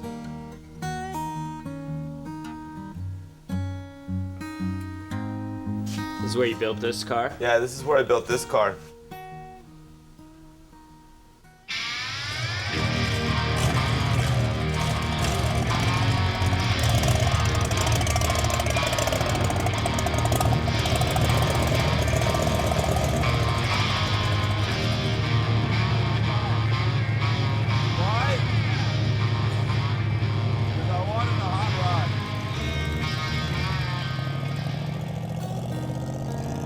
The engine's a 57 392. The carburetion's 4 Webers. The frame I hand built. Only the front 2 feet are the original Model A frame, and the rest is 2x4 box tubing. 46 Ford steering column, 32 style dash. I chopped it 4 inches. It's got an old roll pan on the back from a 50s hot rod I found in an old man's garage. It was the only piece he saved from his high school hot rod that he had. We get our kicks off of trying to build it as traditional as we can, rather than just buying parts out of a catalog. We're just kind of bringing it back to the roots where it started.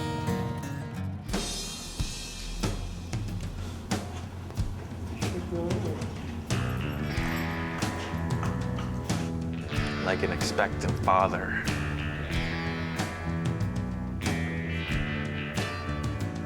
Nervous? Yes, nervous.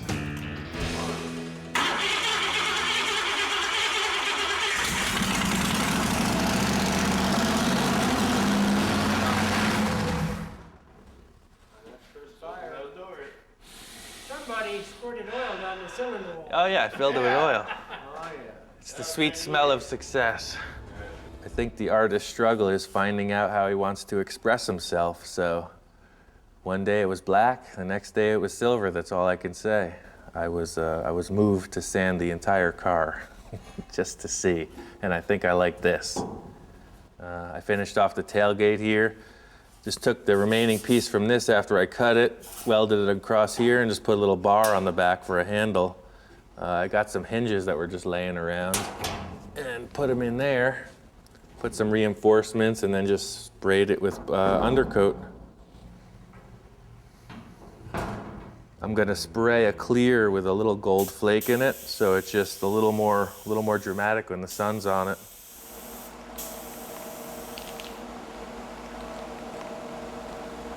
Oh, he's the guy with the gold car. Yeah, I saw that car out there. That's the gold one.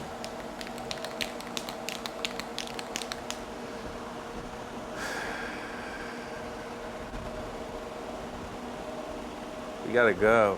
It's almost time. You gotta go.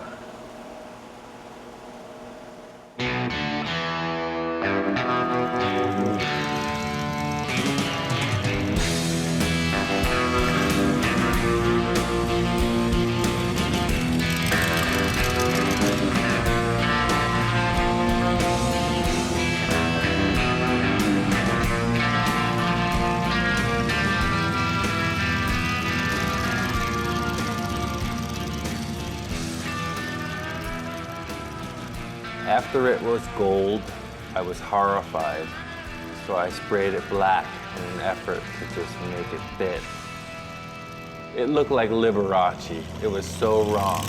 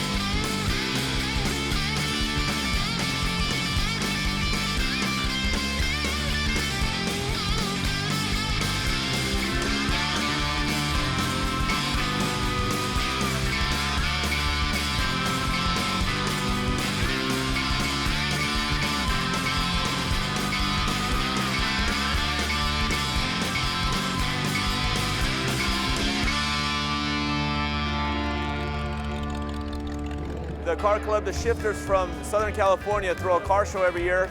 Their whole deal is a pre-63 car show, all traditional built rods and customs. There's thousands of people up here, hundreds of cars. They turned away 200 cars at the gate this morning that didn't fit the criteria. It's all about the traditionally built custom and hot rod.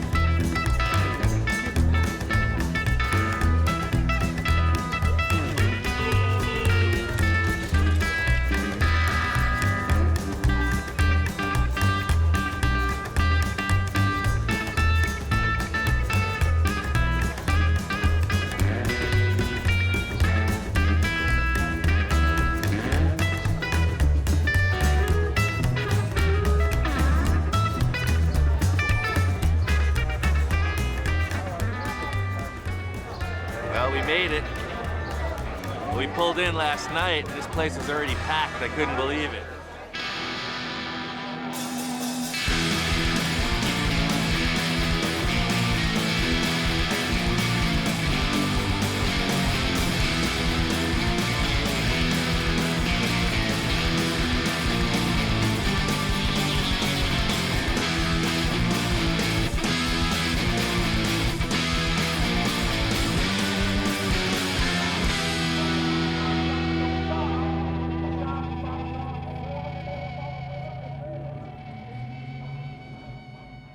Met the road zombies from up north and saw the giant Tiki, and these dudes saved us a spot to park as well. And I guess they dug the car. I guess I was really concerned with that and the whole build, making sure that the people who were into the traditional stuff respected what I did.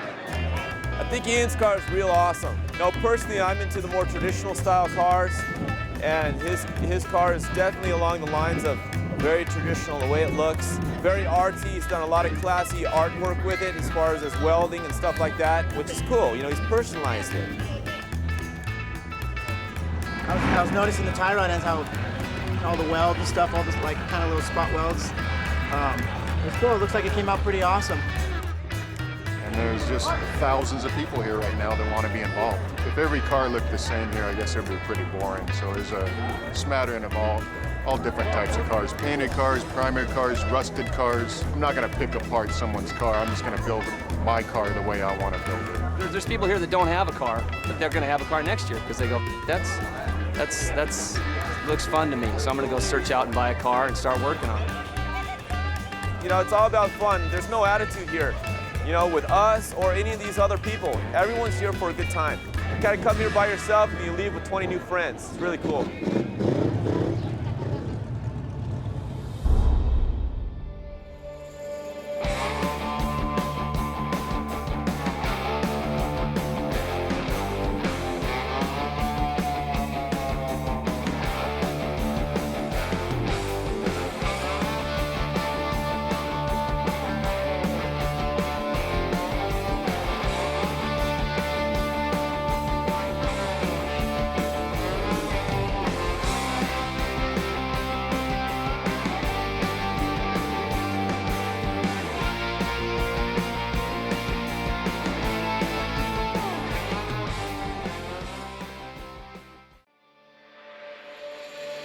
Right now on Full Custom Garage, Master Metalman Ian Roussel takes on a lead sled challenge.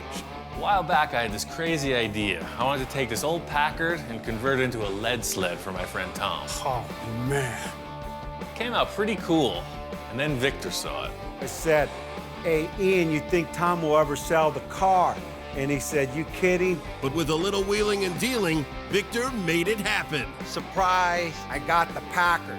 I don't want to change that much, but I want to change everything. Victor comes in and just wipes the slate clean. You've chopped the car. Right. To me, that's baby stuff. As the guys get into it, things don't go as planned. Sometimes building a custom car isn't pretty, not in the beginning stages. Ian, my car, what the heck you do to my car? We're on to a new adventure. You know where it's going. Full custom, baby.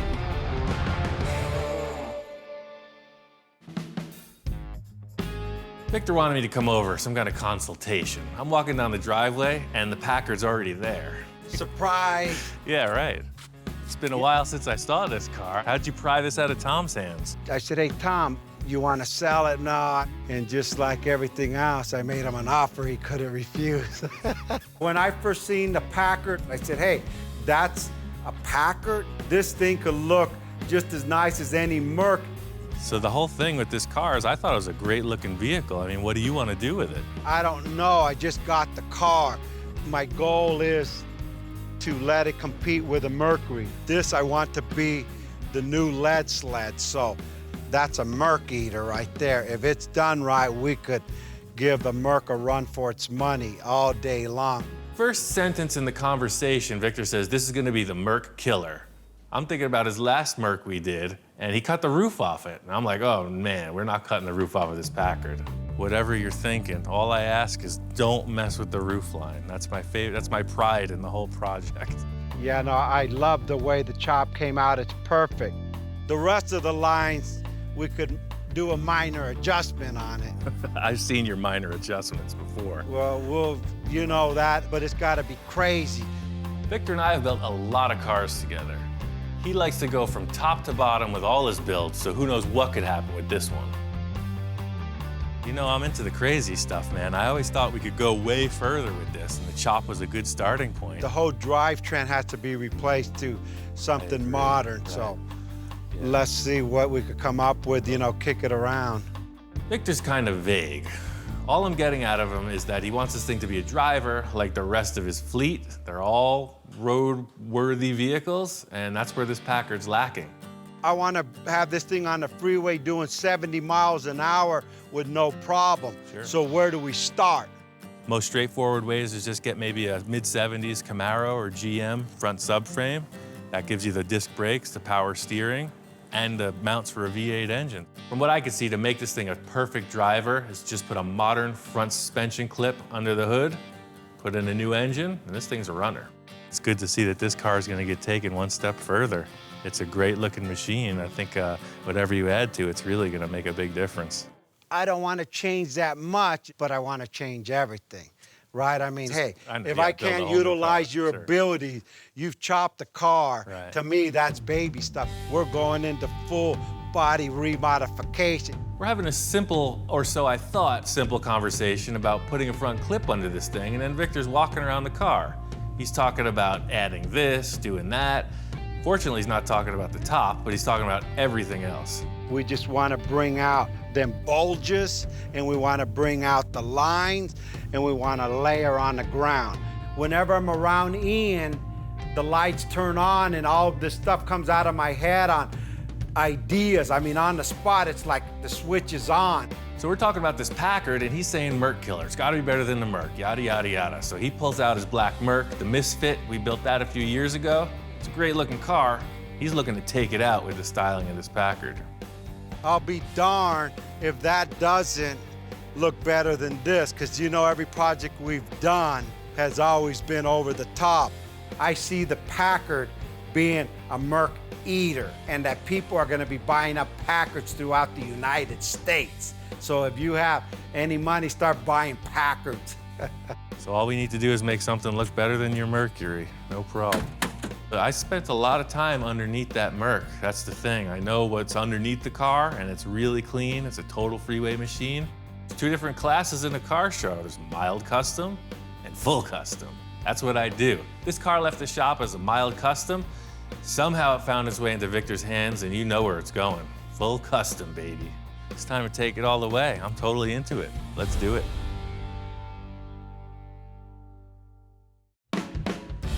Victor's gonna come by today. He says he's got everything. He's got all the parts we need for the front suspension upgrade, and I'm just gonna work on getting this Packard ready for construction.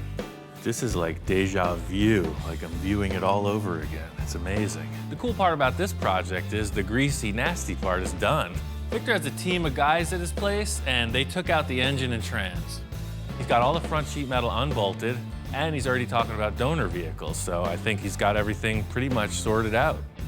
Pulling this nose apart, I know when it goes back together, it's not gonna be the same car. Victor has hinted at a few things. It's kind of an ugly nose on the car, so taking it off, just hopefully when it comes back together, it's way cooler.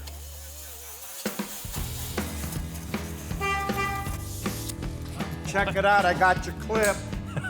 You wanted a front clip. Oh yeah, perfect. What the heck is this thing? 1997 Grand Marquis.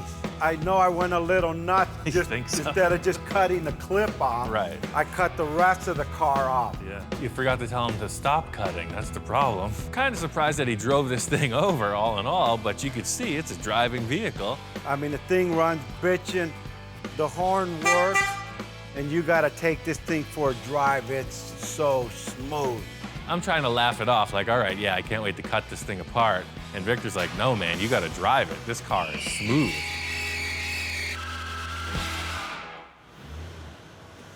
Not bad, huh? I think it's a good contender, man. Well, shit, he had more fun than I did. He was in the parking lot burning out and having a blast. Just like any used car salesman, the test drive seals the deal. I kicked the tires, I did some burnouts, a couple donuts. This car's a keeper. When he came back, he said, yeah, that's gonna work. But little does Ian know, I have different plans. At first, when we were talking, I was thinking just the front clip. Oh, sure, makes sense. Then as I started taking it apart and drove it, I'm thinking the whole car, utilizing everything, even the pan, everything that's here, air conditioning, computer, motor, disc brakes. I mean, do you know how much time and money will save? Now the story starts to flesh out. That's why you left the floors. You want to put the body skin on this whole car. So Victor pulls the old switcheroo, you know? Oh, well, we're not actually going to cut this one apart. We're going to use the whole thing. So the challenge is to put that body on this car. We want that to be a 1997 Grand Marquis. With a Packard on suit a Packard. The old Emperor's New Clothes trick.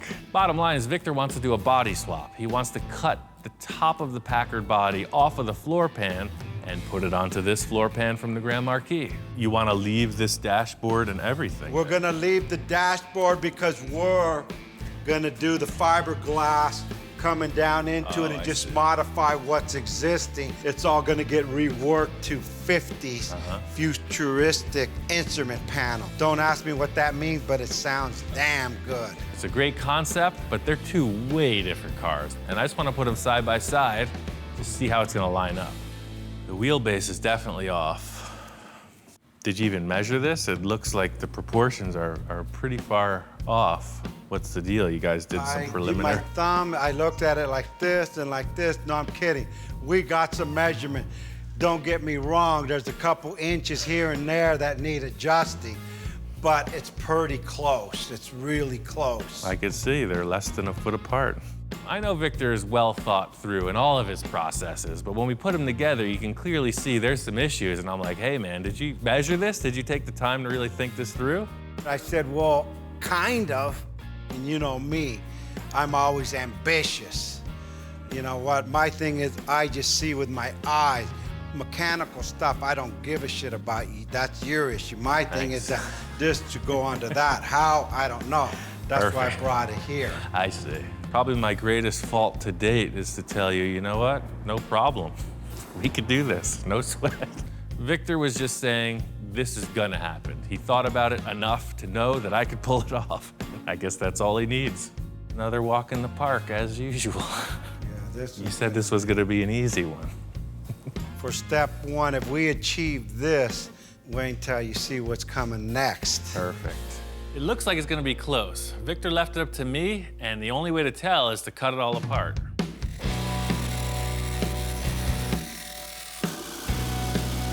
So you think about cutting a car, and it's pretty technical, but when I think about cutting a car, it's like taking the top off of a tin can, and that's exactly what we're doing here.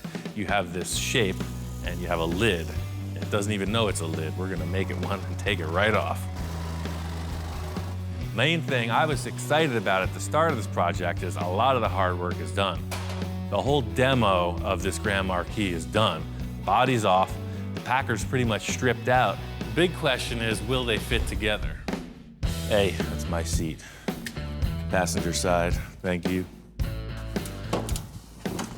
Come on, let's take that car body off. Getting all this sheet metal separated was not that big a deal.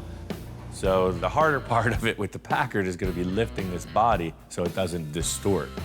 Just like everything else I do, simplest possible manner. I could have built a big structure and raised this thing. Instead, I stuck a forklift right through the window openings. This is called the old rag and welding glove trick. Added it so it wouldn't ruin the window channels and lifted it right up.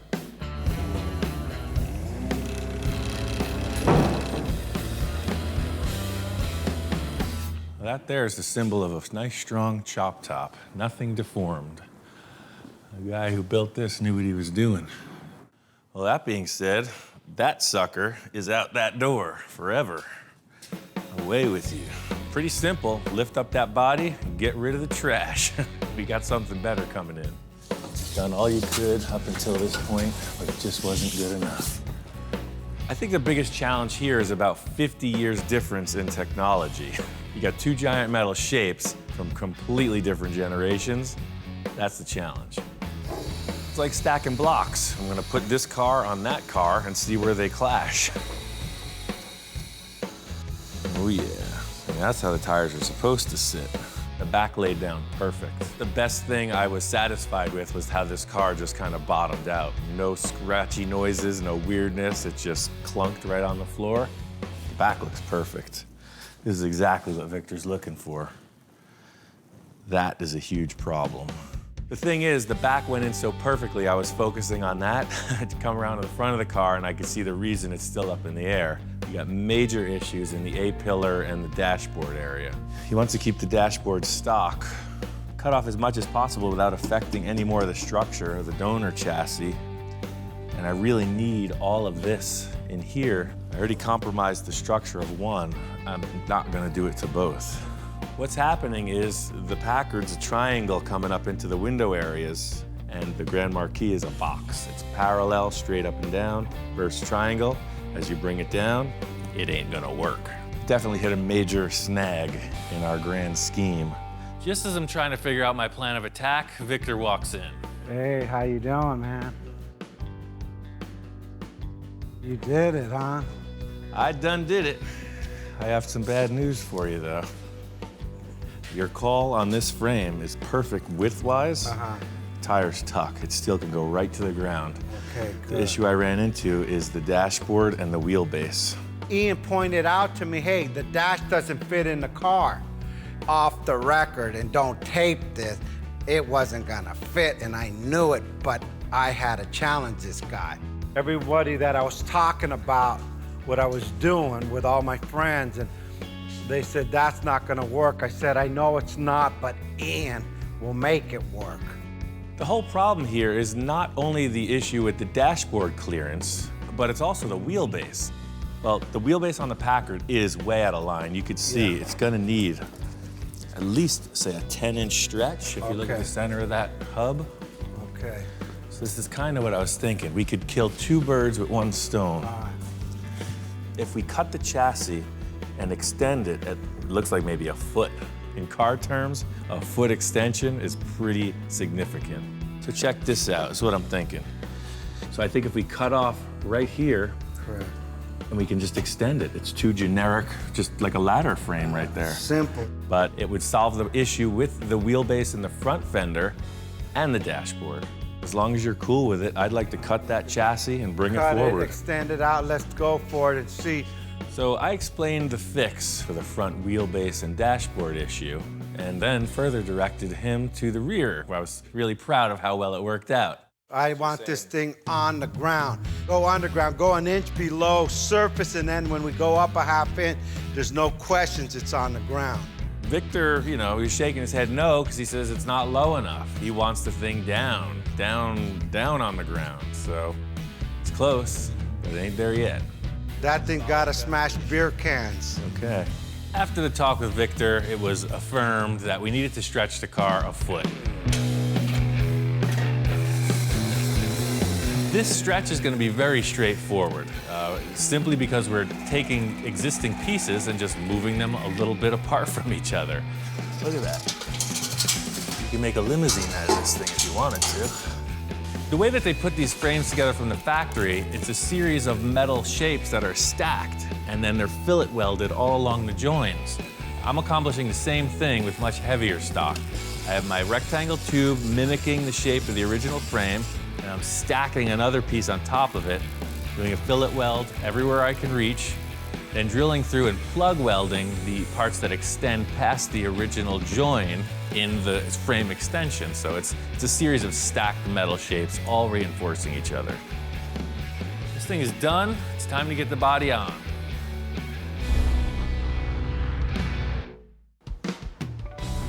Took a bit of doing, but I got the body on. I got it down low the way Victor was asking for. I had to change the tire and rim combo. The other ones were too wide. Right as I got them on, Victor shows up. Hey, Ian, what's going on? What's happening, man? Where'd the white walls come from? To get it to lay down, it needed some skinny, tall tires, so I just went with the 560/15 white walls. That has a stance, you got it down low, it sits evenly. When I walk in, I look at the car, and he nailed it again. He surprised me. Any problem with clearance in the back? Well, that's why I had to put the tires on, because those fat mag wheels were not letting it lay down. So I went with the skinny tires, it dropped right on the floor. How about up front? It looks like you took care of all this stuff here. Well, I had to do a lot of clearancing, and that's where the bad news starts. When you're looking at this car from the rear three-quarter view, it's sitting pretty. It's all good. The front end is a different story, and I gotta break the news. Let me show you how this fender lines up. Okay. It's close.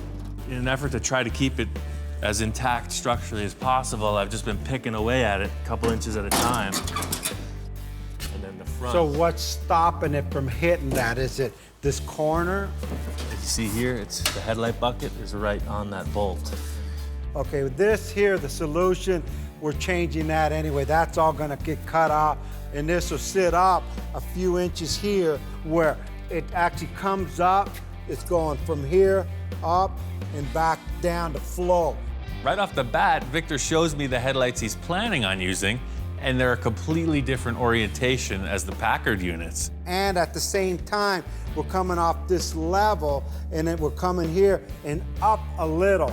and then back down. So it's got an enhancement. Victor comes in and just wipes the slate clean. He wants to restyle the entire front fender. In fact, the entire nose of the car, as it turns out. So if you're willing to just delete the front of both fenders, then it's a perfect lineup. We'll just build around the underlying structure. It's a 10-minute cut. I'll do that, and we can get this hood and fenders on. Awesome, I'm there, let's do it. I'm just going to eliminate everything that's in the way. I'm going to leave a small area representing the front where it meets the hood, and that's kind of it. The whole headlight and grille area is out of the fender. Well, now you can see you have plenty of clearance. That changes everything. It eliminates the ugly in the front of the Packard, and it helps me mount the fenders without an issue with the headlights at all. Hey, look, it fits. That's going to be all right. Damn, look at that thing.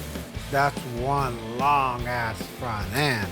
There's a million ways you can go about restyling a car, and I know Victor's got a plan. He's been thinking about it for a while, and it's not going to be okay to just mock something up and have him check it out. I need to nail a few of the core lines with him here so that we can get it right. Probably a little bit more to your left. Yeah, the fender, the tire size. Before you do that, I want to do, like, put something up so we got a little high point. Just like an artist is drawing a line, we're gonna do that same thing. We gotta figure out how to suspend a nice, graceful arc. First call is to try to just pull some tape across, and it looks terrible. It's all faceted, flat, straight lines. Just up like a quarter, half an inch, and then back down. Well, I have this round rod. I got a pretty good idea on how materials work, so I got this 3/16" round rod, and I just hold that up on the same plane as the tape, and it just bows gracefully. Just the weight of it makes a perfect arch. Yeah, that's it right there. Shit, that's it. After he put the rebar on, he handed me a piece of cardboard. So, got the little envisioning board. Yeah, Try well, that check out. this out. Coming from this point, yeah, look at that. That's like perfect right there. So I get it, I fold it over gently so I got the contour of the car. I could literally see what I was thinking. As soon as he expresses this upper fender ridge, I could see where he's going with this late 40s caddy styling. They have a very pronounced upward curve in the fender, and it's just a super deluxe look. It flows right in, right off of this line to that line right there. I'm over here going, yeah, man, that's cool. Ian gets quiet again. That design's great, but that's a lot of metalwork. You got 6 foot on one side, 6 more makes 12, by 3 foot. It's like 30 square feet plus of metalwork. I hope you know somebody who can pull that off. Did I ever say it was gonna work or not? That's a question. He says, yeah, you're not the one cutting the car up. I go, yeah, that's why I come to you. I don't want to say it's above my skill level, but I haven't tried this yet. I've cut up a lot of cars, changed a lot of stuff, but I've never done 2 fenders like this. Victor loves throwing down the gauntlet. All I gotta do is run it. I gotta run through all these tasks he's envisioning, and we're on to a new adventure. Here we go. I knew I could swap this body, no problem. These fenders he's talking about are pretty challenging. I gotta match that wire Victor set up on the fender, and a flat piece of sheet metal just ain't gonna work. It's easy to just piece together parts, but to create something from scratch is a whole different skill set, and that's what he's asking me to do. It needs to look kind of like the shape of a potato chip, if you can envision it. It's going to curve this way, and it's going to curve that way. Something for eating salsa. Gotta start somewhere, and I'm thinking that the main line of the fender is exactly what Victor created with this round rod mock-up. So I'm gonna try to create the biggest piece I can with the tools I got. The first step is to shrink it along each side of the sheet and curve it. Doesn't look like much has happened, but I'll tell you, those molecules are feeling the pressure. Hear that? It's tense. This is potentially a disaster. Victor's asking me for something he conceptualized with a piece of round rod and a lot of hand gestures. I don't have any blueprints, I don't have any sketches, I just have a conversation and I'm trying to build a car around that, so it could go either way. That's pretty darn close to what I need at this end, but you can see it's just a straight shot. So I got some stress in here, and I got some stress up here. Now we're gonna put it in that wheelie thing. Let's see what happens. The two tools I'm using are really the standards for any kind of metal forming. You need to shrink it or you need to stretch it. If you're ambitious, you could build a whole car out of this if you knew what you're doing. But don't give Victor any ideas. It's pretty labor intensive, and I'm not that ambitious. Coffee break. This piece is the backbone of the design, so anything can happen, but you need a center line, and that's what this is establishing. I don't know what Victor's thinking. I'm just trying to set up this line, this one line he established. Everything for me has been structural and alignment oriented, so this is the first bit of art. Having done this one curved section for the fender top, I think that's gonna be the same process all the way through. As soon as I figured out this backbone ridge top thing, it's on. So the whole thing with this is it's gonna be made in so many pieces. I'm just trying to hold it on the car. I'm just gonna start assembling parts. It's kind of like a puzzle that you're making the pieces out of. But I'll be able to take smaller sections for this reverse dip that he was talking about.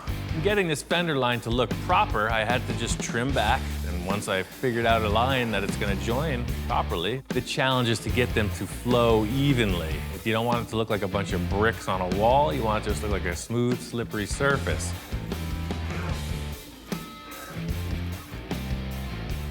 I never even receive an ounce of praise. I do this all day just to buy food. I even give you the bargain brand. This is an advanced mock-up. I mean, it might be a keeper, it might not, so I'm just trying to streamline it.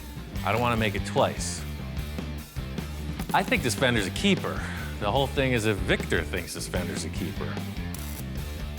Ian, how you doing? Aha. Damn, that flow's bitchin'. That's it, man. The good thing is Victor walked in and right away you could see the gleam in his eye. The difference from this side, stock, just straight down like nothing, to come in here by just raising this up and giving it an arc here, it give the whole fender like it's on steroids. No steroids, steroids. Right. It's in proportion, it flows, and it's gonna eat a Merc. Well, I was really stressing about the fender creation issue, but if you're happy with it, then the big challenge is what do we do about the grill? There's nothing going on there. I brought you surprise, so come on out and I'll show you what my idea is. All right, let's see what you got. Victor's got people. He's got people all around doing stuff. So he tells me he's got some of his guys dropped off a bunch of things in the driveway and I need to check it out. I've been thinking about this for a while too, like I think about everything else in my mind. And he's looking at me now, what the heck this guy gonna come out with? Whoa, a Mercury. What is that, 1950, just like your other ones? 1950 Mercury, it was another project. I figured I'd donate it to help you complete the front end on that other project. Crazy, man, you could sell this for a grip. It's people who want this part all over the place. This thing's in perfect shape. Yeah, no, perfect shape. Everybody wants to know where this came from, and the backstory I get is one of his friends somewhere down the line tried to chop the car, customize it, and made all the wrong moves. So apparently what Victor has is a dilapidated, half-rotted, half-assembled Mercury four-door. Fortunately, the guy didn't cut the nose, and that's what we need. Right here, we don't need the fenders. All I want is the opening in that grill. All the opening in that grill. Here's the original 1950 bumper, front, back. This is freaking cool, man. I was just stuck on that fender side thinking, what are we gonna do about the center? I'm gonna have to make something just the same, but if you're not attached to this, I'll just cut it up right here and we'll drag it in the shop. And he says, hey, Victor, you attached to this thing? I said, well, heck yeah, I'm attached to it. It's a 50 Merc front clip. I'm bringing you the front opening, the mouth. And he looks at me and says, I think I need a little bit more than the mouth. Doesn't matter if I'm attached or not, we gotta do it. It's okay, there you All go. right, cool, let's do it. As soon as I saw him give me the look, I knew it was on, and I rushed to the shop to get the tools. I'm ready to cut this thing. He comes out with a grinder, and I'm going, wait a minute, you know, shit, that's a $3,000 front end, and he starts cutting the hell out of it. Sometimes building a custom car isn't pretty, not in the beginning stages. Everybody knew this had to happen, but going through the experience is somewhat traumatizing at times. And I was tripping out. I was like, wow. That finishes it, man. It's never going back to stock. Ian, my car, what the heck you do to my car? And then I turn around and see Ian's dog. Dude. He's concerned. And even the dog goes, that's a 50 Merc you just cut up. Look at his face, he's saddened. Dude, sorry. You'll be okay, you're going to good use. Let's take this Mercury inside and see what she's got. The anticipation of bringing that front end up to the Packard, I was like, I gotta see this, I gotta see this. Here she comes. That's a trip, huh? Putting this grill to it, it gives it like this masculine, like a bulldog, literally. Like maybe that's why the dog was tripping out. He probably thought it was his relative. Look at that, it's like, I can see a clear path to victory. This nose piece is a game changer, but it's gonna take a little bit of doing though. I gotta trim out a lot on both cars to get this thing in position, but this nose thing takes it to the next level.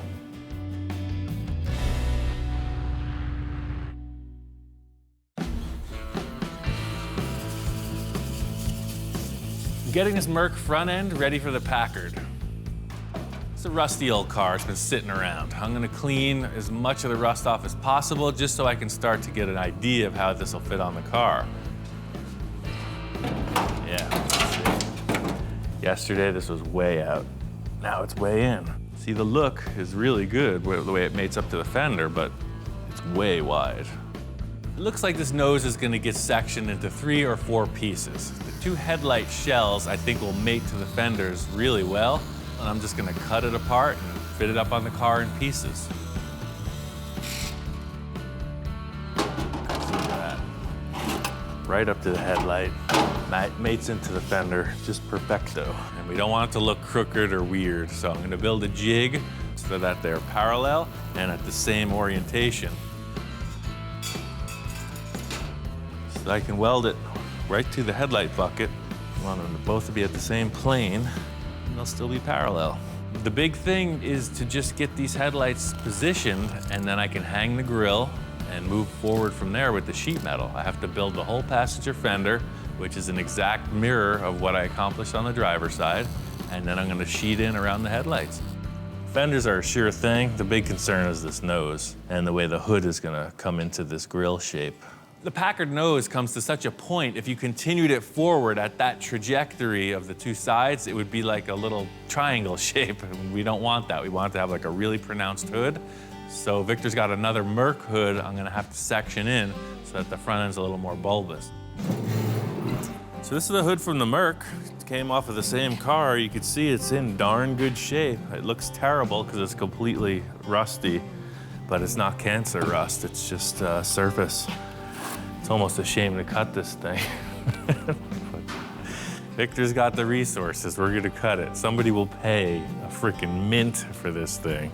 The decision has already been made, it's out of my hands. Strangely enough, the one piece we're saving is the only place on the hood with a dent. There are a few things that I won't cut up, and this is right on the border. This is gonna be a tough one. Just made every other 49 Merc hood that much more valuable. That's all you gotta remember. What a shame. It would be way easier to just try to graft this little nose section on, but I want this ridge. And it'll actually be a much stronger join if I lap it to the Packard, so it'll be like a big diamond shape. That's why I'm completely ruining this hood, but it'll allow us some artistic window of opportunity.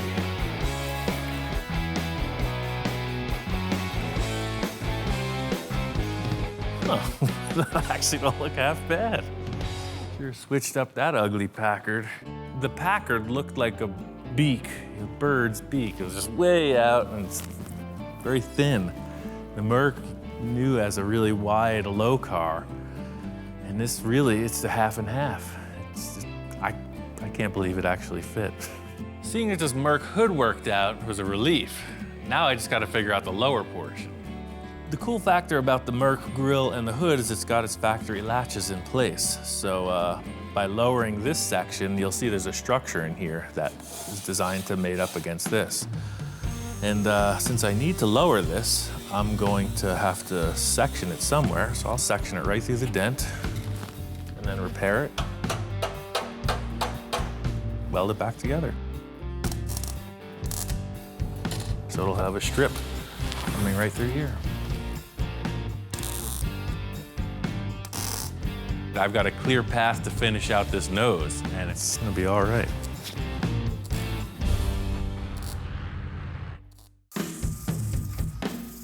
Splicing these two hoods together was a pretty straightforward process in simple terms, but the contours on both sides are way different.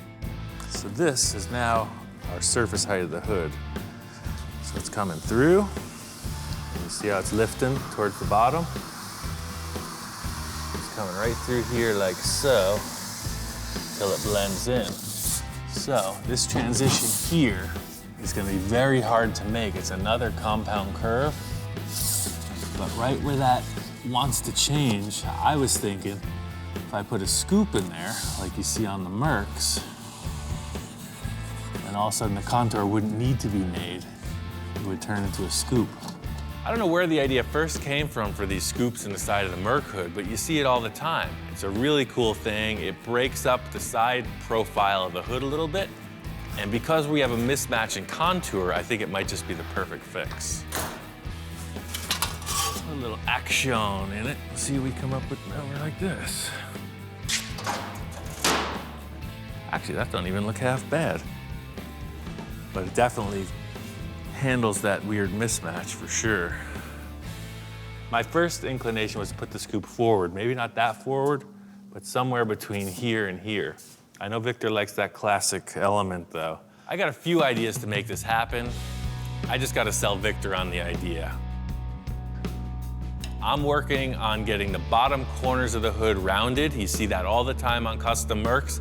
And I'm gonna mock up this side profile that just may incorporate a scoop. I gotta show it to Victor.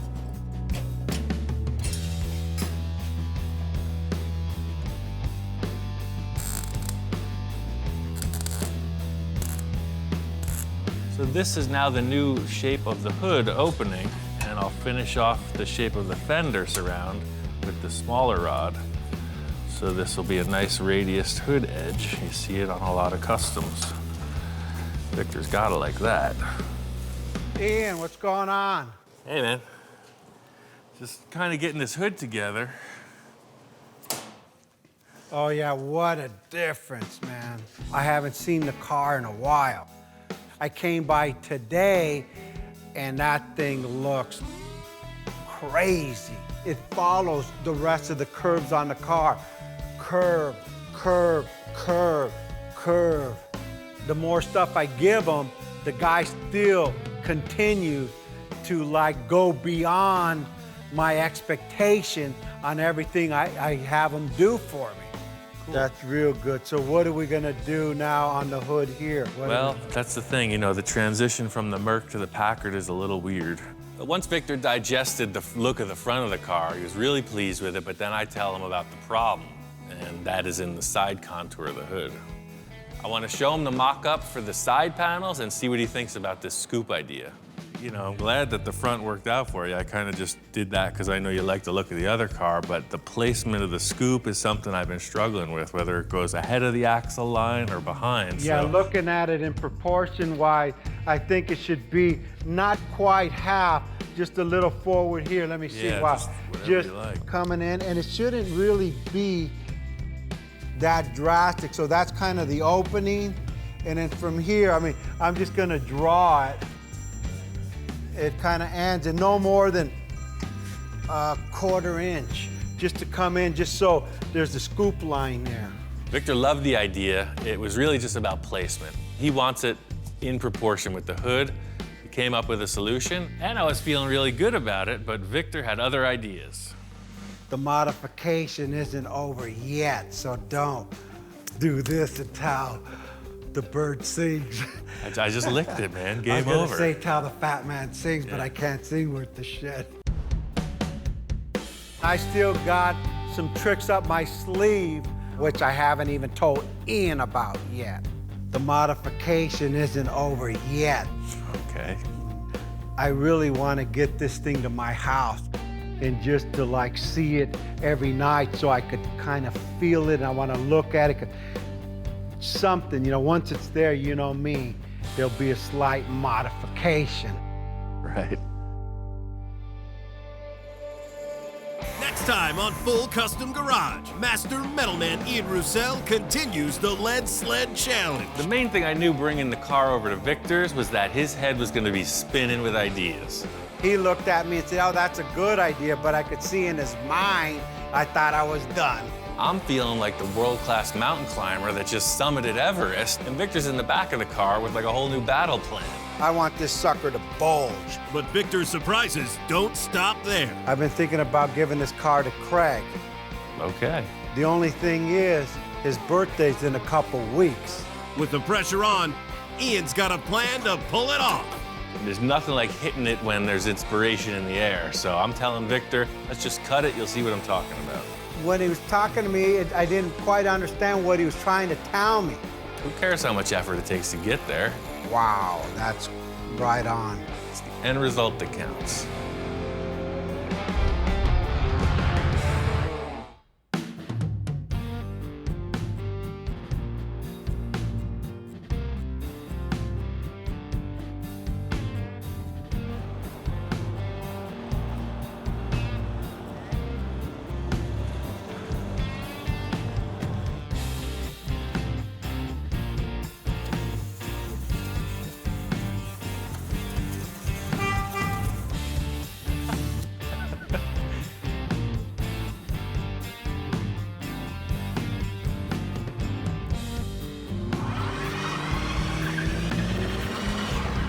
Easy, Ian. I don't got insurance on it yet.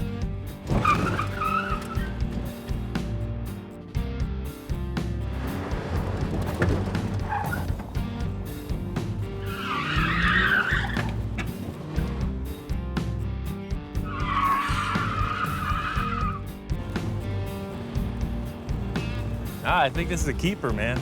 Yeah, no, look good, but hey, you didn't have your seatbelts on.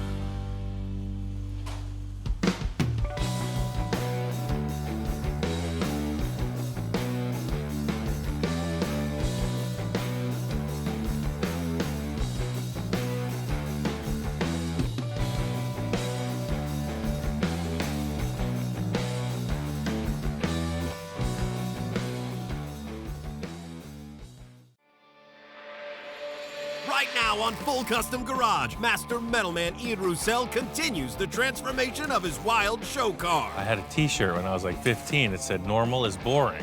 This car, it's got to follow suit. Sky's the limit.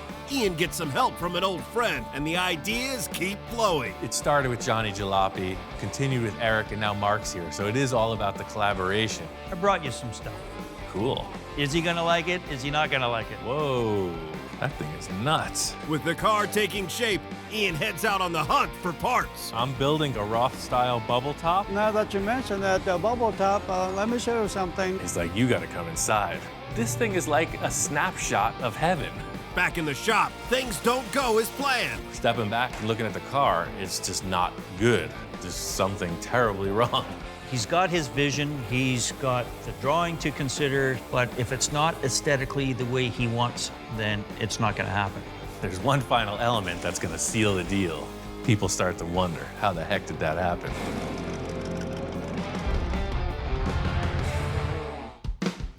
This thing all started when I decided to redesign my first show car, Space Junkie. I called in Johnny to help me with the new design. You're not satisfied with I'm not satisfied. It's got to be different. We based the concept off a few of the parts I had, and Johnny came up with a really killer sketch. That's what we're building. Awesome. With that as a guide, I called in my friend Eric to help with the fabrication. He had some really good ideas and helped me to modify the body to fit the drawing. After Eric left, I finished working on the rear fin details. I wanted them to be dimensional and carry the circular hole theme from the front right through to the back. Everything that Eric and I established with the sheet metal so far is cool, but we stopped on the rear portion. So in thinking about a radiator, I wanted something really exotic. I went to the local spaceship supply, and there was it was actually a crash-landed UFO. Some of the parts you could see were bent up in the impact. I'm telling the truth, this came from a store that has actual spaceships. It has satellites, rocket engines, the whole deal. When I saw this, I was thinking heat sink, like on anything like a radiator. The idea is air is blowing over some kind of fins to cool it. I definitely want to segment it, somehow fit it up to the rear of the car, but the first order of business is to cut it up. I got this whole assembly simply for these 3 shapes. You'll see it's like a flexible bellows shape, and I think stainless steel polished up, they'll look real nice. I just got to figure out how I'm going to put them in the car. The whole thing with this is that it's a representation of a radiator. It's going to move coolant through it. I don't know how efficient it'll be, but the bottom line is it's got to look really awesome. So I just want to mock this up on the back of the car. It won't be tie wired in place in the end, but you can see that's pretty groovy. It's already starting to look like a spaceship. The thing is, right now you're just seeing these 3 pieces, but there's gonna be a lot of cool tubes coming in and out of the thing. So something will be coming through here into that, then it's gonna turn the corner, it's gonna turn the corner, and then go back out of the car. So it's gonna be like a whole crazy straw thing going on. It's gonna be awesome. So I'll frame it out somehow, definitely put a fan in it, but I think I have to build this before I can finish the sheet metal on the back of the car. So that's the thing. I got these tubes on order. My friend Mark says he's on his way. Mark's a long-term client. He's a total car nut. He heard that I was making another of Johnny's drawings come to life, and he said he had to be a part of it. Yeah, Johnny sent me a photo, so I got it on my phone, and he told me you're building something else, so I had to come and see. Johnny Jalopy, Ian, and myself collaborated on a build. It all came from a drawing which I stumbled across on Facebook, and it was drawn by Johnny Jalopy, fell in love with it, sent the drawing to Ian, basically said, would you be interested in building this? And of course, Ian's man of few words, his response was, yep. So this is the next one, but I'm keeping this one. I guess, this is awesome. It's looking like the picture. Ian's done so much for me with my cars and my builds that I had to give back, right? It's a car for Ian, and I want to be a part of it for him. So you can see, this goes on like so. Awesome. Oh, I like it. I like it. Johnny's been sneaking me pictures of what's going on with the build, and I gotta say, it's like anything that Ian builds. The pictures don't do it any justice. You have to see it. I mean, I heard you were building this thing, and you know, like I said, I came here to give you a hand on this, and I brought you some stuff. Cool. I was surprised Mark said he brought something, but I'm open to everybody contributing to the project. It's like a potluck dinner. Sure, Everybody put it in the pot, stir it up, and see what comes out. Exactly that. Well, I'll go get it for you. Mark said he brought a surprise to help with the build, so I was curious to see what it was. He starts rolling in this thing, and I uncover it. Oh, it's a small block Chevy. Ian was pleasantly surprised because it's a V8. I mean, granted, it's not the prettiest thing you've ever seen, you know, it's kind of black and a little grungy, whatever. I mean, all we did was kind of pressure wash it off, got the grease off of it, whatever. But it's a strong running motor. I mean, if you look at the drawing, it's got the exhaust stacks coming out both sides, so the car needs a V8. He's concerned. What are you so concerned about? Do I gotta give you the pep talk? Well, we do a bit of quality control here, and the dog is giving me kind of the eyes. So he gives it the sniff test, he's smelling the distributor, he's checking the oil, transmission. What do you think? It's gonna be all right? He approves. No? Uh-oh, hold on, something with the transmission. Uh-oh. Like, remember what happened last time? I'm like, I know. On the last project I worked with Mark, he brought down an engine that had some hidden issues. I'm a little leery about this one, so I wanted to take a look inside. You know what happened last time? I looked in the valve covers and... Don't look in there. Oh, look, it's nice. And it's super clean, so this was a well cared for engine. Okay, well, I got a new starter on it, so it was a running thing. They told me it was running, so It ran don't great. shoot the messenger. I'm just a delivery I heard guy. that before. I have to prove it to Ian that, yeah, this thing works. Otherwise, you know, I'm never gonna save face with him ever again. So we're gonna mock it up into the Space Junkie. Put it in the car and I could tell this is what it needed. That's the look, man. I think you're all right. You definitely, you got an eye for this, man. Look at that. Huh? That's Oh, yeah, freaking see, you have perfect. to have a V8. Yeah. It's got the look he wants, it's got the stance he wants, and Ian will paint it up and it'll look like $1 million on the outside. I'm looking at the frame rails and the way that the exhaust ports are coming out. It's gonna look very much like the drawing, which is what we're going for. Straight 8 would have never have gave us this look. I do have another piece that kind of tops it off.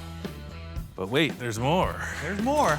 Yeah, I surprised him pretty good with the engine, but you know what? That's not the big piece that's really gonna surprise him. I brought something else along. Ian's the creative master, and this is just sort of what I've done for him, and I'm hoping that he likes it, you know, so I got a bit of butterflies in my stomach going, is he gonna like it? Is he not gonna like it, you know?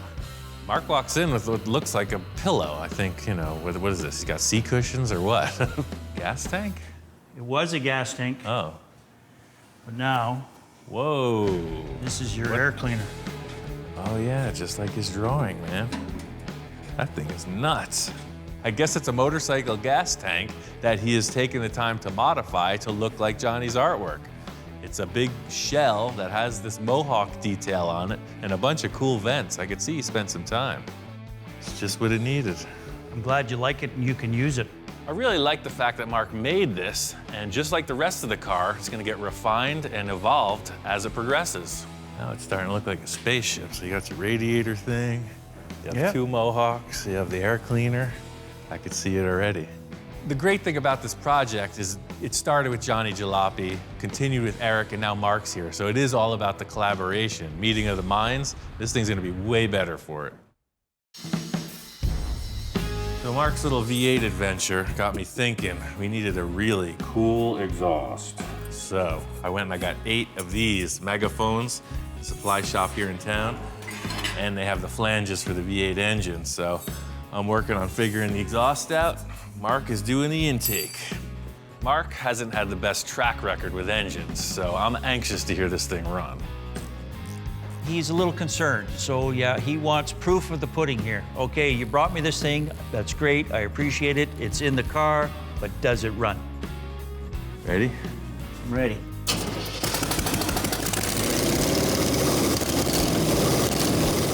This engine sounded good. Mark really pulled through this time. Out of gas. Sold. Thank you. Yeah, it sounds tight. Yes! I redeemed myself. That's it. It's his moment to go bask in the sunlight. You earned it. Mark was feeling good about the engine, so I wanted to show him another special element for the front of the car. So I had these made. Check this out. This has been on my wish list for a long time. These are 21-inch spoke rims, but they're set up for a car. I had a guy custom make these for this vehicle. They're unique, and they're all mine. Yeah, that's just awesome. I just like how freaking open they are. Oh, yeah. You know, the whole thing with this car was trying to show off everything. So now the side view, you're gonna look right through the rim. You know, no brakes, no nothing, just full Look at that. dragster style. Putting this rim set on here really shows off what I was trying to accomplish. You could see the axle, you could see all the detail that the side view with the other rims was hiding. Well, that's it, man. Oh, yeah. Once we got the wheels on, I wanted to move towards the front of the body. Johnny's drawing has this unique headlight detail that I'm really trying to emulate. I thought the shape here with his headlight detail was really well represented by these architectural light housings. You know, you see them on the side of a building, illuminating the wall. So they're aluminum, they'll shine up. I mean, those are perfect for the drawing. I mean, they look like they were made for it. Yeah, they look just like it. Yeah. Pretty groovy. You just got to start somewhere, so I'm going to cut a hole in the body and stick these things on. I need to hold these light housings on the car. They're aluminum, so I can't tack weld them to the car like I would typically do.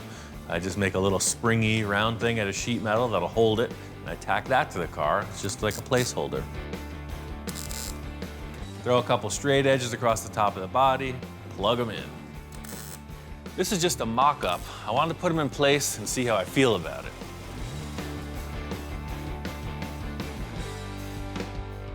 Stepping back and looking at the car, it's just not good. It's not okay.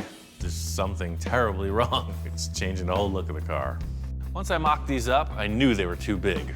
I'd have to redesign the whole body to fit them, but Mark liked it. They're already got a 45-degree angle on them, so they matched the drawing that Johnny did, and I said, wow, what a perfect thing to reuse to get the look that you're after. In order to show Mark the problem, I had to use a different type of envisioning tool. Eric and I created this really nice curved shape, and it will basically delete it. We'll go right over it to blend in this headlight. To make this blend in, I'm gonna have to go entirely over his work and wrap it in a headlight like that. See what happens, it's just this giant shelf. It's a big projecting panel coming out of the body. Right. He's got his vision, he's got the drawing to consider, he's got the body that he's already created to consider, but if it's not aesthetically the way he wants it to look, then it's not gonna happen. I'm just gonna ignore it. I'm gonna work on something else. Just like I used to do with my homework in high school. Whenever I hit a wall like this, you know, it's like writer's block. The more you push it, the less you're gonna get. For now, I'm moving on to something else. He's bending some tubes, brings out his big ring roller, and we roll another tube, and I'm still scratching my head going, I don't know what you're building here. I didn't really tell Mark what I was doing. I was just making a shape here. I had a couple ideas, and really I just wanted to flow with the existing components in the chassis. The curiosity gets the better of me, and I kind of go, okay, so what exactly are you building here? Much like a little mini grill for a little baby roadster. When you find a clue into what he's building, and then, you know, you just watch him in amazement. I mean, what a brilliant idea to make it all curved like that. Perfect. On guard. I finished up the front of the grill, and Mark came up with this cool idea to put a shroud around the back. I made the shroud oversized so he could trim it to fit, and I left it up to Mark to decide where we should cut it. Whatever this dimension is, let's just follow it right from this surface, and then it kind of flows. I'll trim it, we'll bolt it on, we'll call it done. Mark's a little nervous. He didn't want to draw the line, so he left it up to me to make the call. You going straight? Yeah, of course I'm straight, man. So I'm saying, you can't be afraid of the marker, man. We're gonna cut somewhere in here. Cut somewhere along this line. As usual, someone has a critique of my line drawing process. I want you to swoop in here so that your 6 inches is... Mr. freaking shy, Mr. Gun shy. There you go, fresh slate. Mark is a sincere professional. He needs detail. He's in there measuring down to the nearest umpteenth of an inch, getting a perfect trace line. He's not gonna have it cut until he's set. Now, my line, Ian's line. Which one would you follow? So the thing is, just to further complement his efforts, I just duplicated his original line, flipped it over to the other side of the shroud, and traced it.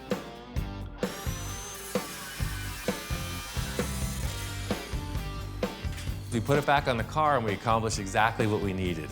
That's cool. Yeah. It fills up that void, definitely, For sure. right? Another piece to the puzzle, man. This is a pretty crazy car.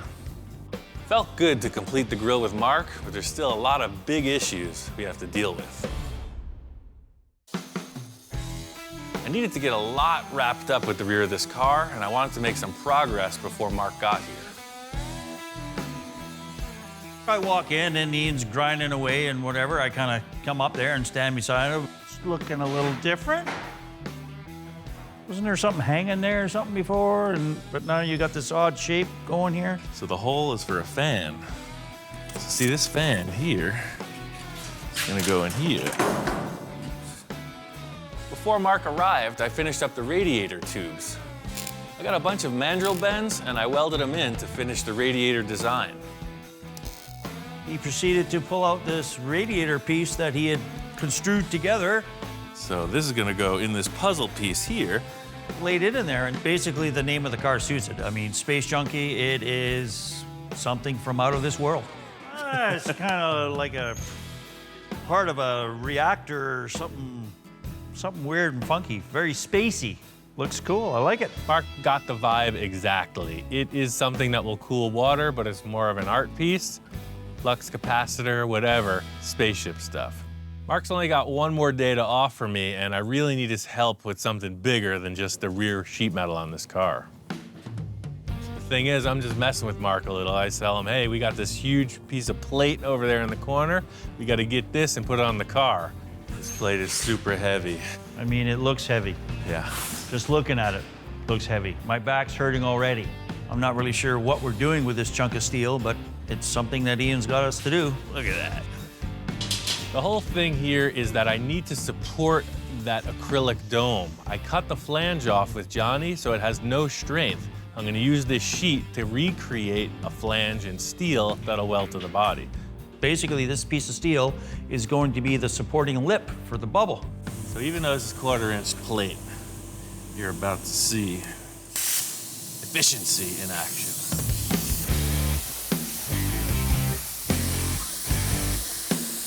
Cutting disc ain't gonna do it this time. I gotta use the plasma cutter. It's a treasured asset, so I only use it when I really need it. The sheet isn't big enough to do a full perimeter around the inside of the car, so we're gonna have to do it in 2 pieces, and you'll see we're pushing the sheet right to the limit. It's a big ring portion we're building, and we're gonna use the majority of the surface of the sheet.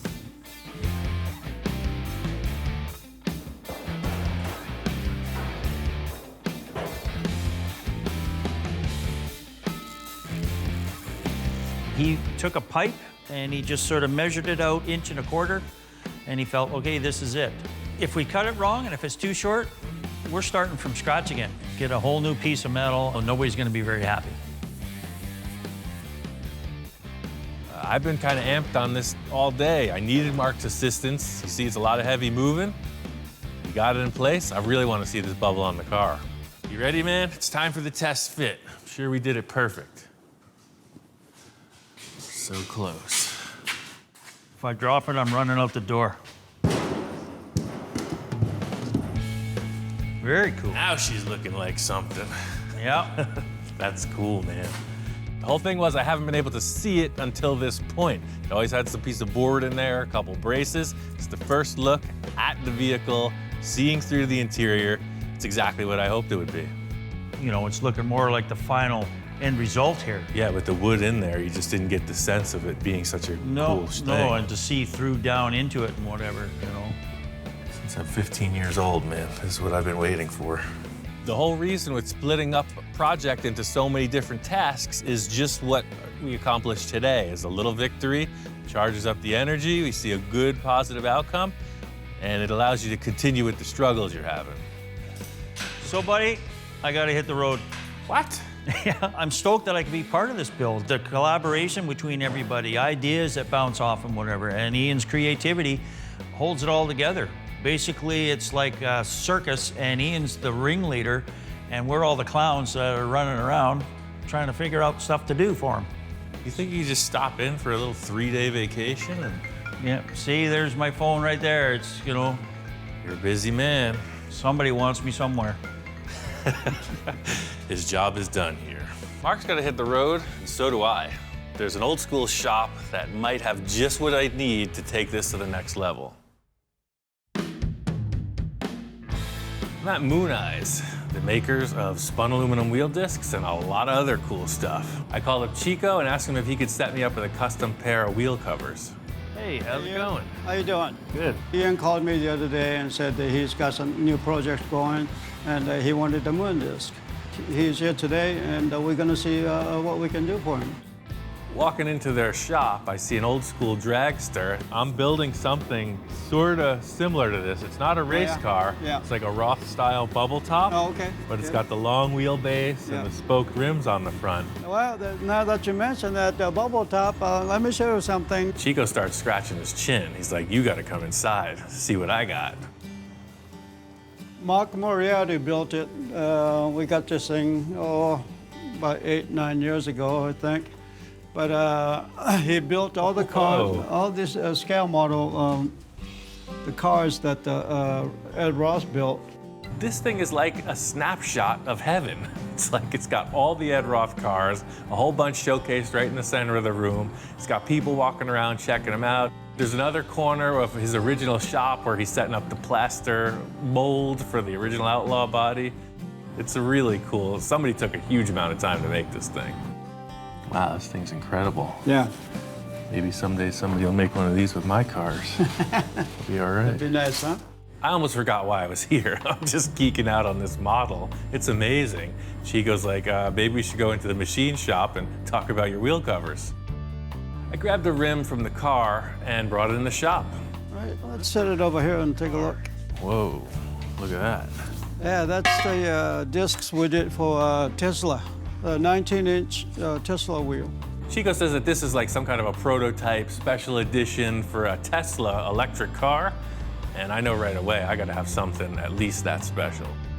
So this is a 19, but those That's are 20s. That's a 19, yeah. These are 20 wheel, and it measures 21 and a half. Right. And let me see what we got. He brought out the standard disc, and that's what I thought I was coming here for, just in a 20-inch diameter. Apparently, just like me, they're always experimenting with different designs and styles. This Off disc the here, shelf. we did, this one we did for Dodge Magnum, 20-inch wheel. This is a Dodge truck spare tire. That's what these are. These are Dodge pickup truck spare tires. It might just pop right on there. Oh, man. Hey, perfect. That was almost too easy. Uh-huh. Fitting that disc on the rim, it's like, this is what I need, man. Whatever it takes to make this fit, I'm on board. This is what the car's gonna have. This is even more space age than those regular ones. Those are moon discs, but these are like outer space discs. Yeah, those are, we named it Saturn. That's what they're called? Yep. Okay, Saturns, perfect. That's it, that's the look of the car, man. Yeah. The coolest thing about the Moon Eyes facility is that they have a full machine shop. Let me show you here. This is Manny here. He's been working with us for over 10 years now. This is Ian. Okay. I always wondered how they do this.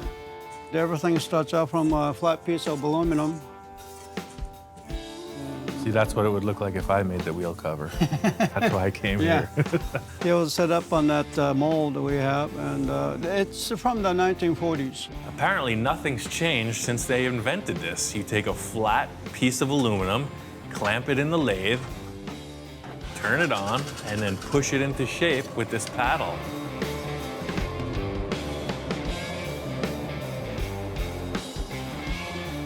It just goes to show that sometimes the primitive machinery yields exceptional results. This thing is super low tech, and it's really all in the operator's skill to make this thing happen. We go from here to a Sunray machine, and then we put our trademark Sunray finish on it. Oh, and that's how it gets all the different facets. Right, yes, it's a brush to finish. Just like any fabrication process, you rough it out and then you finish it. You pull the disc off of the lathe, put it in some kind of polishing machine, and it's pretty fancy. All right, here's a finished product with a Sunray on it. Wow, crazy. The difference, huh? It's perfect, man. That's the thing, I mean, literally. Yeah. That's the start, and this is the finished. That's pro. Seeing the process was pretty cool. It's a highly specialized thing, but mostly it's the old school dude doing something with his hands right there in front of you. Custom work is where I would really like something that's not available out there, and I want to be able to make them so that we can say, here, we did this. Thanks for coming by. Yeah. And we'll get your wheels disc done next week. Sounds good. All right? Yeah, whenever you get time, just give me a call. All right, Those great. are perfect. Thanks. Very good. Right Thank on. you. Thanks for coming by. So it looks like these wheel discs are a go. He's gonna do a couple things to make them mount. I gotta get back to the shop and finish this car. I think I figured out this headlight issue. The whole thing was I loved those original headlight bucket shapes, so I just kind of modeled the new design after that, just a little bit smaller.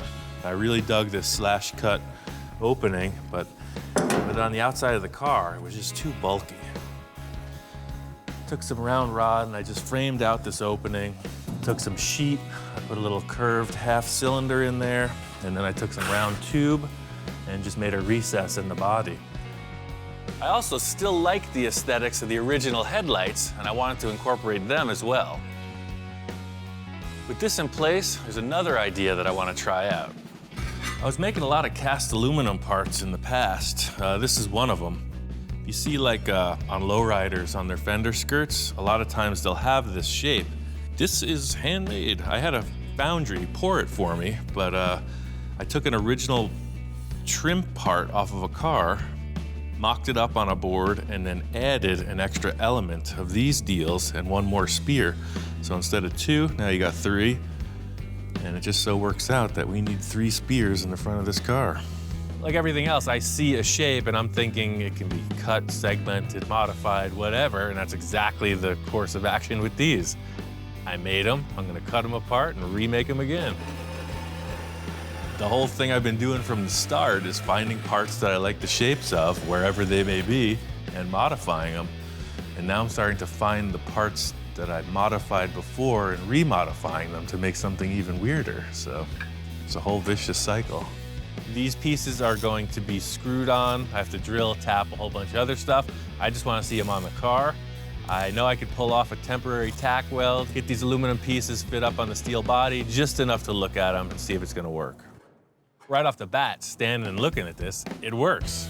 This is exactly the look I was hoping for. Sometimes you just gotta wait a couple days. You know, it just occurred to me that I had those spears, made a good call on not adding that other element with the headlight bucket in there. That's the look. I'm committing to that. The main thing on my mind right now is getting to one of the biggest fabrication elements on the car. Johnny drew this mohawk thing, and I really need to nail it. I think it's gonna set the car apart from all the other bubble tops. The main thing is trying to make it look like it belongs with the car. Well, the first step is figuring out how to draw a line in space so you can stand back and look at it. And got yet another envisioning tool. Yeah, bottom line is this is an engine hoist. You use it for lifting engines. I'm gonna use it to lift some tape. Keep your eye, just like focusing, aiming a weapon. Trajectory is dead on. The whole idea here is just trying to create a support structure that's adjustable. I want to stick the tape on the dome and just have something that raises it up in the back. The whole idea here is seeing what the angle of this aluminum fin's gonna be. Try it right there. Yeah, see? That's all I needed. That's the thing, you use what you got. I knew I needed something adjustable in the back of the car. Engine hoist is exactly that. It ain't gonna move and it's completely adjustable, so problem solved. The angle looks perfect. I'm gonna grab some paper, make a template off of this line that the tape has created. My idea is that it's going to be an abbreviated version of what Johnny drew. Same flavor, just a little more dialed in for this car. I'm happy with the paper template. I'm gonna skip a couple steps and go right into the aluminum. I think I could fit this aluminum panel to the acrylic bubble and work that as the template. The whole key to this is just making it look like it flows. There's no other way to describe it. It should be like a nice swish, you know, something that looks fast and light. This is just another template. I'm going to cut a series of holes in this and then make a duplicate. So it's gonna be thick, welded, finished. It's gonna look sort of like the rear fins on the car, very dimensional, but all aluminum. The whole thing with a bare metal sculpture is you're seeing the work all the way through to the end. I gotta take my time, weld this perfectly, and finish it off. Got this aluminum Mohawk fin thinger real close. The setup for welding on this is critical because I don't want to warp it. That being, I have to take a lot of preparation not to overheat the metal when I'm welding it, because it's only going to be a metal finish. No filler, no nothing. You just see the work.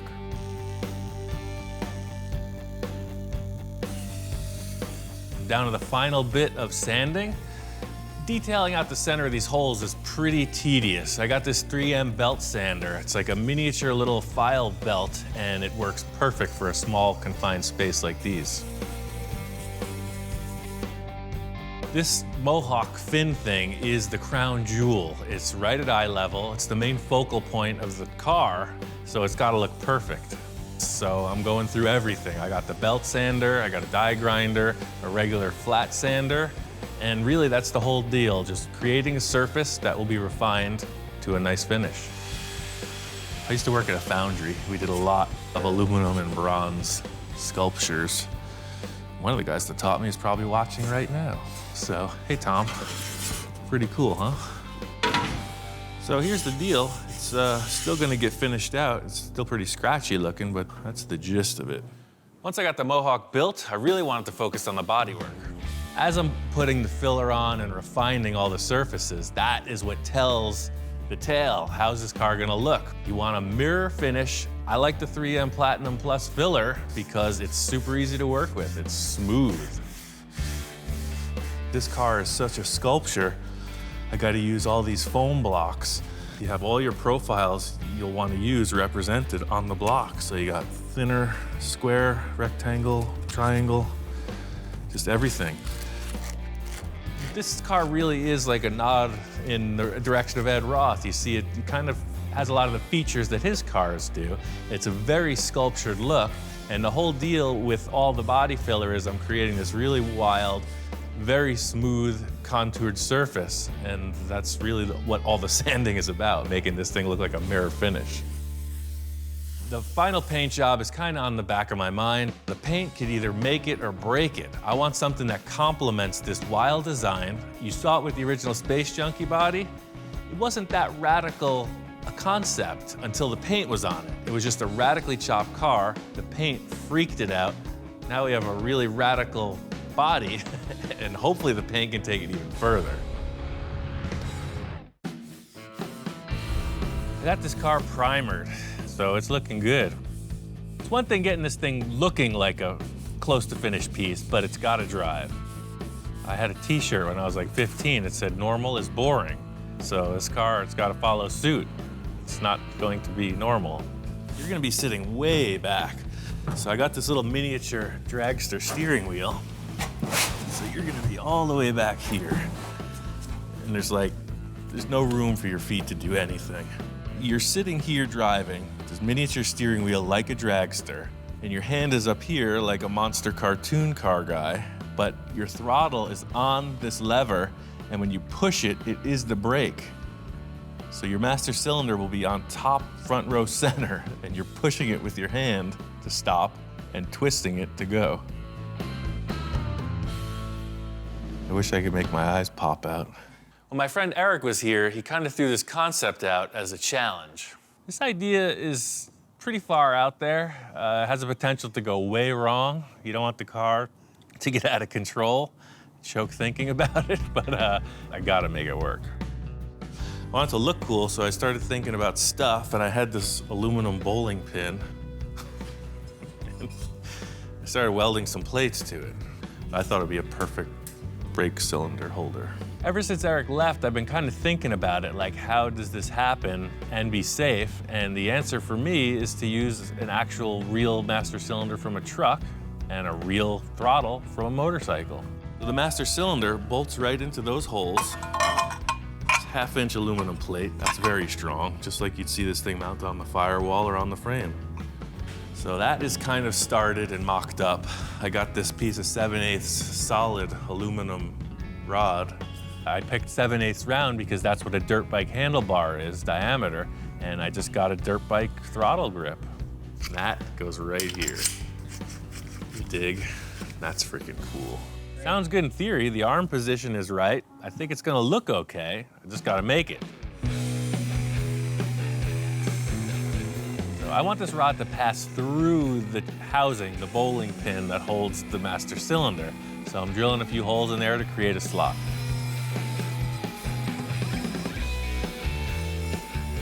Thinking about the leverage that I'm gonna need, I drill a couple holes in the body.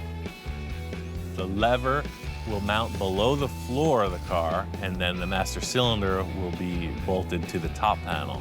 So everything's looking like it's kind of gonna work, but I want to cut this thing to size and just make sure it fits me before I build anything on it. Come on, you gotta check this out.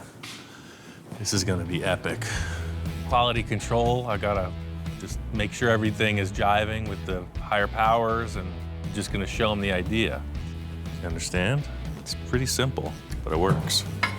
I could see the concern in his eyes. He's got two long drool strings coming out of his cheeks, and that automatically is a cause for concern. And then he's given the shifter in the eye. You're not impressed. You're concerned? It looks unsafe? Don't drool on the primer. Proof is in the pudding. It's seeing a project halfway through. You don't know where it's going, so I'm gonna prove it. Just need a little more time. He's just checking out the block sanding. He's not very impressed. It's gonna get better, man. It's all a process. I got a plan. I'm on a mission. The dog is gonna go do his thing. When he comes back, it's gonna be on. I'm gonna make a little shape here with a hole and a pin. Put it together. It's all about just getting a few tabs in place just to mock this up before I can really go forward with it. The whole thing with this is that it's aluminum. It's gonna be all finished and detailed in, similar to the Mohawk on the Bubble. So just using the TIG welder, gonna fill in a lot of aluminum so that I can grind it back and it'll still be strong. Working with a client, there are parameters. There's always a budget concern, a time concern, and then whatever their idea is. I don't have any of those with this project. Sky's the limit. No, this is kind of the theory. It's gonna take a bunch more brackets underneath to make it function, but you can see it's very much like a brake pedal in your car. There'll be a pivot you push, and this rod, which will be adjustable, pushes on the master cylinder. I'm sold on the idea of this thing, but I gotta get underneath, get all the pivots in place, and then give it a test run. Got this brake lever mounted. I pulled the engine and transmission out of the way so I could get underneath and build a structure.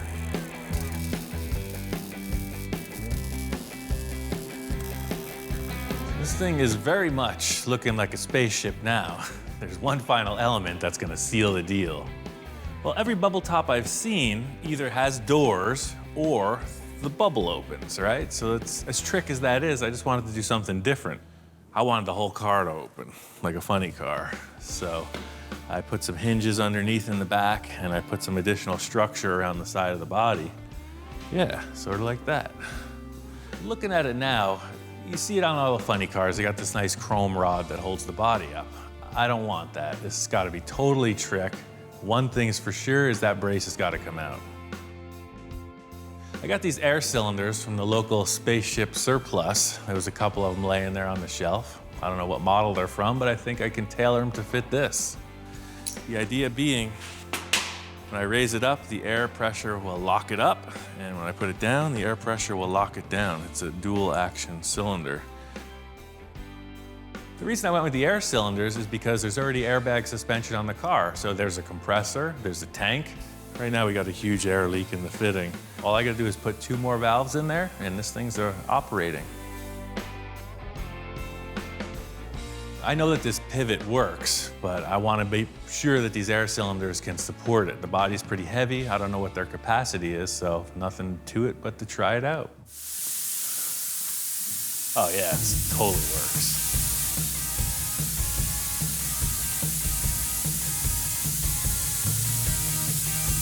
Yeah, see, it's almost neutral.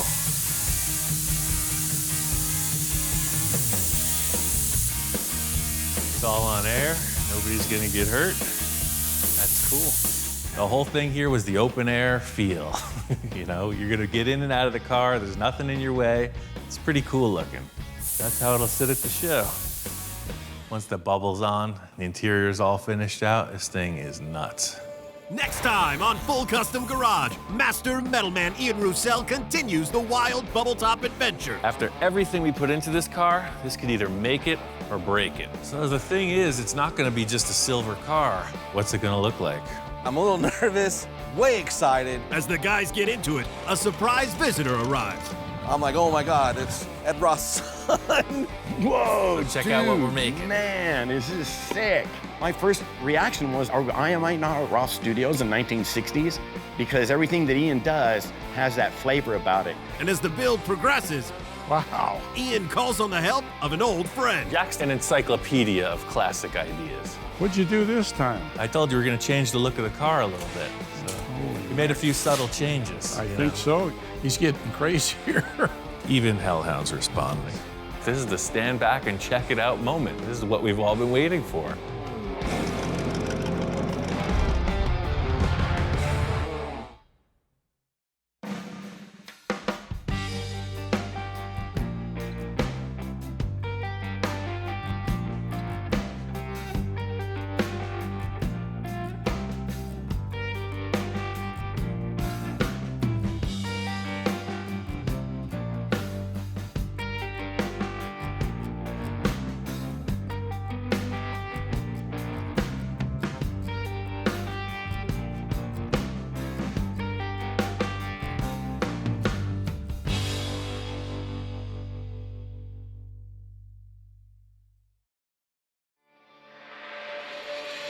Right now on Full Custom Garage, Master Metalman Ian Roussel continues the wild bubble top adventure. After everything we put into this car, this could either make it or break it.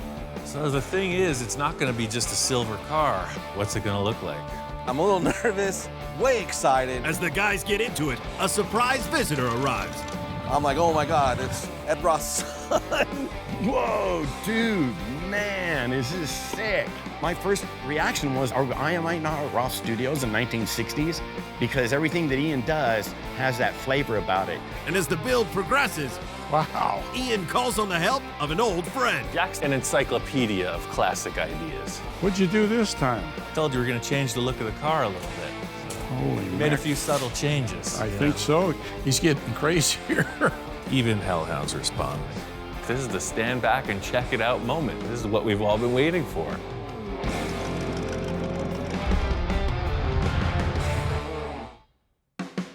This thing all started when I decided to redesign my first show car, Space Junkie. I called in Johnny to help me with the new design. You're not satisfied with I'm not that. satisfied. It's gotta be different. We based the concept off a few of the parts I had, and Johnny came up with a really killer sketch. That's what we're building. Awesome. With that as a guide, I called in my friend Eric to help with the fabrication. He had some really good ideas and helped me to modify the body to fit the drawing. When my friend Eric was here, he kind of threw this concept out as a challenge. You're sitting here driving with this miniature steering wheel like a dragster, and your hand is up here like a monster cartoon car guy, but your throttle is on this lever, and when you push it, it is the brake. So your master cylinder will be on top front row center, and you're pushing it with your hand to stop and twisting it to go. This idea is pretty far out there. Working with a client, there are parameters. I don't have any of those with this project. The sky's the limit.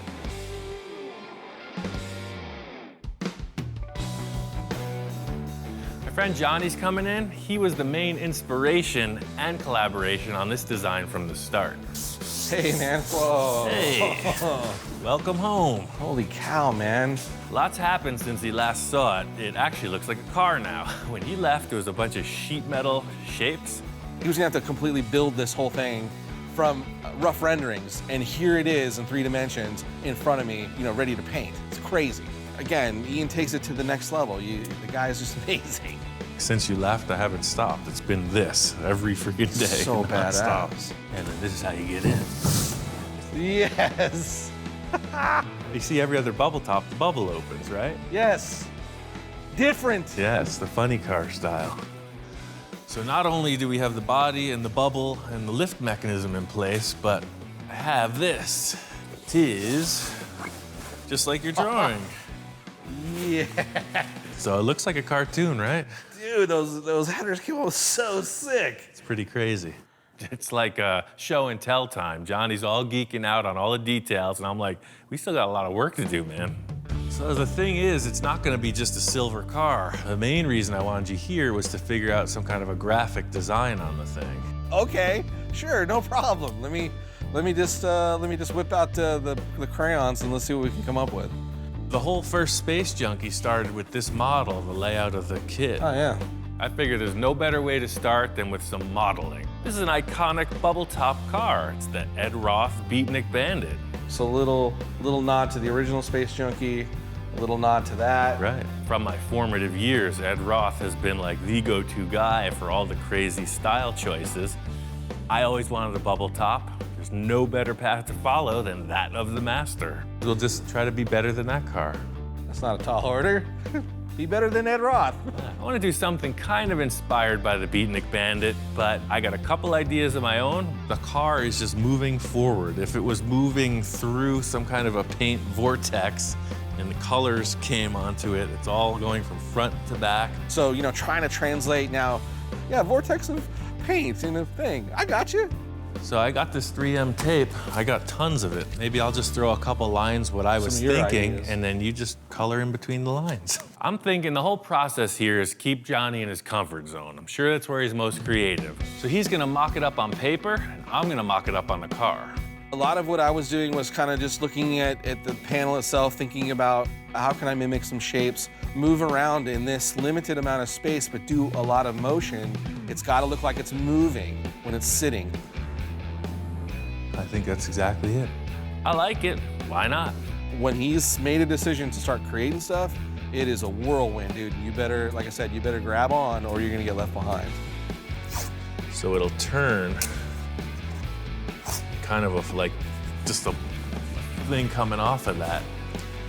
So you'll have 4 spears, like maybe this one. Once we started laying it out, I just kept going. He did his thing, I did my thing, and I kept looking to see what he was doing. He kind of was checking out what I was doing, and then there was this moment where he laid some tape down, and I went, oh my God, there it is. Yeah, you said through a paint vortex, and it's grabbing on him. It's a stylized vortex, but it is nonetheless in motion. I like it, dude. Even hellhounds respond. Sweet. We got a bunch of ideas laid out on the car. We're gonna paint all over it, pull the tape back, and see where we stand. We finished up the side of the car and continued to design across the top of the body. I'm gonna refine the side, and Johnny's gonna start mocking up the back. I'll just lay this out, and then I'll just draw an idea. I'm trying to transfer the feel of that graphic up there back here, but do something a little bit different. May need the envisioning tool soon. Uh-oh. You got one of those laying around anywhere? Yeah, they're all around us, man. You're in a shop full of them. You know, I'm in the zone, I'm laying tape down, Ian's doing his thing. What is that? And I start hearing this really killer exhaust coming from outside the shop. That sounds good. Yeah, let me show you. I got a little treat. I invited somebody over. So we pop around the corner and there's this really tricked out, flaked, crazy car with a dude in a top hat, and I'm like, oh my God.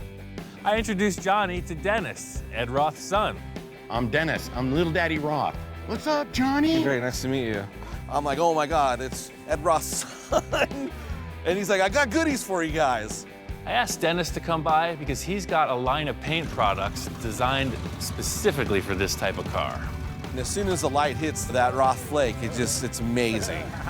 I actually built that car to showcase the metal flake because I got a real education when I was 10 years old. Dad was flaking them, and I jumped right on the bandwagon. I've been flaking for 50 years. See, this is what I'm talking about, man. This is the exact effect we need. So it's like multi-layers of different tones of flake with the candy over it. Our car needs this effect. It's unbelievable. And he called me and said he wanted metal flake, dude. I said, dude, I will deliver it. You know what I mean? I'm coming up there right now because I want to see your car. Come on. Whoa, Let's check dude, out what we're making. Man, this is sick. We pick up the boxes and go inside, and Dennis sees the car that we're working on, and he's just kind of blown away. No, dude, oh, the front ladder bars are insane, dude. This is the guy who's seen it all. He grew up in his dad's shop, seeing all the creations, and he's kind of digging this. The whole lightweight look, these things on the side, these fins right here are just mind-blowing. If Big Daddy was here, and he is looking down on us right now, this is the most bitchin' part right here. You know what the old man used to always tell me? Leave a lot of the mechanical showing.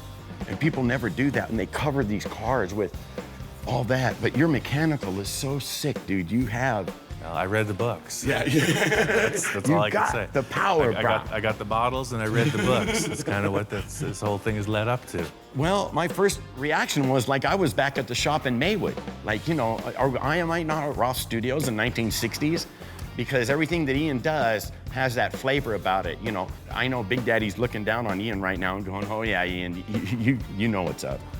Well, the whole thing is I started building cars because of what I saw his father doing, you know? So to have him come in and be like, oh yeah, the old man would approve, you know? That's like, I guess I'm there. It's just great craftsmanship. I love this car. Cool. When can I drive it? We should be done in a month. We were hoping to make it to the Moon Eyes show, but Johnny came out. We're on the final stages with the paint. We got the flake. What I got the flake next? for you, baby. Yeah, exactly. Metal flake. He didn't just come in with one little like packet of stuff for us to sample. He's got the whole kit and caboodle. He's got a box full of every tone you could imagine. Different prisms, different effects, different colors. Well, when I was a little kid, Dad always liked the big chunky flake. He wants to be able to tell it's metal flake from a block away. Bam! And that's what I like. I like the big chunky grind. So in froth flake, I can control the color and I can control the grind and I can control the prismatics in it. And I think I got a flair for the banging. So all Roth flake is banging, baby. I think we got to go with the beaver brown. Okay, that's what you got, beaver brown. Do we need a special gun for this? Or You got it right here, baby. Aha. The little Daddy Roth flake bomber. Well, he's got a lot of energy, and I'm just trying to hold on. I'm trying to keep up. He's a salesman, and I got the stuff. He's giving us the song and dance. Giddy up, baby. I think he sold us. We'll take them. All right. That's it. I'm out of here. Perfect. I think that him and Johnny have a pretty wild idea going on right here. Like you can see the carbon hole is taped off a little bit right now, so we're just all secret.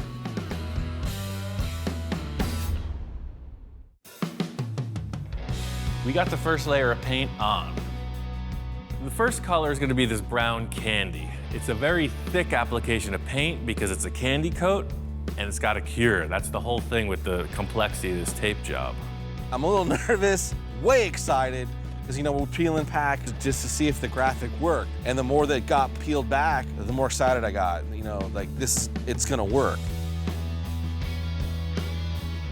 Once I got the brown paint on, we pulled off the tape.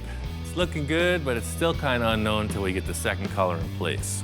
The whole design gets taped over yet again for another color. This part becomes super critical that we really are meticulous in making sure that the turns are good and the lines are crisp because this is gonna be the graphic. The next color was this cream tone, and that has the silver flake in it. We put that on, and you can really see the effect of the metal flake. As much labor as it is, the reward is at this point when we're untaping it. Pulling off the last set of tape, you really see the contrast, and that's it. It's sparkly. It's like Las Vegas. So we laid graphics down, we've got this cool chassis, and now it's the excitement of knowing that Ian always takes it to the next level. And what is that next level gonna be? It's the worst part is I have to leave and not see it finish. Johnny has to take off, but before he leaves, I want to take him to the Moon Eyes car show for a little more inspiration.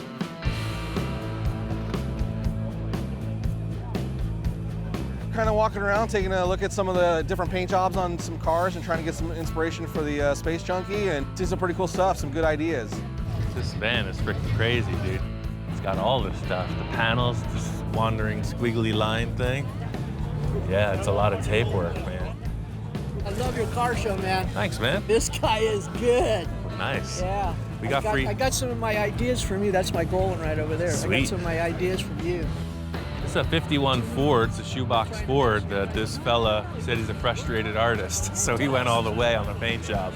You tape it, you backmask it, you got different colors. You see the way the body's a different tone than the roof. It's the same process we're gonna have to go through. First thing that's jumping right out at you is all the metal flake. That's the eye-popping candy paint with the huge metal flake on it. That's where it's at. Well, this is more of a very straightforward paint. Hey, look at the tape, taillights on right? that. But the effect they achieve with the pearl, the prismatic, what would you even call that? Like, it's so rich, man. You want to taste it. I got look. It's good. And it's this crazy blue. Yeah, it's super good. Love it. When you're walking out of the sun, you Jump. don't even see it, and now it's like a freaking vortex of color. Vortex of color. You know my friend Jack, you know what he said? Oh, you don't put metal flake on a truck. Yeah. You put metal flake on everything.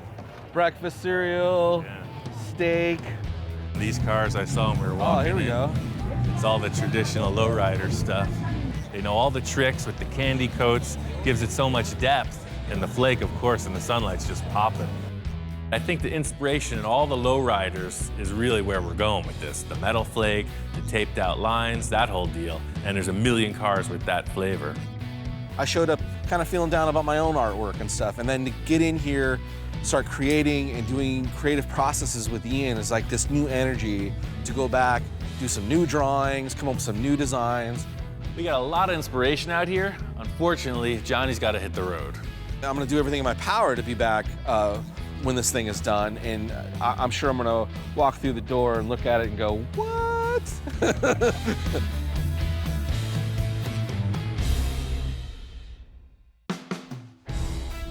Dennis dropped off that Roth flake, and he told me once you start with this, there's no going back. It's true. I used the blue, the silver, the brown, the gold, the whole palette. The color combo is exactly what I achieved in the first car, but only using blue now instead of pink. You have two pretty mellow tones with a really contrasting kind of a neon line through them. The whole angle here was not to make your ultimate hot rod, you know, nothing conservative. It's a total cartoon, and I think we've accomplished that. I'm pretty happy with it, but as always, I have to have the shop inspector check it out. So, what do you think? I know you weren't allowed in here for a few days. It was a toxic environment. It's over here. Hey, it's this, right? Remember before it was primer? Look, think. It was primer. Now it's painted. I know the engine is good to go. We started it, but the transmission's questionable. I got a brand new unit from Monster Transmission. They always work perfect. It's a simple bolt-on replacement.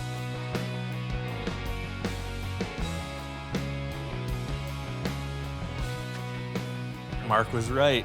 V8 engine, it's balanced, fits in there perfect. Everything on this car has been figured out around the finishing stretches. The interior is really the last big question mark. I called up my friend Jack. He's the upholstery guy. He's done all the interiors on my cars. Holy mackerel. Wow. Hey, welcome hey, back. Ian, how are you? I'm doing pretty good. Wow. What'd you do this time? I told you we're going to change the look of the car a little bit. So Holy you made a few subtle changes. I think so. You morphed into a roadster. Yeah. It's a whole new car, man. I couldn't believe it. I'm used to looking at the old car, and then I see this thing, and it's completely different. It's actually a bubble top. You know those acrylic domes I was making? Well, it's not a roadster. Like you did on the T-Bird? Yep, exactly. It's wow, this is something. It's like one of those I Roth like this show better. cars. Right away, I thought, he's getting crazier as he gets older. He just knocks this stuff out. I don't know if he ever sleeps. I pretty much got the whole deal figured out. The only thing left is the interior. Should we mess with the original panels first? Put some in here and look at it? Yeah, and I'll see, lift the body up. It's see got how- a prop rod. You know, the whole body pivots on the hinge. Get it up here. Well, this reminds me the old days when we were running a funny car. It's exactly what it's inspired 40-some by. years ago is the same deal. Yeah. Set it in, push it up, Yeah. and start working on it.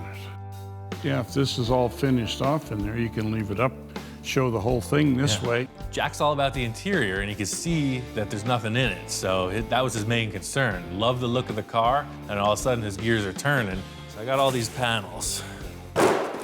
So see, these were the original interior parts, and we're not going with pink anymore. That was the one main color change. Get rid of that pink. I think all the brown can still work, though. Once the fasteners are on the backside, it just clips in like it did. You don't even need any welt on this. So that's the thing, that one goes there, and then these were the little backrest panels, so they'll pop right back in. The most apparent change in the interior is that the color swap. I'm going from pink to blue. Jack's thinking, as he's peeling these pink elements off, maybe we'll just leave them out. Maybe we'll just go brown. Maybe that looks pretty nice, right? Yeah, I like it. Jack likes the upholstery as is. I got some other ideas. I've known Jack for a while, about 15 years. It started from him just upholstering one of my seats one day, and he just keeps getting more and more involved. See, the whole thing is I'm not using the seats that I made originally because I'm way more laid back. Literally, like this becomes a headrest. I'm actually laying back. I'm literally like with my head. I'm like, actually, that's perfect. Look at that. I'm sitting in there like this, like a freaking dragster. Wow, that's what it looks like, Right. yeah. The interior is always last. So then what you got to do is adjust the seats, the panels, and everything to make them fit into what they built. Yeah, do you have something we can lay in here, like a piece of cardboard or something? Yeah, I got all that offhand? pattern paper. Yeah. The interior is going to mean a lot because the body's up like this. You're going to see a lot of it. It has to be done right. Oh yeah, it looks better already. It should fit, follow your back. So if I lay in and push it down, that's I'll kind of hold where it I so want it to be. doesn't move. Yeah, like that. There you go. How about you just lay in it like a hammock kind of thing? Jack's idea was why not make sort of like a hammock, you know, just a simple little thing to support your back and not even have a seat, just a simple pad that you recline on. That looks just kind of like a generic panel, though. Well, yeah, but we can do something with that. I'll make some all in the stitch put a work. seam, couple of seams in it or something, and we'll make some design in it. Jack's got a bunch of ideas. I could see him scribbling around with the pen. He's talking a lot. I don't know what he's going to come up with, but it looks like he's got plans. So the whole thing is with the interior being so mellow and subtle, I want the fabric to pop, you know? I was thinking like that metal flake, blue old school glitter vinyl to complement these pinstripes. So when you're looking through the bubble, you see these two blue things broadcasting out, you know? This blue metal flake, they don't make it anymore, from what I understand, so it'll be pretty hard to get. That's, if we can find it. And blue metal flake vinyl? Well,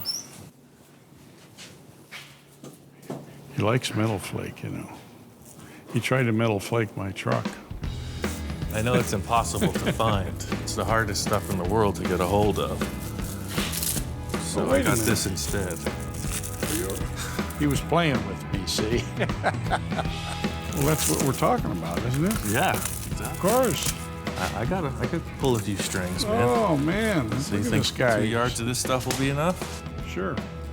Check Plenty. it out. Check it out in the sun. Plenty That's the good. thing. It's just like the frame. Put the God light on it. Jack's not a big fan of metal flake, so I just wanted to catch him off guard a bit. He pulled one on me. Had to pull a few strings. They're back in the men's room, but they handed it through the wall, through the back window.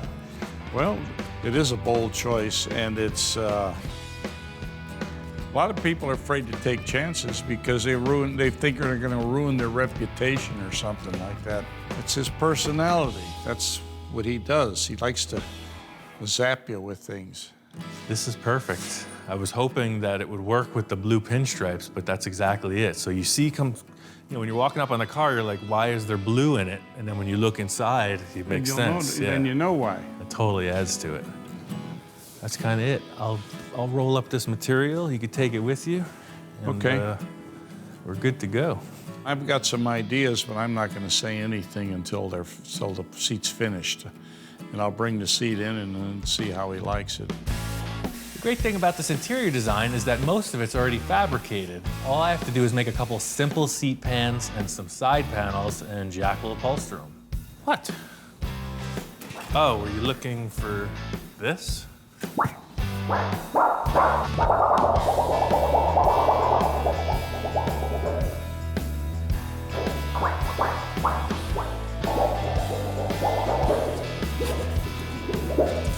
Eat it, kid. Go play in traffic. These seat pans are very straightforward. There's already some hardware on the floor to mount them. I'm just gonna take a piece of aluminum, 050 thickness, and just kind of curve it and cut it. The panels that I'm making are very generic. The whole look is about what happens with the stitch work, and that's all up to Jack. I can't wait to see what he does. Jack says he's bringing by one of the seats today, so I'm really looking forward to seeing what he came up with. Hi, Ian. How you doing? Aha! I brought you a little present. Oh, right some on. foam for the side panels, and I did the groovy. seat for you. Oh, that's totally cool. It's a little better than that sheet metal panel you left with. Yeah. That's cool. I stayed up all night. I'm glad you did, because I was resting easy. Jack brought in the seat, and it looks awesome. The material I picked out is perfect, and he added some cool stitching and these really nice grommets, and Jack nailed it. At first, I was skeptical because I don't like metal flake, but it looked pretty good. I was surprised.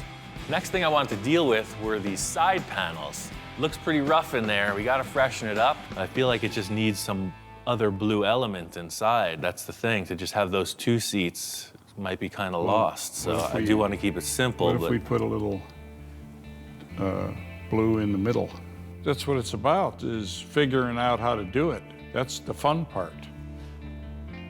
He liked the seat the way it was, and so I suggested we make a panel like a spearhead and do the same design as the seats, so it all works together. How's that looking from that side? That looks good. I think that's it. Well, I saw you brought the material. If you got your glue gun and whatever, I guess you could do that, and I'll make the aluminum panels, and we'll be sure of what this thing's gonna be, right? Yeah, yeah. Once we figured out the design, it was time to get to work. Just gonna streamline this process. Jack's doing his thing, I'm gonna do my thing, build the panels, and he's gonna cover them. Him and I work together pretty good. I think it's because of experience. You know, I have experience in what I do, and he has experience in what he does. And you bring it together, and it all seems to gel. He understands how to build a car, and that's a gift. Jack's the senior man in the shop. He's seen it all, so relying on his past creative efforts. Well, the whole thing is like an encyclopedia of classic ideas. He's done a million different designs. He looks at the vehicle, thinks of which one is appropriate, and puts it together. That's the whole thing with any collaborative effort, is that hashing out of different ideas. Jack wants to keep it mellow with the brown. I got some crazy blue stuff. It's not a real perfect match, but I think we can make it happen. Well, I'm going to take it back and work on it, make the other seat and the two panels, and we'll see how it works out. I don't know how it's going to look when it's all together, but we'll see.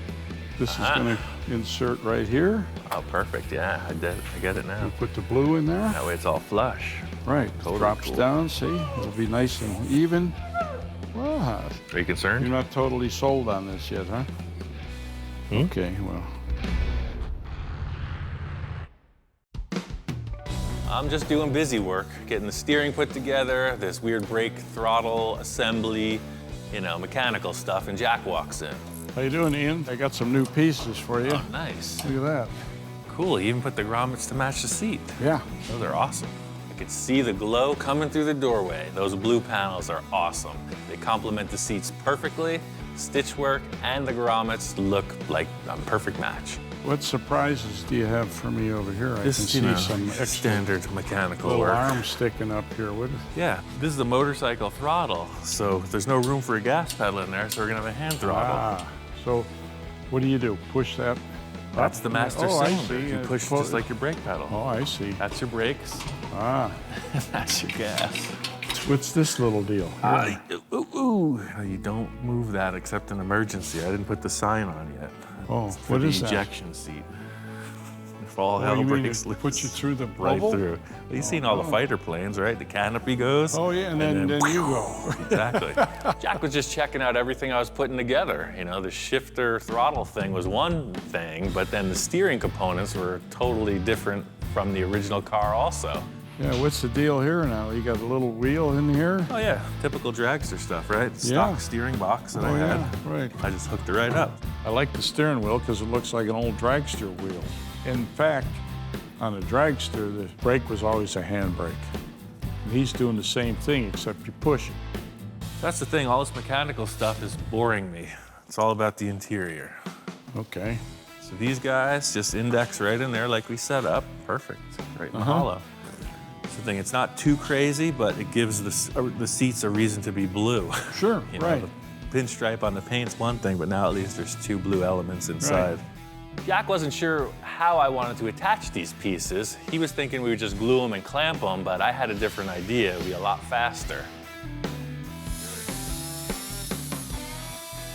I was thinking that we would put screws right through the center of the grommets and we wouldn't need any glue.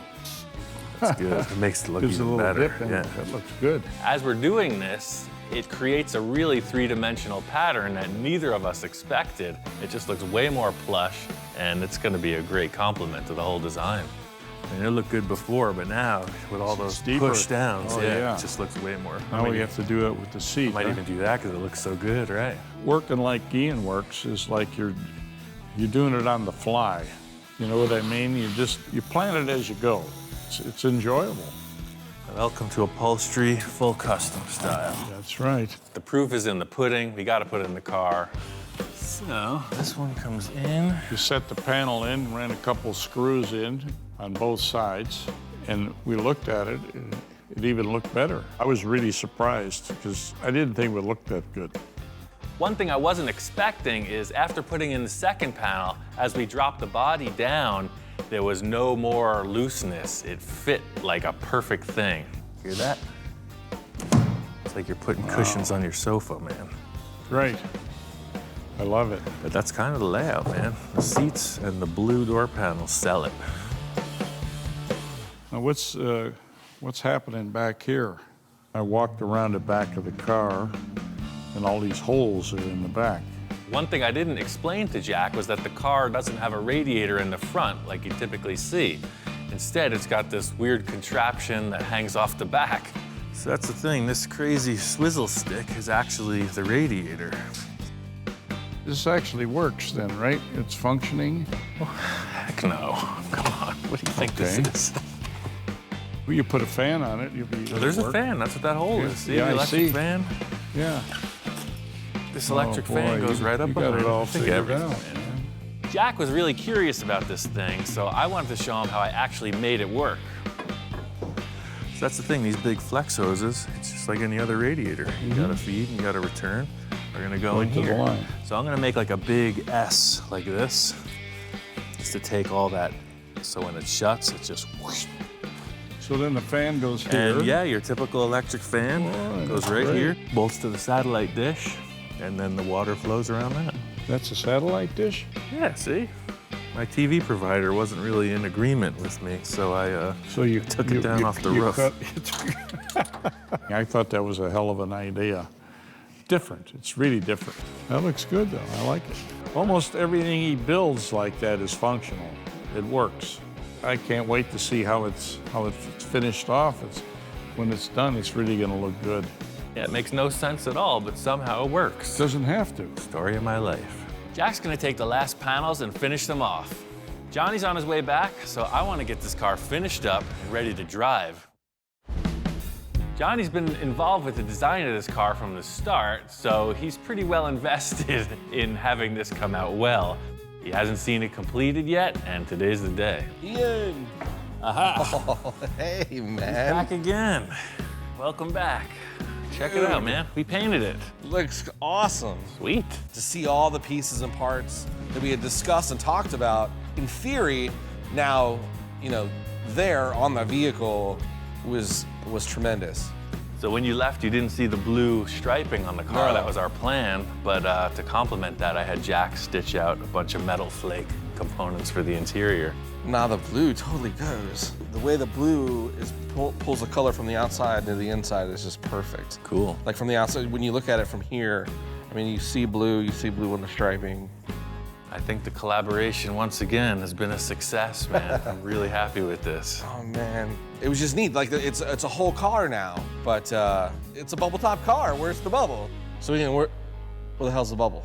I polished the heck out of it, man. It's in the corner. It's in the safe zone. Ah. So that's what I was waiting for you to get here so we could put them on, and that's it. This baby's a wrap. And let's bubble this thing up. It was like the final piece, the icing on the cake. He should be a part of it. So you put the front in its little thing. Okay. And slowly zipper in place. Drop it, and... yeah, it's totally different. Totally different car, right? Totally different car with the bubble on it. It changes the whole look altogether. Yeah. Setting the bubble on the car is like the first step towards the end. The silhouette of the car is represented by this dome shape, and really, you don't get the feel of it until it's in place. Ultimately, this will have like a rubber weather strip around it, just like you see in any car window, but I wanted to get right to installing the Mohawk. So Mark brought this whole thing, and I just used it as inspiration. You know, he brought that motorcycle gas tank shell, and I made an aluminum version of his Mohawk, a little double-sided. Nice, you know, I like kinda that. thick. So that's the thing, I just reshaped the shell that he made. I still retained his cool vents for the air to come in. Little spears on it. Yeah, so that just pops right on. The whole idea with the two sides is that it just snaps into place. It's like pressure fit, and it's on. Yes. So there's that one Mohawk. So this one is to complement the smaller one. Same deal, fabricated aluminum thing. Dude, that's so cool. The Mohawk isn't just one piece of sheet metal that with some holes drilled in it. You know, this total three-dimensional piece of artwork that he's done. So again, you know, here's where Ian takes it to the next level. It's a killing machine is what we've turned it into. Yes, it all makes sense in the end, It does. I'm just jonesing to get this thing on the car so I can see if it is the cherry on top. Installing this Mohawk is a two-man job. I lifted up the car, and Johnny's holding it on the outside. I'm in there putting in the screws. This is the full look. This is the stand back and check it out moment. This is what we've all been waiting for. Man, are you kidding me? Dude, this came out too cool. To me, the side profile, the way it's like, there's a lot of slashes. There's a lot of stuff going on. It's good, really good. The Mohawk just brings it all together. It was like, without the Mohawk, I think it's like a superhero car, but now it's like a villain car. A super villain. Yeah. From the jump, the initial inspiration for the car was this wild Mohawk. I've never seen anything like it. It was in this cartoon, and now there's an actual vehicle. I think we got something pretty special here. Well, it's kind of like when the UFO crashed in Area 51, right? Everybody's like, huh? Yeah, exactly. Now what do we do with it? I can't wait to see it in motion. I think it's time to clean up the mess and drive it. Johnny was just all about driving this thing. Put on the trailer, took it over to the proving grounds. It's the perfect environment to test drive. I'm gonna get in, you drop the lid, and let's try it. What could possibly go wrong? If anything happens, just bury me in it. The whole unit, just drop it in the ground. It's the right shape. Should be perfect. Getting in this thing, you're in there like a space pilot, and you're committing to the ride. Drop her down. All right. Yeah, lower the top. You can hear it almost like seal, like a coffin. I feel like a friggin' fish in a tank. It's pretty dicey. I haven't had any real disasters yet, so I think the odds are with me. Here we go. You see somebody in a top fuel dragster, they're not getting out in a rush, so this is the same thing. You're locked and loaded. That's awesome. All I could say is it's fun to drive. It's using all of your senses, you know? You're thinking, is it on fire? Is it shaking? How fast am I going? You know, there's no instrumentation at all. You have one hand on the steering wheel and one hand on the power, and it's fun. And as it goes by the rocks, I mean, it's almost like a shark in the water. All you see is the Mohawk. It doesn't look like it's supposed to be there. It's just nuts. We did the testing, you know, slow speed rolling around, and I wanted to see what it could do.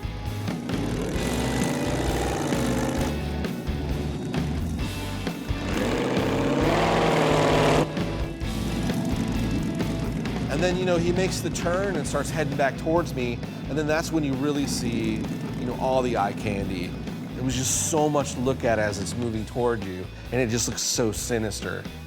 That wasn't so bad. That was awesome. In motion looks freaking even better. Feels like you're in outer space, man. This is the first time it's been in motion. I've never seen it driving. I'm just pulling up, seeing Johnny's reaction. I got to get him behind the wheel. Totally drivable, dude. It feels confident. You want to try it? Yeah, let's do this. Imagine how the astronauts. T-5, right, that's what I'm saying. Imagine how an 4. astronaut feels, dude. Yeah, that's why there's no fat astronauts. But I was damn determined I was going to fit inside. If I had to lay over the other side, I'm getting in that car. That feels crazy. Wait till the top's Dude, down. it's just a... Are you claustrophobic? I don't think so. I guess we'll find out. I wasn't claustrophobic until I shut that thing. It's like, it sounds funny in there. I was a little concerned about the way it was controlled just because I was, you know, it's brand new. And I didn't want to be the guy that wrecked it. There's no foot pedals, right? So this is your brake. You just push right on there. See, it actuates the master cylinder. Gotcha. Motorcycle, throttle. And then that's your shifter. It's an automatic. And that's the kill switch and the starter. Exactly. If you're gonna start it, that's on. Okay. Start. Anything happens, just hit that and the car's dead. No power. It's a learning experience. You know, you don't really drive a car like this. You drive a motorcycle like that, so it's kind of like a really low-slung chopper on 4 wheels. So that's all up to you, man. Pull the button and push the pin. You can't drive it for somebody, right? I just told them how to do it, and that's it. See ya. I was looking at the car in motion, just really responding to it, and I realized Johnny's hands aren't where they're supposed to be. Well, he first kind of went over the controls with me and how to do it, which I didn't really pay attention. I was just wanting to drive it. So I let go, and I just started grabbing the steering wheel. He's just rolling away, and hopefully he'll figure it out. I'm looking through the bubble now, out into the front of the car, it's just this sick look. You're so low to the ground. Johnny got around the corner, so it looks like he's under control. For me, it was just really good to see this thing finally in motion. It's been a crazy experience. It was one of the coolest things that I've ever done. Yeah. It's kind of hairy. Crazy. It's predictable, but it's really weird. That's nuts. This whole project kind of blew the lid off it for me. I don't really consider any of my cars finished, so maybe someday I just take this thing apart again and improve on it once more.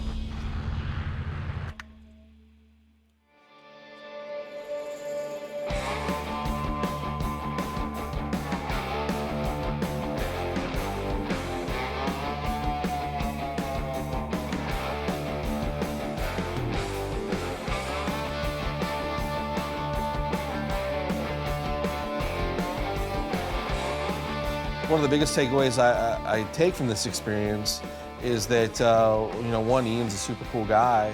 As much as he challenges you to create something, he kind of gives you a little bit of full reign to do what you think. And then it almost like it challenges him to go, yeah, I could probably do that.